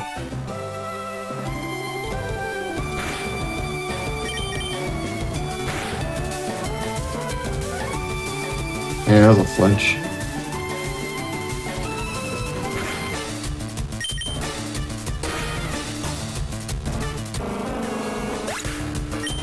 Like the standard damage roll does 32 max. I mean, if nothing else, it was a range to kill me, and I was pretty likely to live. Yeah, this Cloyster also has Protect. It can be really annoying like that. This fight has so much text. Like, look at all this.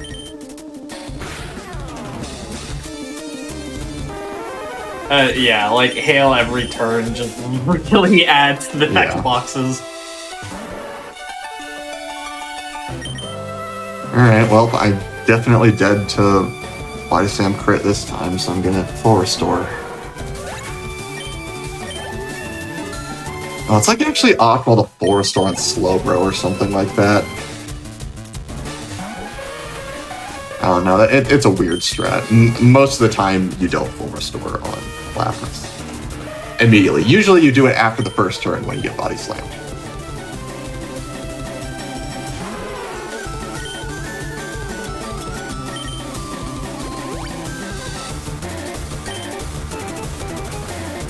The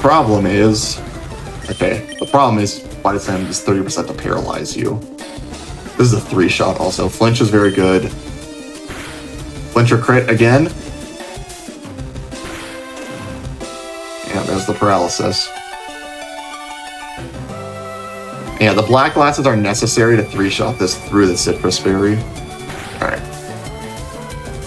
And it's actually still a range. It's like 99-point-something% to 3-shot, but it can live.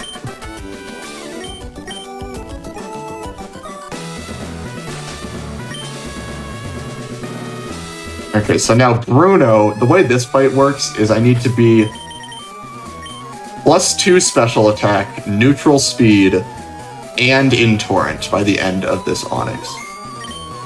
And so there are a couple strategies to do that. Well, I'm going to full restore on turn 1, and then hopefully my defense is too high is the problem. I have to finesse my HP to be in Torrent, but not too low.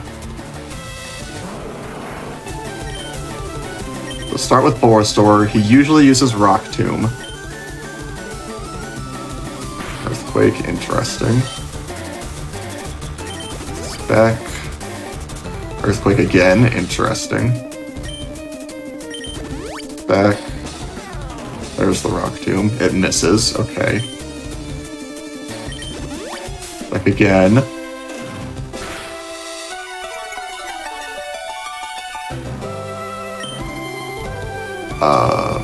Speed. Get back to neutral. He uses Earthquake now. That is not quite enough damage. It's really close. But he should Rock Tomb here. Okay, that's good. Okay, we got there. This fight is really awkward with trying to line up your damage rolls because you need to keep Torrent through level 54 basically. So while I had Torrent there, I would have lost it on level up, I'm pretty sure. 49 out of 156. Yeah, I would have lost it through level up.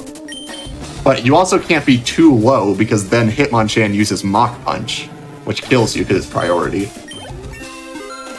So it's really awkward to try to finagle your health here. And you need Torrent to kill this Machamp.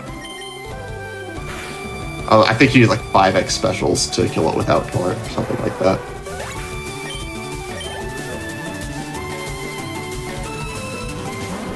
Anyway, because I set up 3x specials on this fight because I had to stall, I can bite the Onyxes and save 2 seconds.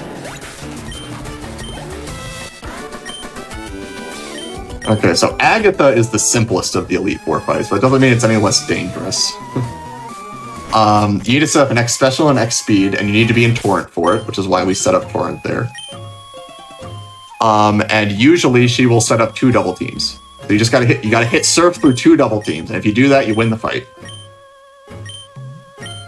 You can also Shadow Punch, and then some nonsense happens, but...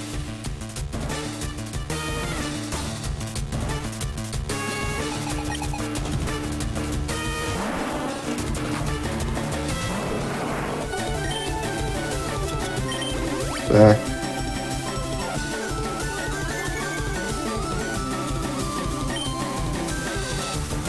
Speed. Yep. And then you just gotta hit Surf. It's 60%. Just gotta hit it. Alright. And the fight's over. We just spam Surf now. Easy. Agatha and I go way back. She has killed a world record yellow run for me. She's killed a potential world record run in red for me. She's killed a bunch of runs for me in this game. It's just, yeah, she sucks. An all-around gatekeeper for every game. Yeah.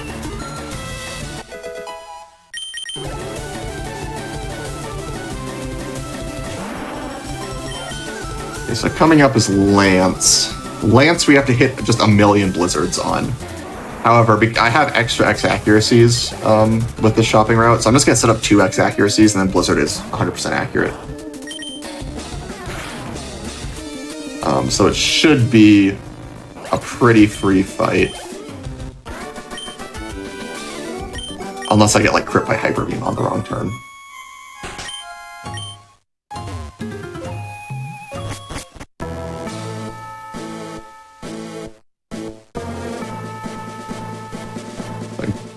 Leads a Gyarados, which resists all of our moves pretty well. Heal the full.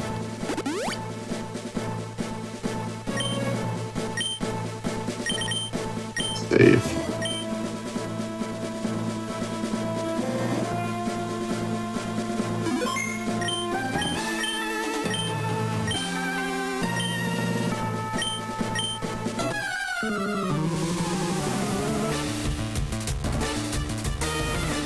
So we need to set up 1x special, and you need 1x accuracy. I'm going to set up 2.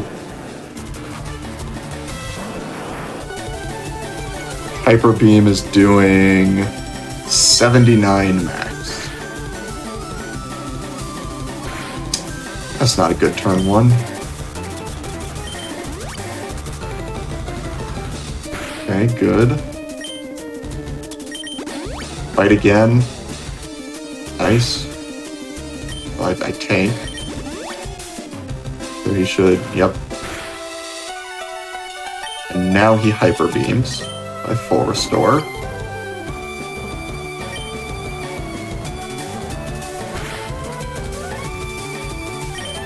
And that should be a win from there. There's one thing that can go wrong, actually.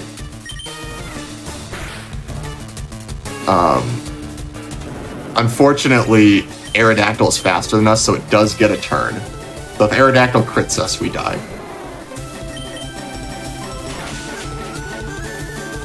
But I tank his Hyper Beam, so Aerodactyl has to crit.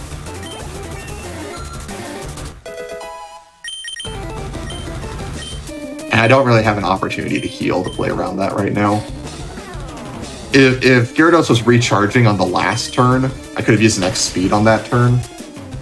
I had an extra one, which I think I do. But Gyarados was not recharging on that turn, so.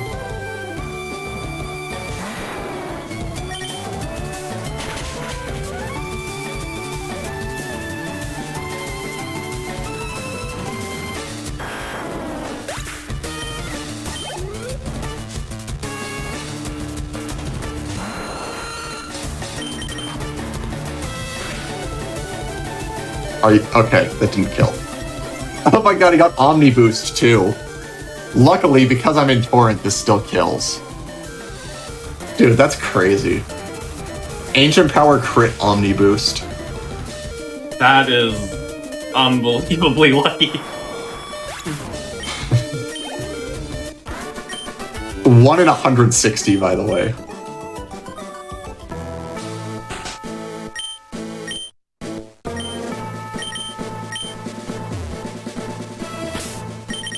Now, I full restore. I need to use an elixir to get all of my... It's mostly for blizzards, but we also need our surfs back. And then save. So Pidgeot can use either Aerial Ace or Sand Attack. Because Sand Attack is a possibility, I start with a Guard Spec, which makes it so Sand Attack does nothing. We want to only see Sand Attacks. The more Aerial Aces there are, the worse it is for us. Also, the way his AI works, the higher your HP is, the more likely he is to Sand Attack. So every Aerial Ace just means he's more likely to Aerial Ace again in the future. So we really want to see Sand Attacks here. Guard Spec. That's not a good turn one. Speed. Okay. That's really bad. Spec. Okay, hold on. Okay, that's a crucial, absolutely crucial Sand Attack on that turn. Okay, I just killed here. So normally you want to set up 3 X specials. However, because I took so much damage there, I got into Torrent before I could do that, and he was going to kill me. So I have enough here. Usually he Solar Beams here, but he can Growth. We want to see Growth. That's the safe move. Nope, charging Solar Beams. We got 1 shot to hit Blizzard here. Okay, if you miss that Blizzard, you die. Right at the end of the run. You get 1 shot to hit a Blizzard, and if not, it's over. So we're, for the most part, safe now. Unless I, mess something up. And yeah, that's the same exact Pidgeot that world record got in his run. It's kind of funny.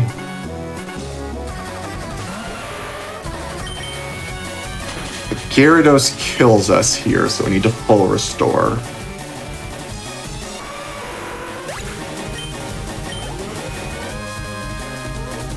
I need to hit 2 more Blizzards.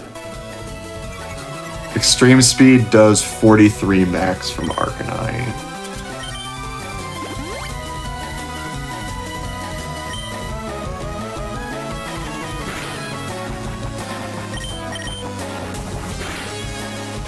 Crit, maybe? No. Okay, we die to Extreme Speed crit from here.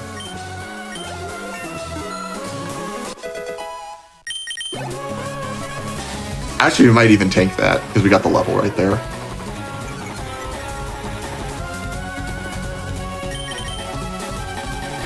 He uses extreme speed because it's his highest damage move. Okay, but we made it through, and that's the game.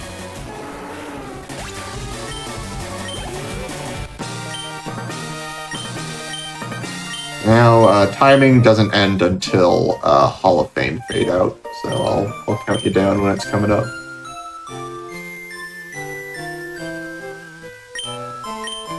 And now I gotta listen to Oak talk about how our rival hates his Pokemon, and that's why he lost, and not because he didn't use X items, which is objectively the reason why. If you just liked your Pokemon a little bit more, you could have done better.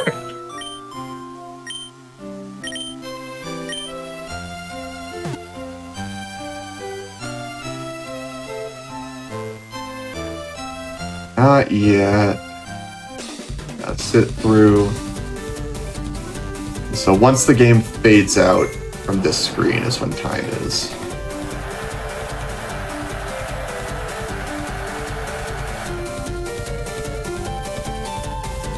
And GG.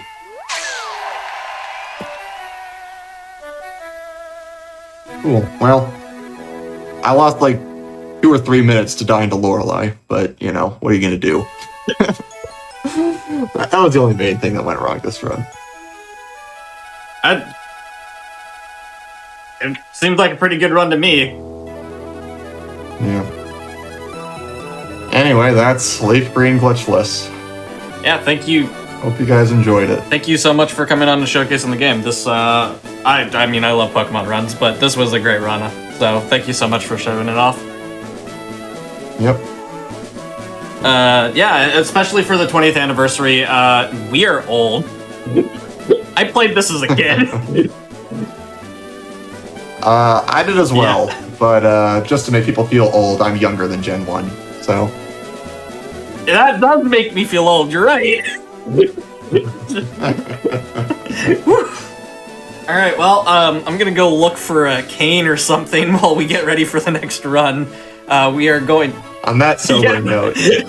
We're gonna end off the night with some Pokemon Red and Blue. I'm gonna take a quick break while we get set up for that. We'll see you in just a few minutes, everybody. Thank you again, Wave.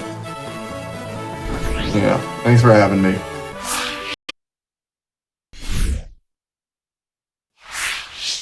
Hello, everybody, and welcome back to the Games Done Quick Hotfix. We are celebrating the 20th anniversary of Pokemon FireRed and LeafGreen. We are going to be ending the day off with some Pokemon Blue. We've got reverse badge order, and I'll hand it over to Runner. I flub all of my words to end the night. Great, cool, awesome. I'll hand it over to our Runner. Let him introduce himself. Yeah, well, flubbing might be the theme of this part of the stream. Hello, everybody. I'm Shenanigans, here with a very, very fun, very goofy category. I'm going to be running an outdated route because that's what I'm used to. Much better runners have come over the years and have improved this category actually quite a bit. But I like this route, and the other route is kind of somewhat not marathon safe. It has some stuff in it that's like super scary. This route's a little bit more tame. But yeah, if you haven't seen a Gen 1 run before, it's going to go from 0 to 100 to 1,000. So it'll be a great time. And I'm pretty much ready whenever you are. Yeah, whenever you're ready. Do you want me to do a countdown, or do you want to give a countdown? You can do it. I'll have you do it here. All right, from 3. 3, Perfect. 2, 1, go. All right, so off we go. The start of the run's actually like pretty standard, like Gen 1 glitchless. You can't break the game right away unless you do save corruption, which we ban for these kind of categories. Save corruption is just like super annoying to deal with, and it's also like kind of a boring glitch. So I have like very particular notes here. I believe it's this. 2 of those, that's the right name. Trust me, that will matter later. And I'm going to grab the PC potion. That's the first glitch of the run. It's very important to hit that. It loses 2 frames, but it looks really cool. You can grab the PC looking the wrong way. We call it swag PC. And off we go to pretty much the rival fight. I always like to joke that this is the final boss because it basically is. You don't actually do that many fights in this game. The category, I should probably talk about a little bit about what the category is. So it's called Reverse Badge Acquisition. We're gonna get all the badges backwards. So we have to get the Earth badge first, which is Giovanni, and then like work our way backwards, and then fight Brock last. And then time will end when we have all the badges. We got them all backwards, and we enter the Hall of Fame. So we will have to get to the Hall of Fame at the end. And we're picking Best Starter Bulbasaur. Hello there, Bulbasaur. Bulbasaur is actually the best starter for any Gen 1 glitched category. You can do starter manip and pick Charizard or Charmander, but Bulbasaur is definitely the easiest to do. Most beginners will pick Bulbasaur. I saved because we actually have to win this fight.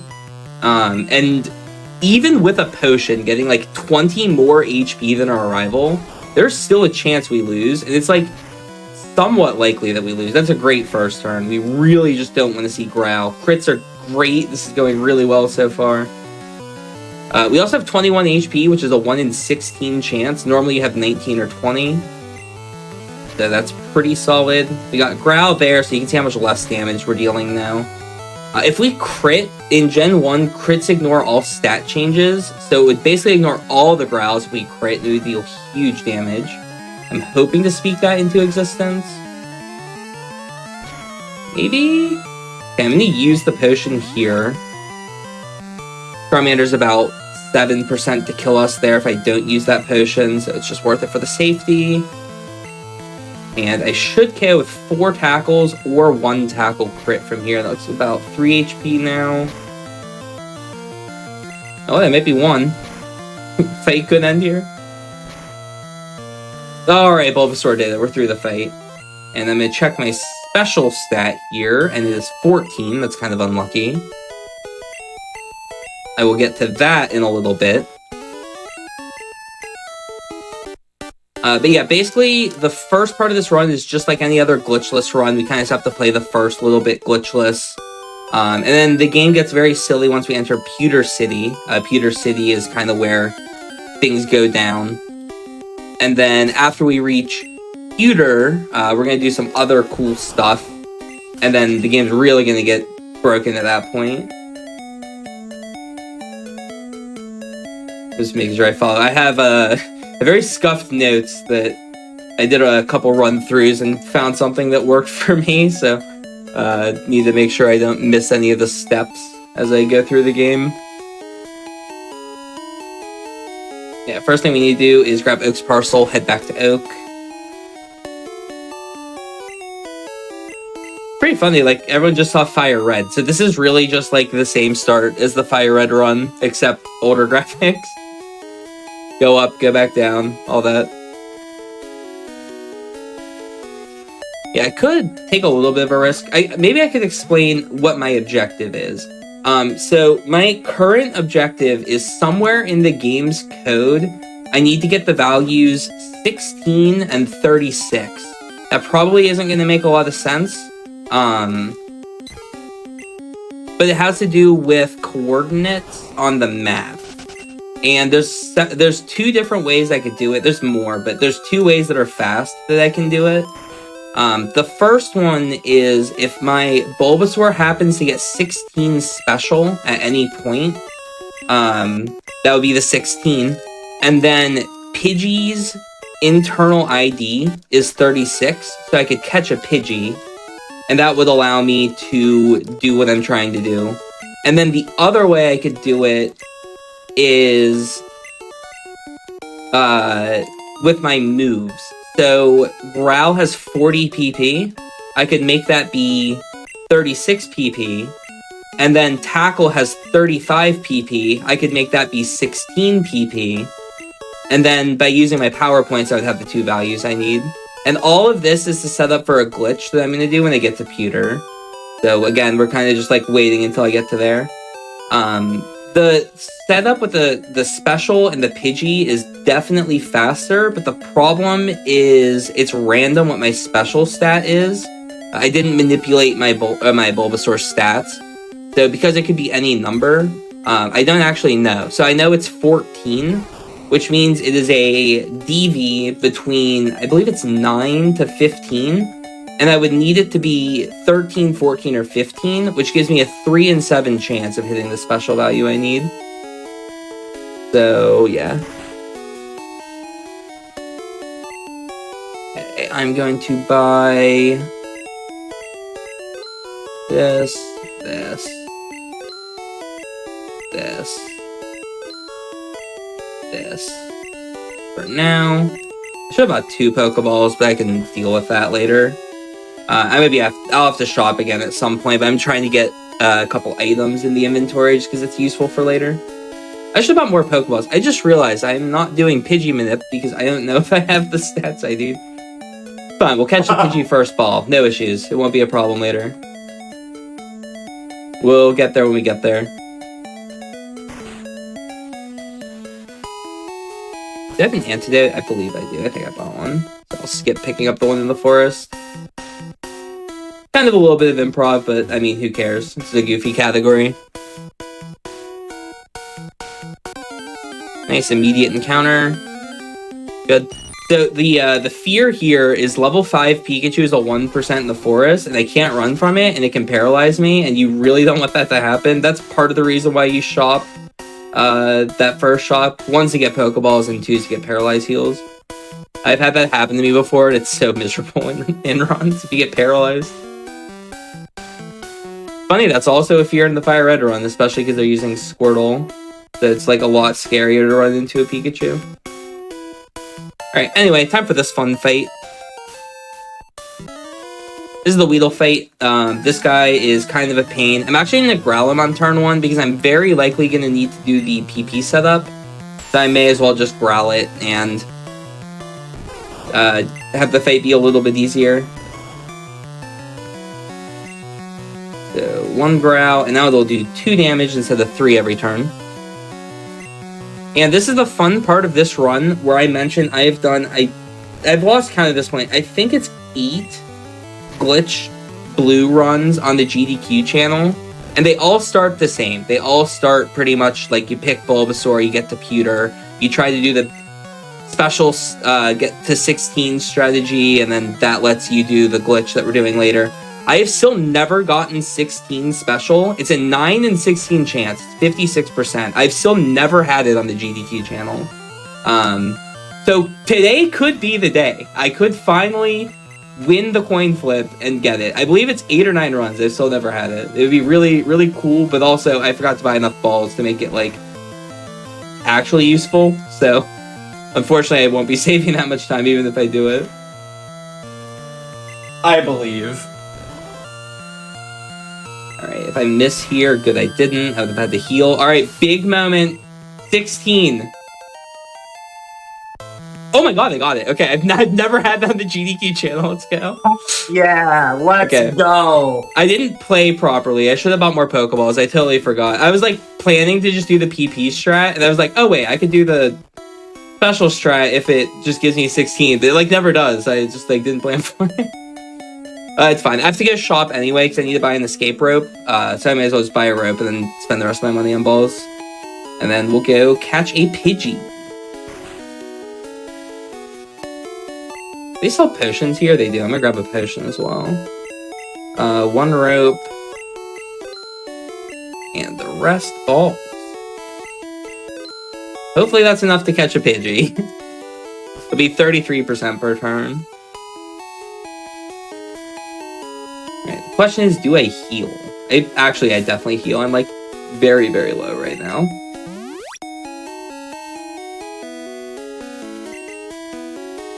Alright, so Pidgey is a 45% encounter. So hopefully we just see a Pidgey immediately. Unlucky. And optimally, the Pidgey is level 3. If it's level 3 Pidgey, it's guaranteed to work. If it's level 4 or 5, it gets a lot more complicated. Okay, there's the Pidgey, level 3. Level 4 gets a little bit more complicated. I'm going to tackle this once. And we're tackling it, we're tackling it not because that helps the catch rate. In fact, it did almost nothing for the catch rate, but I did catch a first ball. Let's go. That was to put its HP to a value that will work for what I'm about to do.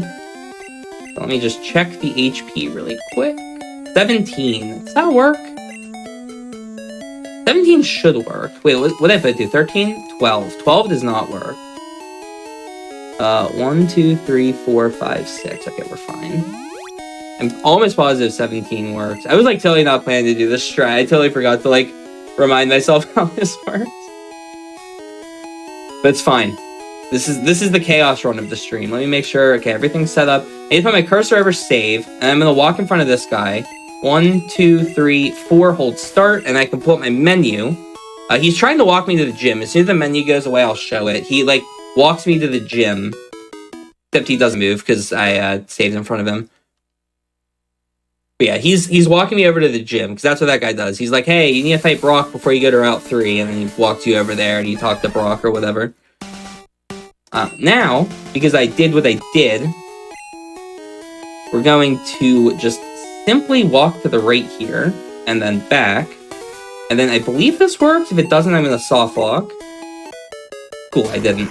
And now I can just walk around freely. I would normally do different movement, but it's cooler to show like what's actually going on. You can just like walk a very glitchy path.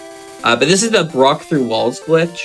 Effectively, those, if you remember earlier, I was trying to get the values, what was it? 16 and 36 somewhere in the game's memory.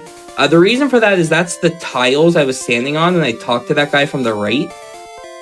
And because I loaded those values somewhere in the game's memory, it was able to find those coordinates and let me talk to him.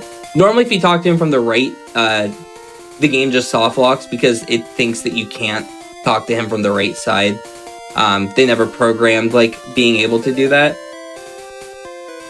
But because the game was able to find my coordinates because I looked at the Pidgey and the Bulbasaur, I have the ability to walk through walls. And it's because normally it just disables your, like, the D-pad or whatever on your controller.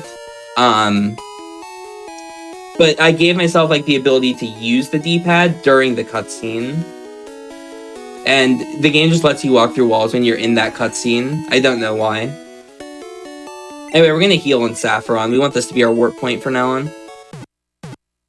I have to say, I didn't want to bring it up while you were explaining the trick, but that trick is such a good trick. I saw that and I learned how to do a glitch category so I could do that trick. Hey, let's go. Yeah, it's super easy to do. It's like, it's so much easier to do than people think. Like, a lot of people think it looks like super complicated and stuff. You really just, you get a Bulbasaur, you have 16 tackles, 36 growls.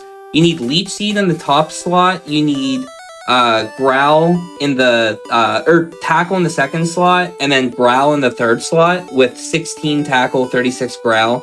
And then Bulbasaur needs to be level 8. And if you meet those conditions, you literally just do what I did, where you, like, save the game on that tile, and then hold right after you reload the game. And then you go into, like, your party like this, and you click on Bulbasaur, you, like, load its stats like this, back out, and then talk to him from the right, and they'll just work. It's very, very easy to do, even if you're a beginner. Oh, let me do this before I forget. I'm short because I used all my potions, right? 3? Yeah, I used all my potions, okay. Yeah, so now we need to get our first partner Pokemon. And this is the whole reason we run on blue version. We need to purchase an Abra. And this guy gives us 20 coins, and then there's 100 right here. So in blue version, Abra costs 120, and red it costs 180. So we played blue because that was much faster than picking up another 60 coins. So that is the whole reason. And then Abra.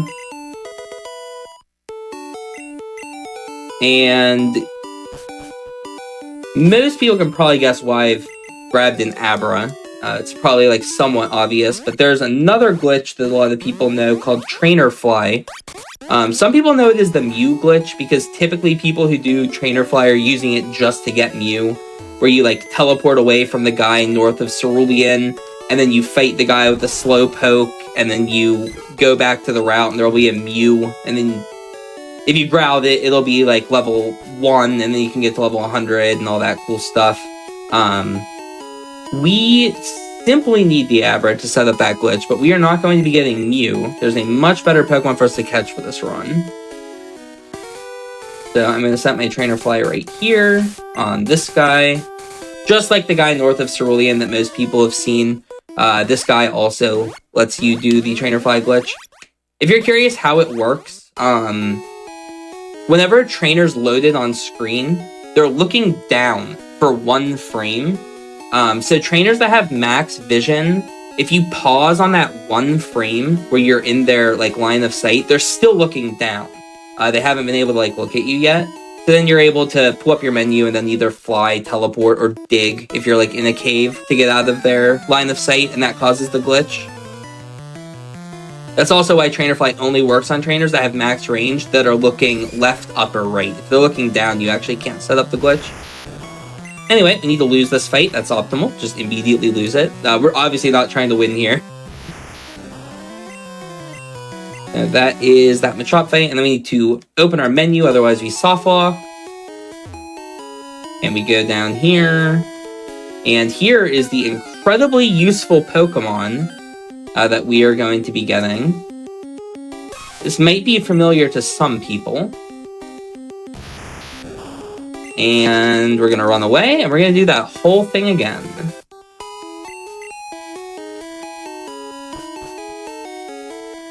Yeah, we need to do this twice. Let me toss 2 of these for now. We do that whole setup twice because our objective right now is to get 255 of an item. If you're wondering like what Missing Node does, I know people know that it like dupes the item that's in slot 6 of your inventory. Think of the game like the value of your item is like I don't know how to like talk programming or anything. I just know like how it works. Think of it as like 8 numbers. So like when you have 1 escape rope, it's 0 0 0 0 0 0 1.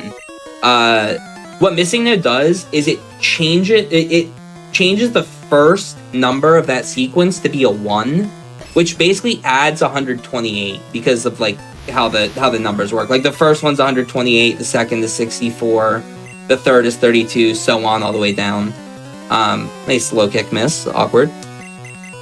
So what happened there is I added 128, so I was at 129 items, and then I had to toss 2. So now my items are at 127 or 0, 1, 1, 1, 1, 1, 1. And then now when I get the second Missing Node here, that is going to go to 1, 1, 1, 1, 1, 1, 1, 1, which is 255. And then we can do some very, very goofy things because item 255 is the cancel button. And having a cancel button causes the game to have some issues. Let me actually save. This is a good idea. Alright, this is also an incredibly complicated menu, so I'm gonna slow down the commentary for like a little bit. We're gonna do some cool stuff. Just enjoy. I promise it'll be very cool. We count 2, 3. That should be like that. Did I miscount?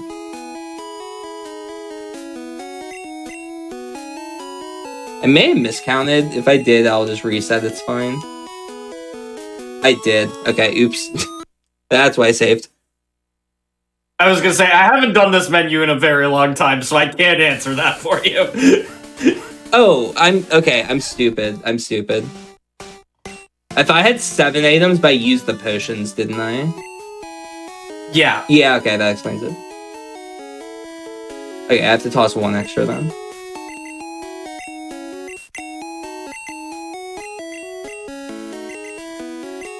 So this should be like that, and then it's this, then this.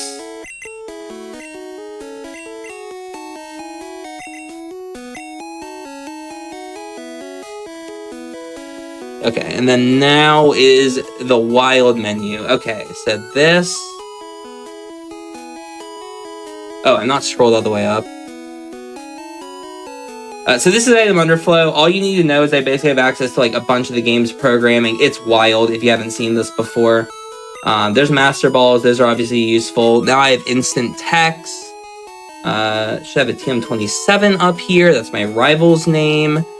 I'm going to swap this for these master balls. I've now changed it so that the map outside of the door is Mewtwo Cave. So when I leave here, I'm in Mewtwo Cave. It doesn't look like it, but I am.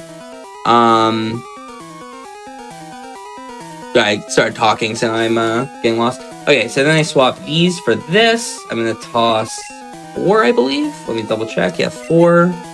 And then this goes for those ropes that I just brought down. And what I've done is Mewtwo's still loaded on the map. I moved it over to me, because obviously getting Mewtwo is kind of our goal here. Oh no, there's a Mewtwo. How am I gonna... Oh yeah, we have one of these. Because item underflow. Yeah, now we have a Mewtwo. And I may as well give it a nickname. That's, by the way, not faster. I should have given it a funnier nickname. I got between my two statements there. Okay, anyway.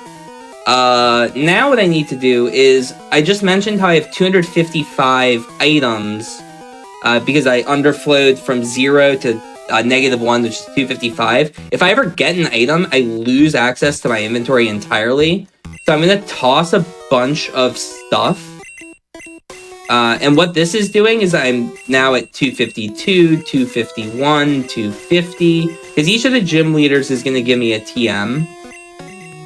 And if I get too many TMs, I'll basically crash the game. Not crash the game, I'll lose access to the item underflow. And that'd be bad. So I'm just going to toss a bunch of these so I can get all 8 TMs. I wasn't counting because I was explaining. So I'll toss a few extra just to make sure I've tossed enough. So now I have like 240 items. I have plenty of item space to not go above 255 because that would put us back to 0 items.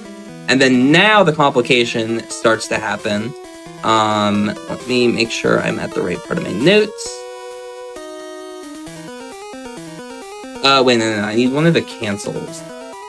Well, I'll explain what cancel does later. That's going to come up in a minute. This should be the top cancel I need to swap for. I need the bottom one later. I need this one. And then this item here is what we're going to use. There should be an earth badge down here. I need to swap those. And then this Pokedex goes for this. And then this goes here. And then this is 19, I believe. Should be 19. I'll double check in a second. It was. Walk one left. And swap these two. And you might notice the music change here. This to here. Oh, menu's like very laggy here. Okay, so now I'm on this part. Sorry, the menu gets very, very laggy in this part. I'm looking for a TM37. I need this. I'm going to swap this for the max potions. This tile. So now I've changed that max potion to be TM36. Or I changed TM37 to be TM36, which is self-destruct, which is a very useful move. So I'm going to teach that. And then I need to go one to the right, I believe. That goes here, one right. And then this goes for this. This should be this. For the max potion. And then, hi, Giovanni. So we're on our first gym leader of the challenge. We are fighting Giovanni now. So as I mentioned, our goal for this run is to do all the badges in backwards order. And to do that, obviously, we have to fight Giovanni first. Why am I about to swap Psychic with Swift? That is not what you do here. So this is very goofy. We need to save one Psychic. So I actually Swift this Doug trio. We need one Pokemon to be not Psychic in this run, basically. So that's where we save our one. Is that Doug trio there. We don't actually have enough Psychic PP for the run if we use it for everything. So we're gonna just sweep Giovanni easily with our Mewtwo. Like, Giovanni was, like, clearly not ready for this, like, obviously. Like, you can't prepare for someone playing the game like this. The Mewtwo easy sweeps. Yeah, like, you haven't even, like, defeated Rocket anywhere else. He was not ready for this. Yeah. He was, like, having a nap or something. Okay, I should save now, just because it's safe too. Okay, and then swapping... I will say, like, this is the scariest menu by far, because there's so much to this menu. So once I'm through, like, this menu... Wait, I'm down here. It gets so much, like, more convenient. I'm very worried to mess something up here. Okay, so this goes... Wait. Is it this one? This goes for this. Wait, hold on. Let me double check. Master Ball. Wait. Oh, it goes for this? And then... Oh, okay. Max Potion's next.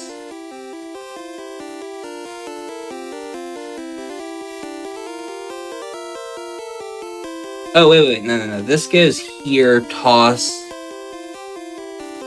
9. And then it should be this. With this. And then walk down. Okay, that was the menu I was worried about. Okay, we're fine. Now we're in Cinnabar, which is where Blaine is. No way. This will be great. Okay, so next, we're going to do something kind of silly. There should be an item called 4 Square 4, this one. So if I put this item in Ether 22, so this slot up here, this... Wait, why is it not Ether 22? Hold on. Oh, I did different shopping. Okay, so it should be this Pokeflute. This Pokeflute is our money. So I'm going to put this wonky item as our money. And we're going to get money from Blaine in a moment. This is also cancel. Let's just walk through walls. Very epic. So now we're in the gym. We don't have the secret key if you're wondering. So we have to do that to get in. And then next, this Ultra Ball goes for... There's a Paralyzed Heal somewhere. Wait, why do I not have a Paralyzed Heal here?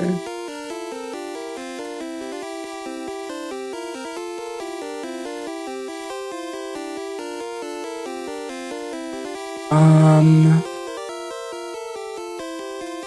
I supposed to walk a tile to the left? Let's just save. Let's play it safe. Let's save just to make sure. I think I'm supposed to walk a tile left, but I forgot to write that in my notes. Ah, I was supposed to walk a tile left. Okay. So then I do Paralyze Heal. And then this for this. And then this. Now pay attention, everyone. This is very funny. Blaine is going to come to us, but he's going to, like, be inside of us for a brief moment. It's going to be very cool. I walked a tile too far. One moment. If you walk a tile too far, you soft lock. That's why you save. But everyone saw Blaine, like, for, like, that brief moment, right? It was very cool. Alright, now we just run the menu back. 1 tile left. I'm at the top of my menu now, which is slow, and I think this thing's a click item now. I have to deal with this. Okay, it's not a click item, that's convenient.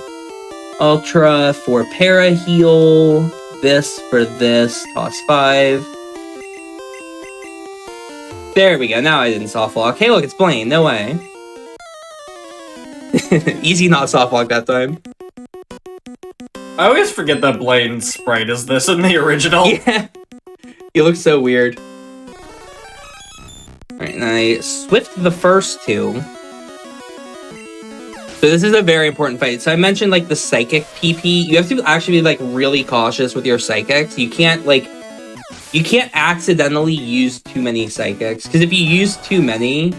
and then you down to Psychic here. Because I need to KO the Rapidash. So, like, very important to, like, get that menu. And then you need the menu down to Psychic here, because Psychic kills this. I just exploded by accident. It's fine. It's surely fine. It's definitely, I'm definitely not doing that as a bit. It's definitely unplanned. Okay, I just hold, wait.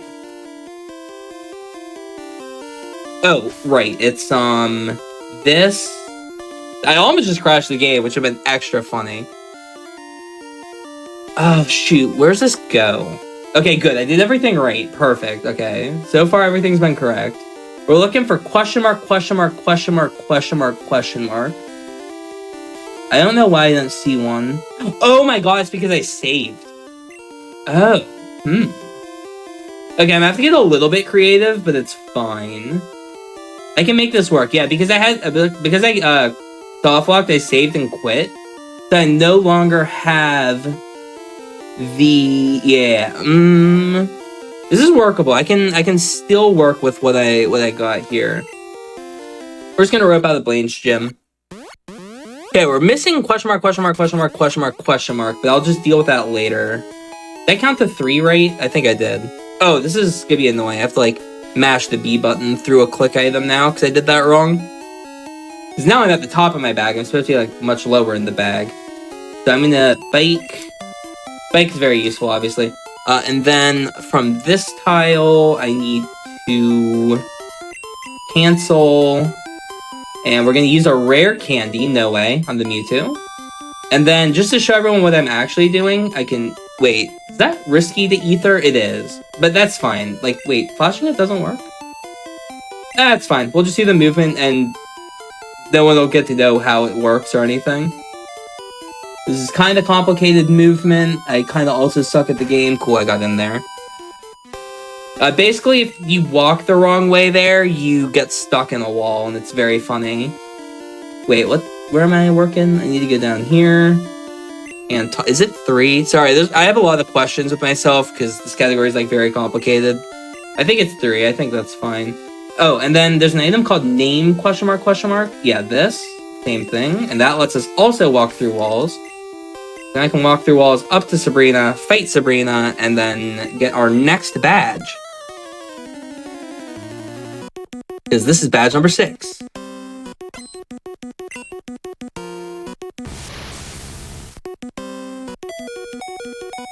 And then, once again, very careful with my Psychics. I should have 5 left. I hope I didn't mess that up. I'm going to use 1 on the Venomoth here.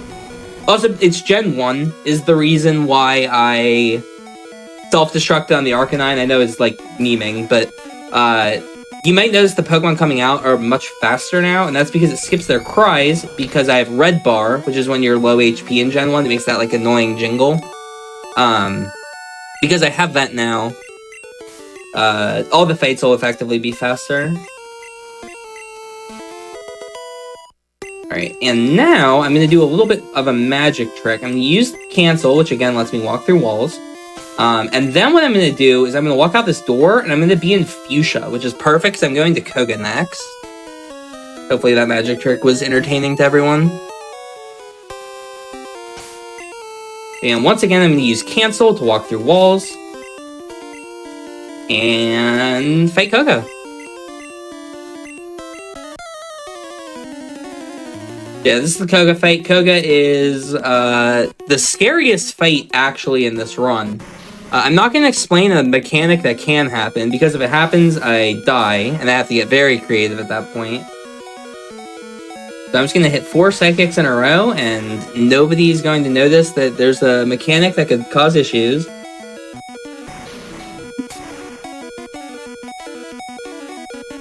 Yeah, Swift is a good move, because in Gen 1, perfect, I hit all 4 Psychics. You can Gen 1 miss, which is where a 100% accurate move misses, and if you miss on Koga, you just die.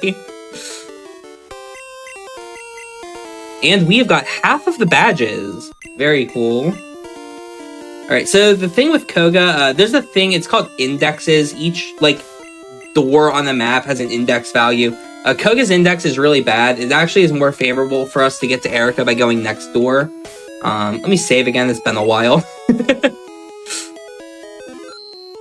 Okay, so now I need to scroll down and toss 17 super potions. That should be in my money. 17 would be faster to get this way. 17. And then this cancel is finally going to be useful. This goes for this. Hey, look, we're in Erica's gym. And then now what I do... This menu is also kind of complicated. Warping slot needs to be 5. And then scary moment. I'm going to toss all of this item. Hopefully it doesn't crash the game. It didn't, I think. Cool. I hope that's the right tile. Good. You stuck into Erica from behind. Otherwise we'd have to like go past those trainers.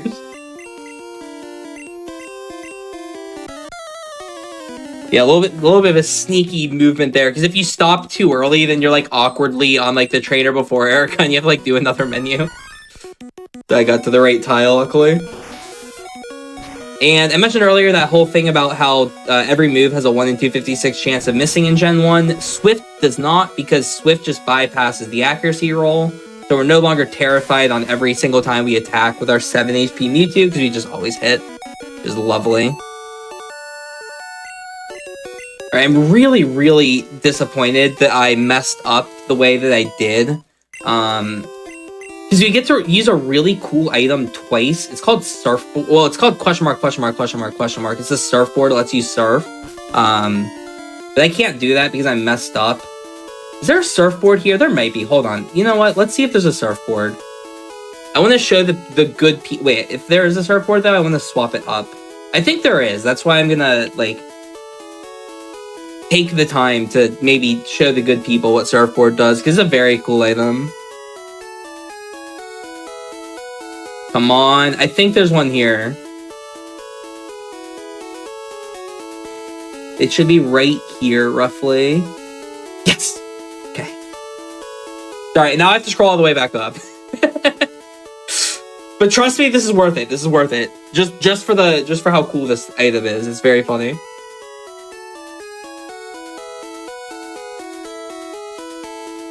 Okay, so question mark is like, I think it was like a beta item or something. It just literally lets you use surf. That's all it does. And now I can walk to the gym faster. Even though it took way too long to just scroll all the way down and up. What do I do here? I think it's this. And then... Oh, I'm not supposed to be on this part of my menu, right? That's fine. Oh, wait. I should do this first. Otherwise, I'm gonna have to scroll twice. I should have X attacks my money now if I did everything correct. I do. Excellent. Lots of money management goes into this run, so I put those down there. And then I scroll down to this, and I toss 2, I think. Map 3, I think, is the right spot. Oh, wait, I did the movement kind of awkwardly. Alright, I did that. That should be fine. I did not do the movement the way I normally do the movement.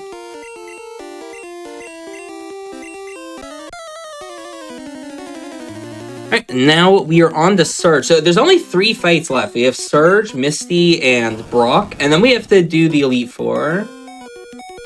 So we are coming up on the end here, honestly. There's 3 Swifts on this fight.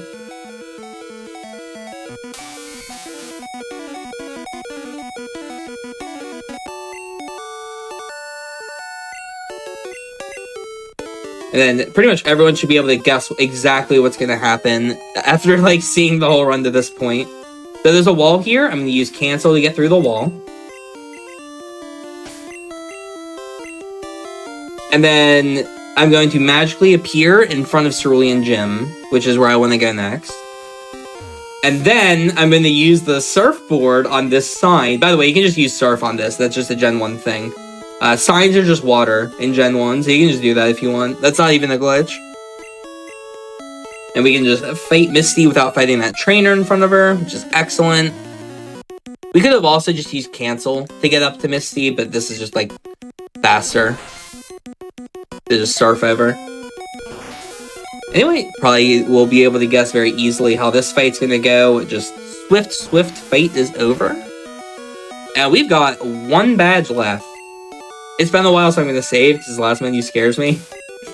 So I will save here in a moment.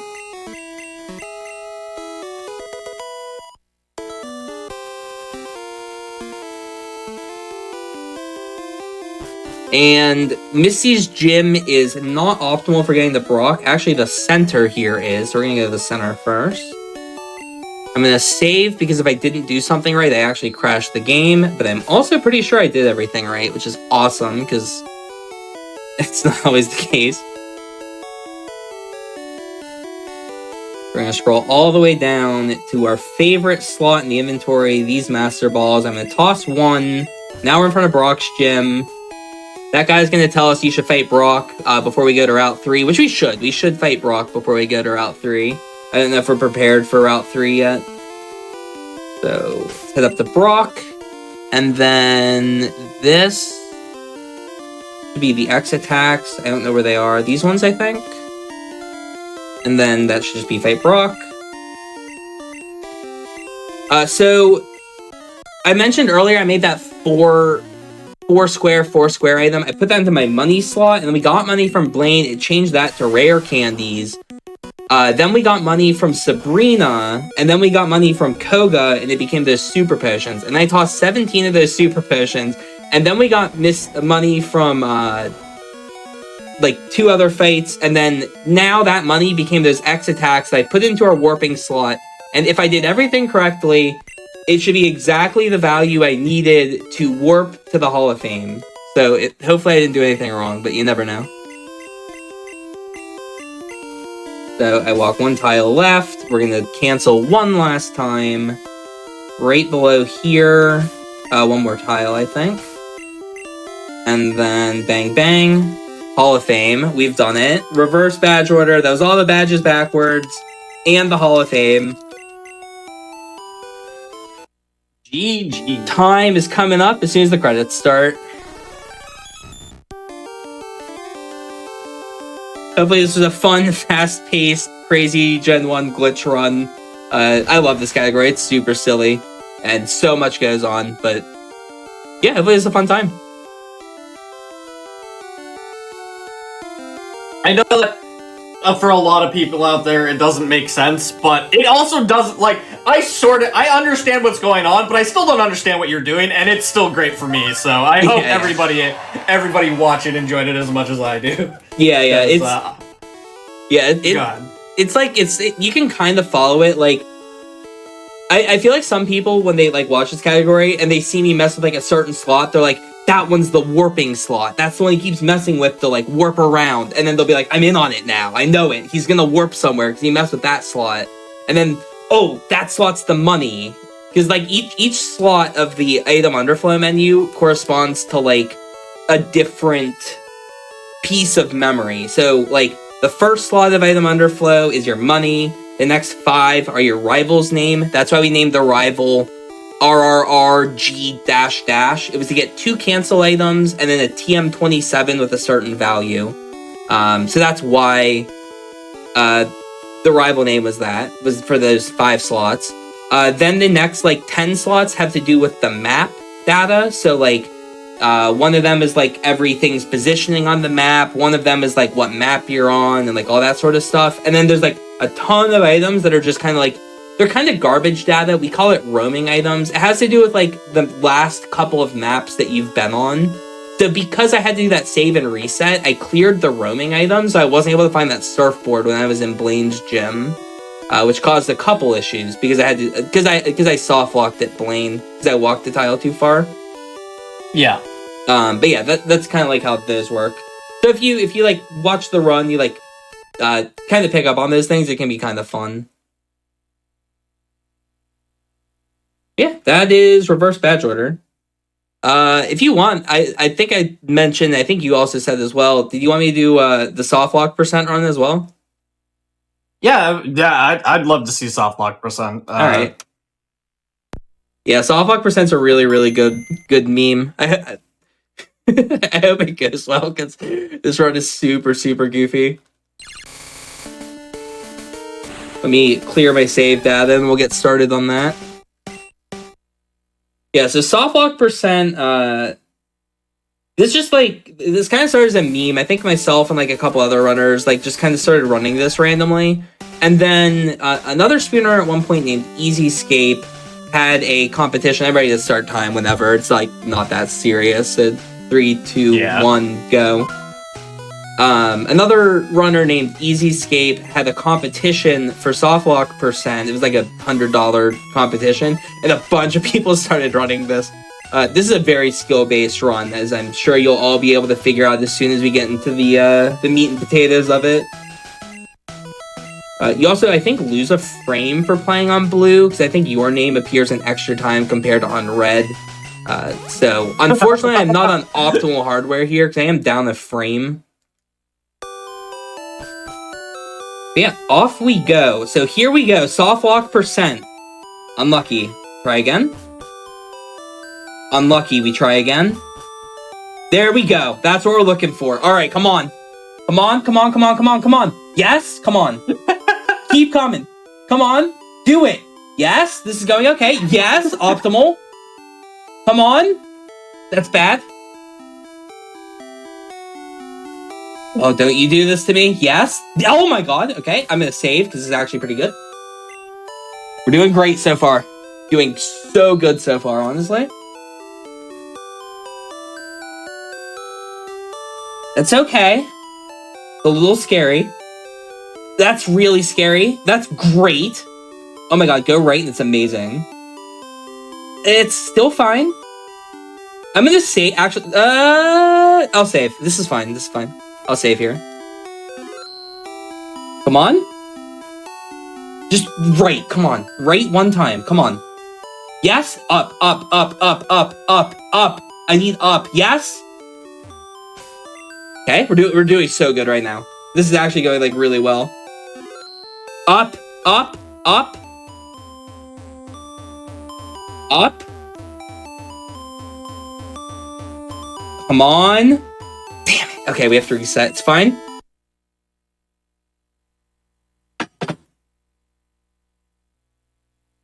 Chat, I need everyone to spam up. We need her to go up. If she goes left, it's so bad. We need up. Come on. Come on. Come on. Ugh. I'm just getting trolled. Fine. We'll try again.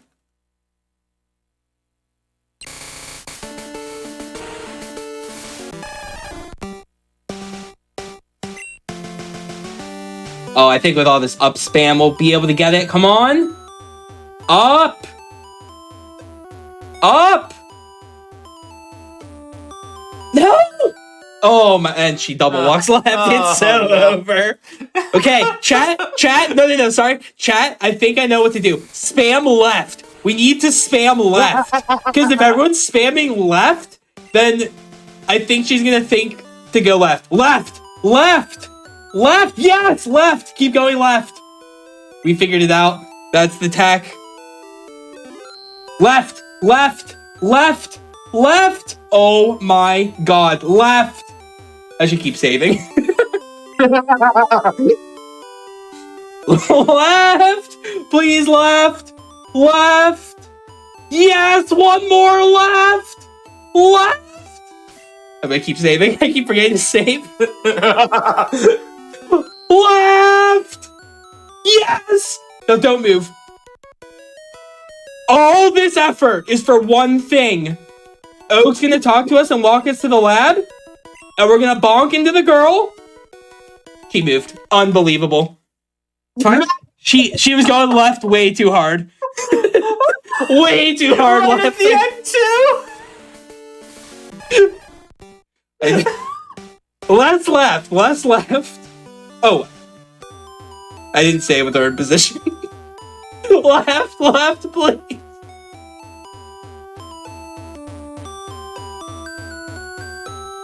Don't do it!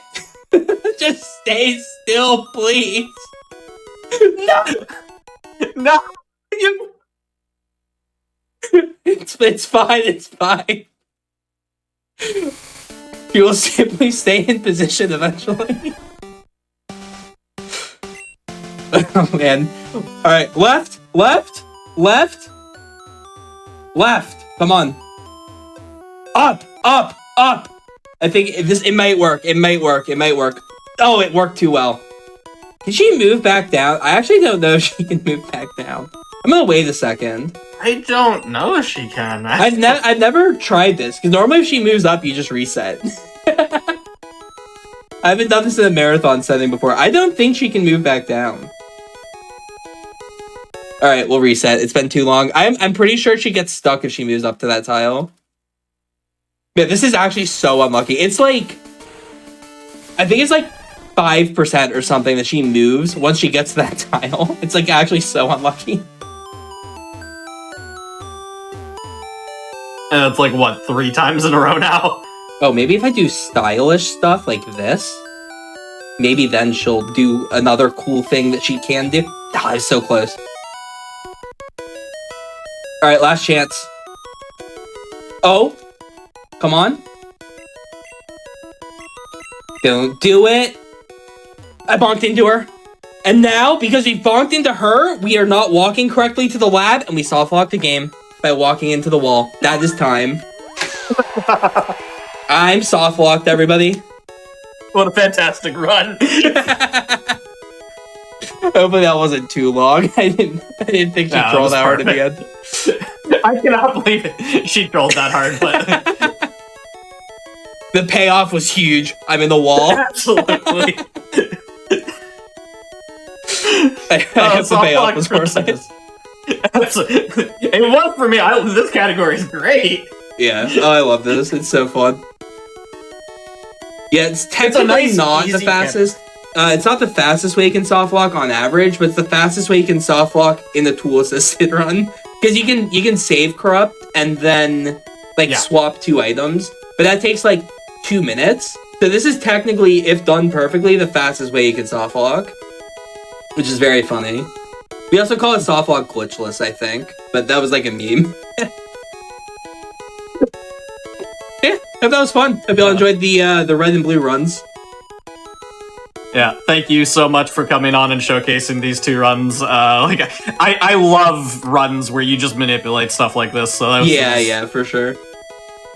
Thank you so much for coming on and helping celebrate the 20th anniversary of FireRed LeafGreen. Yeah, definitely. 20 years. Unbelievable. Yeah. Wild to think about. Yeah. Well, that is all we have for you today. Again, thank you all, you and all the runners before for helping celebrate the 20th anniversary. Awesome to be able to have the Pokemon community come on and showcase some games. We don't have anything else left for you today. We are going to have more shows coming up on Wednesday for you, and we're going to be running some reruns after this. Thanks all for watching, and we'll see you on Wednesday.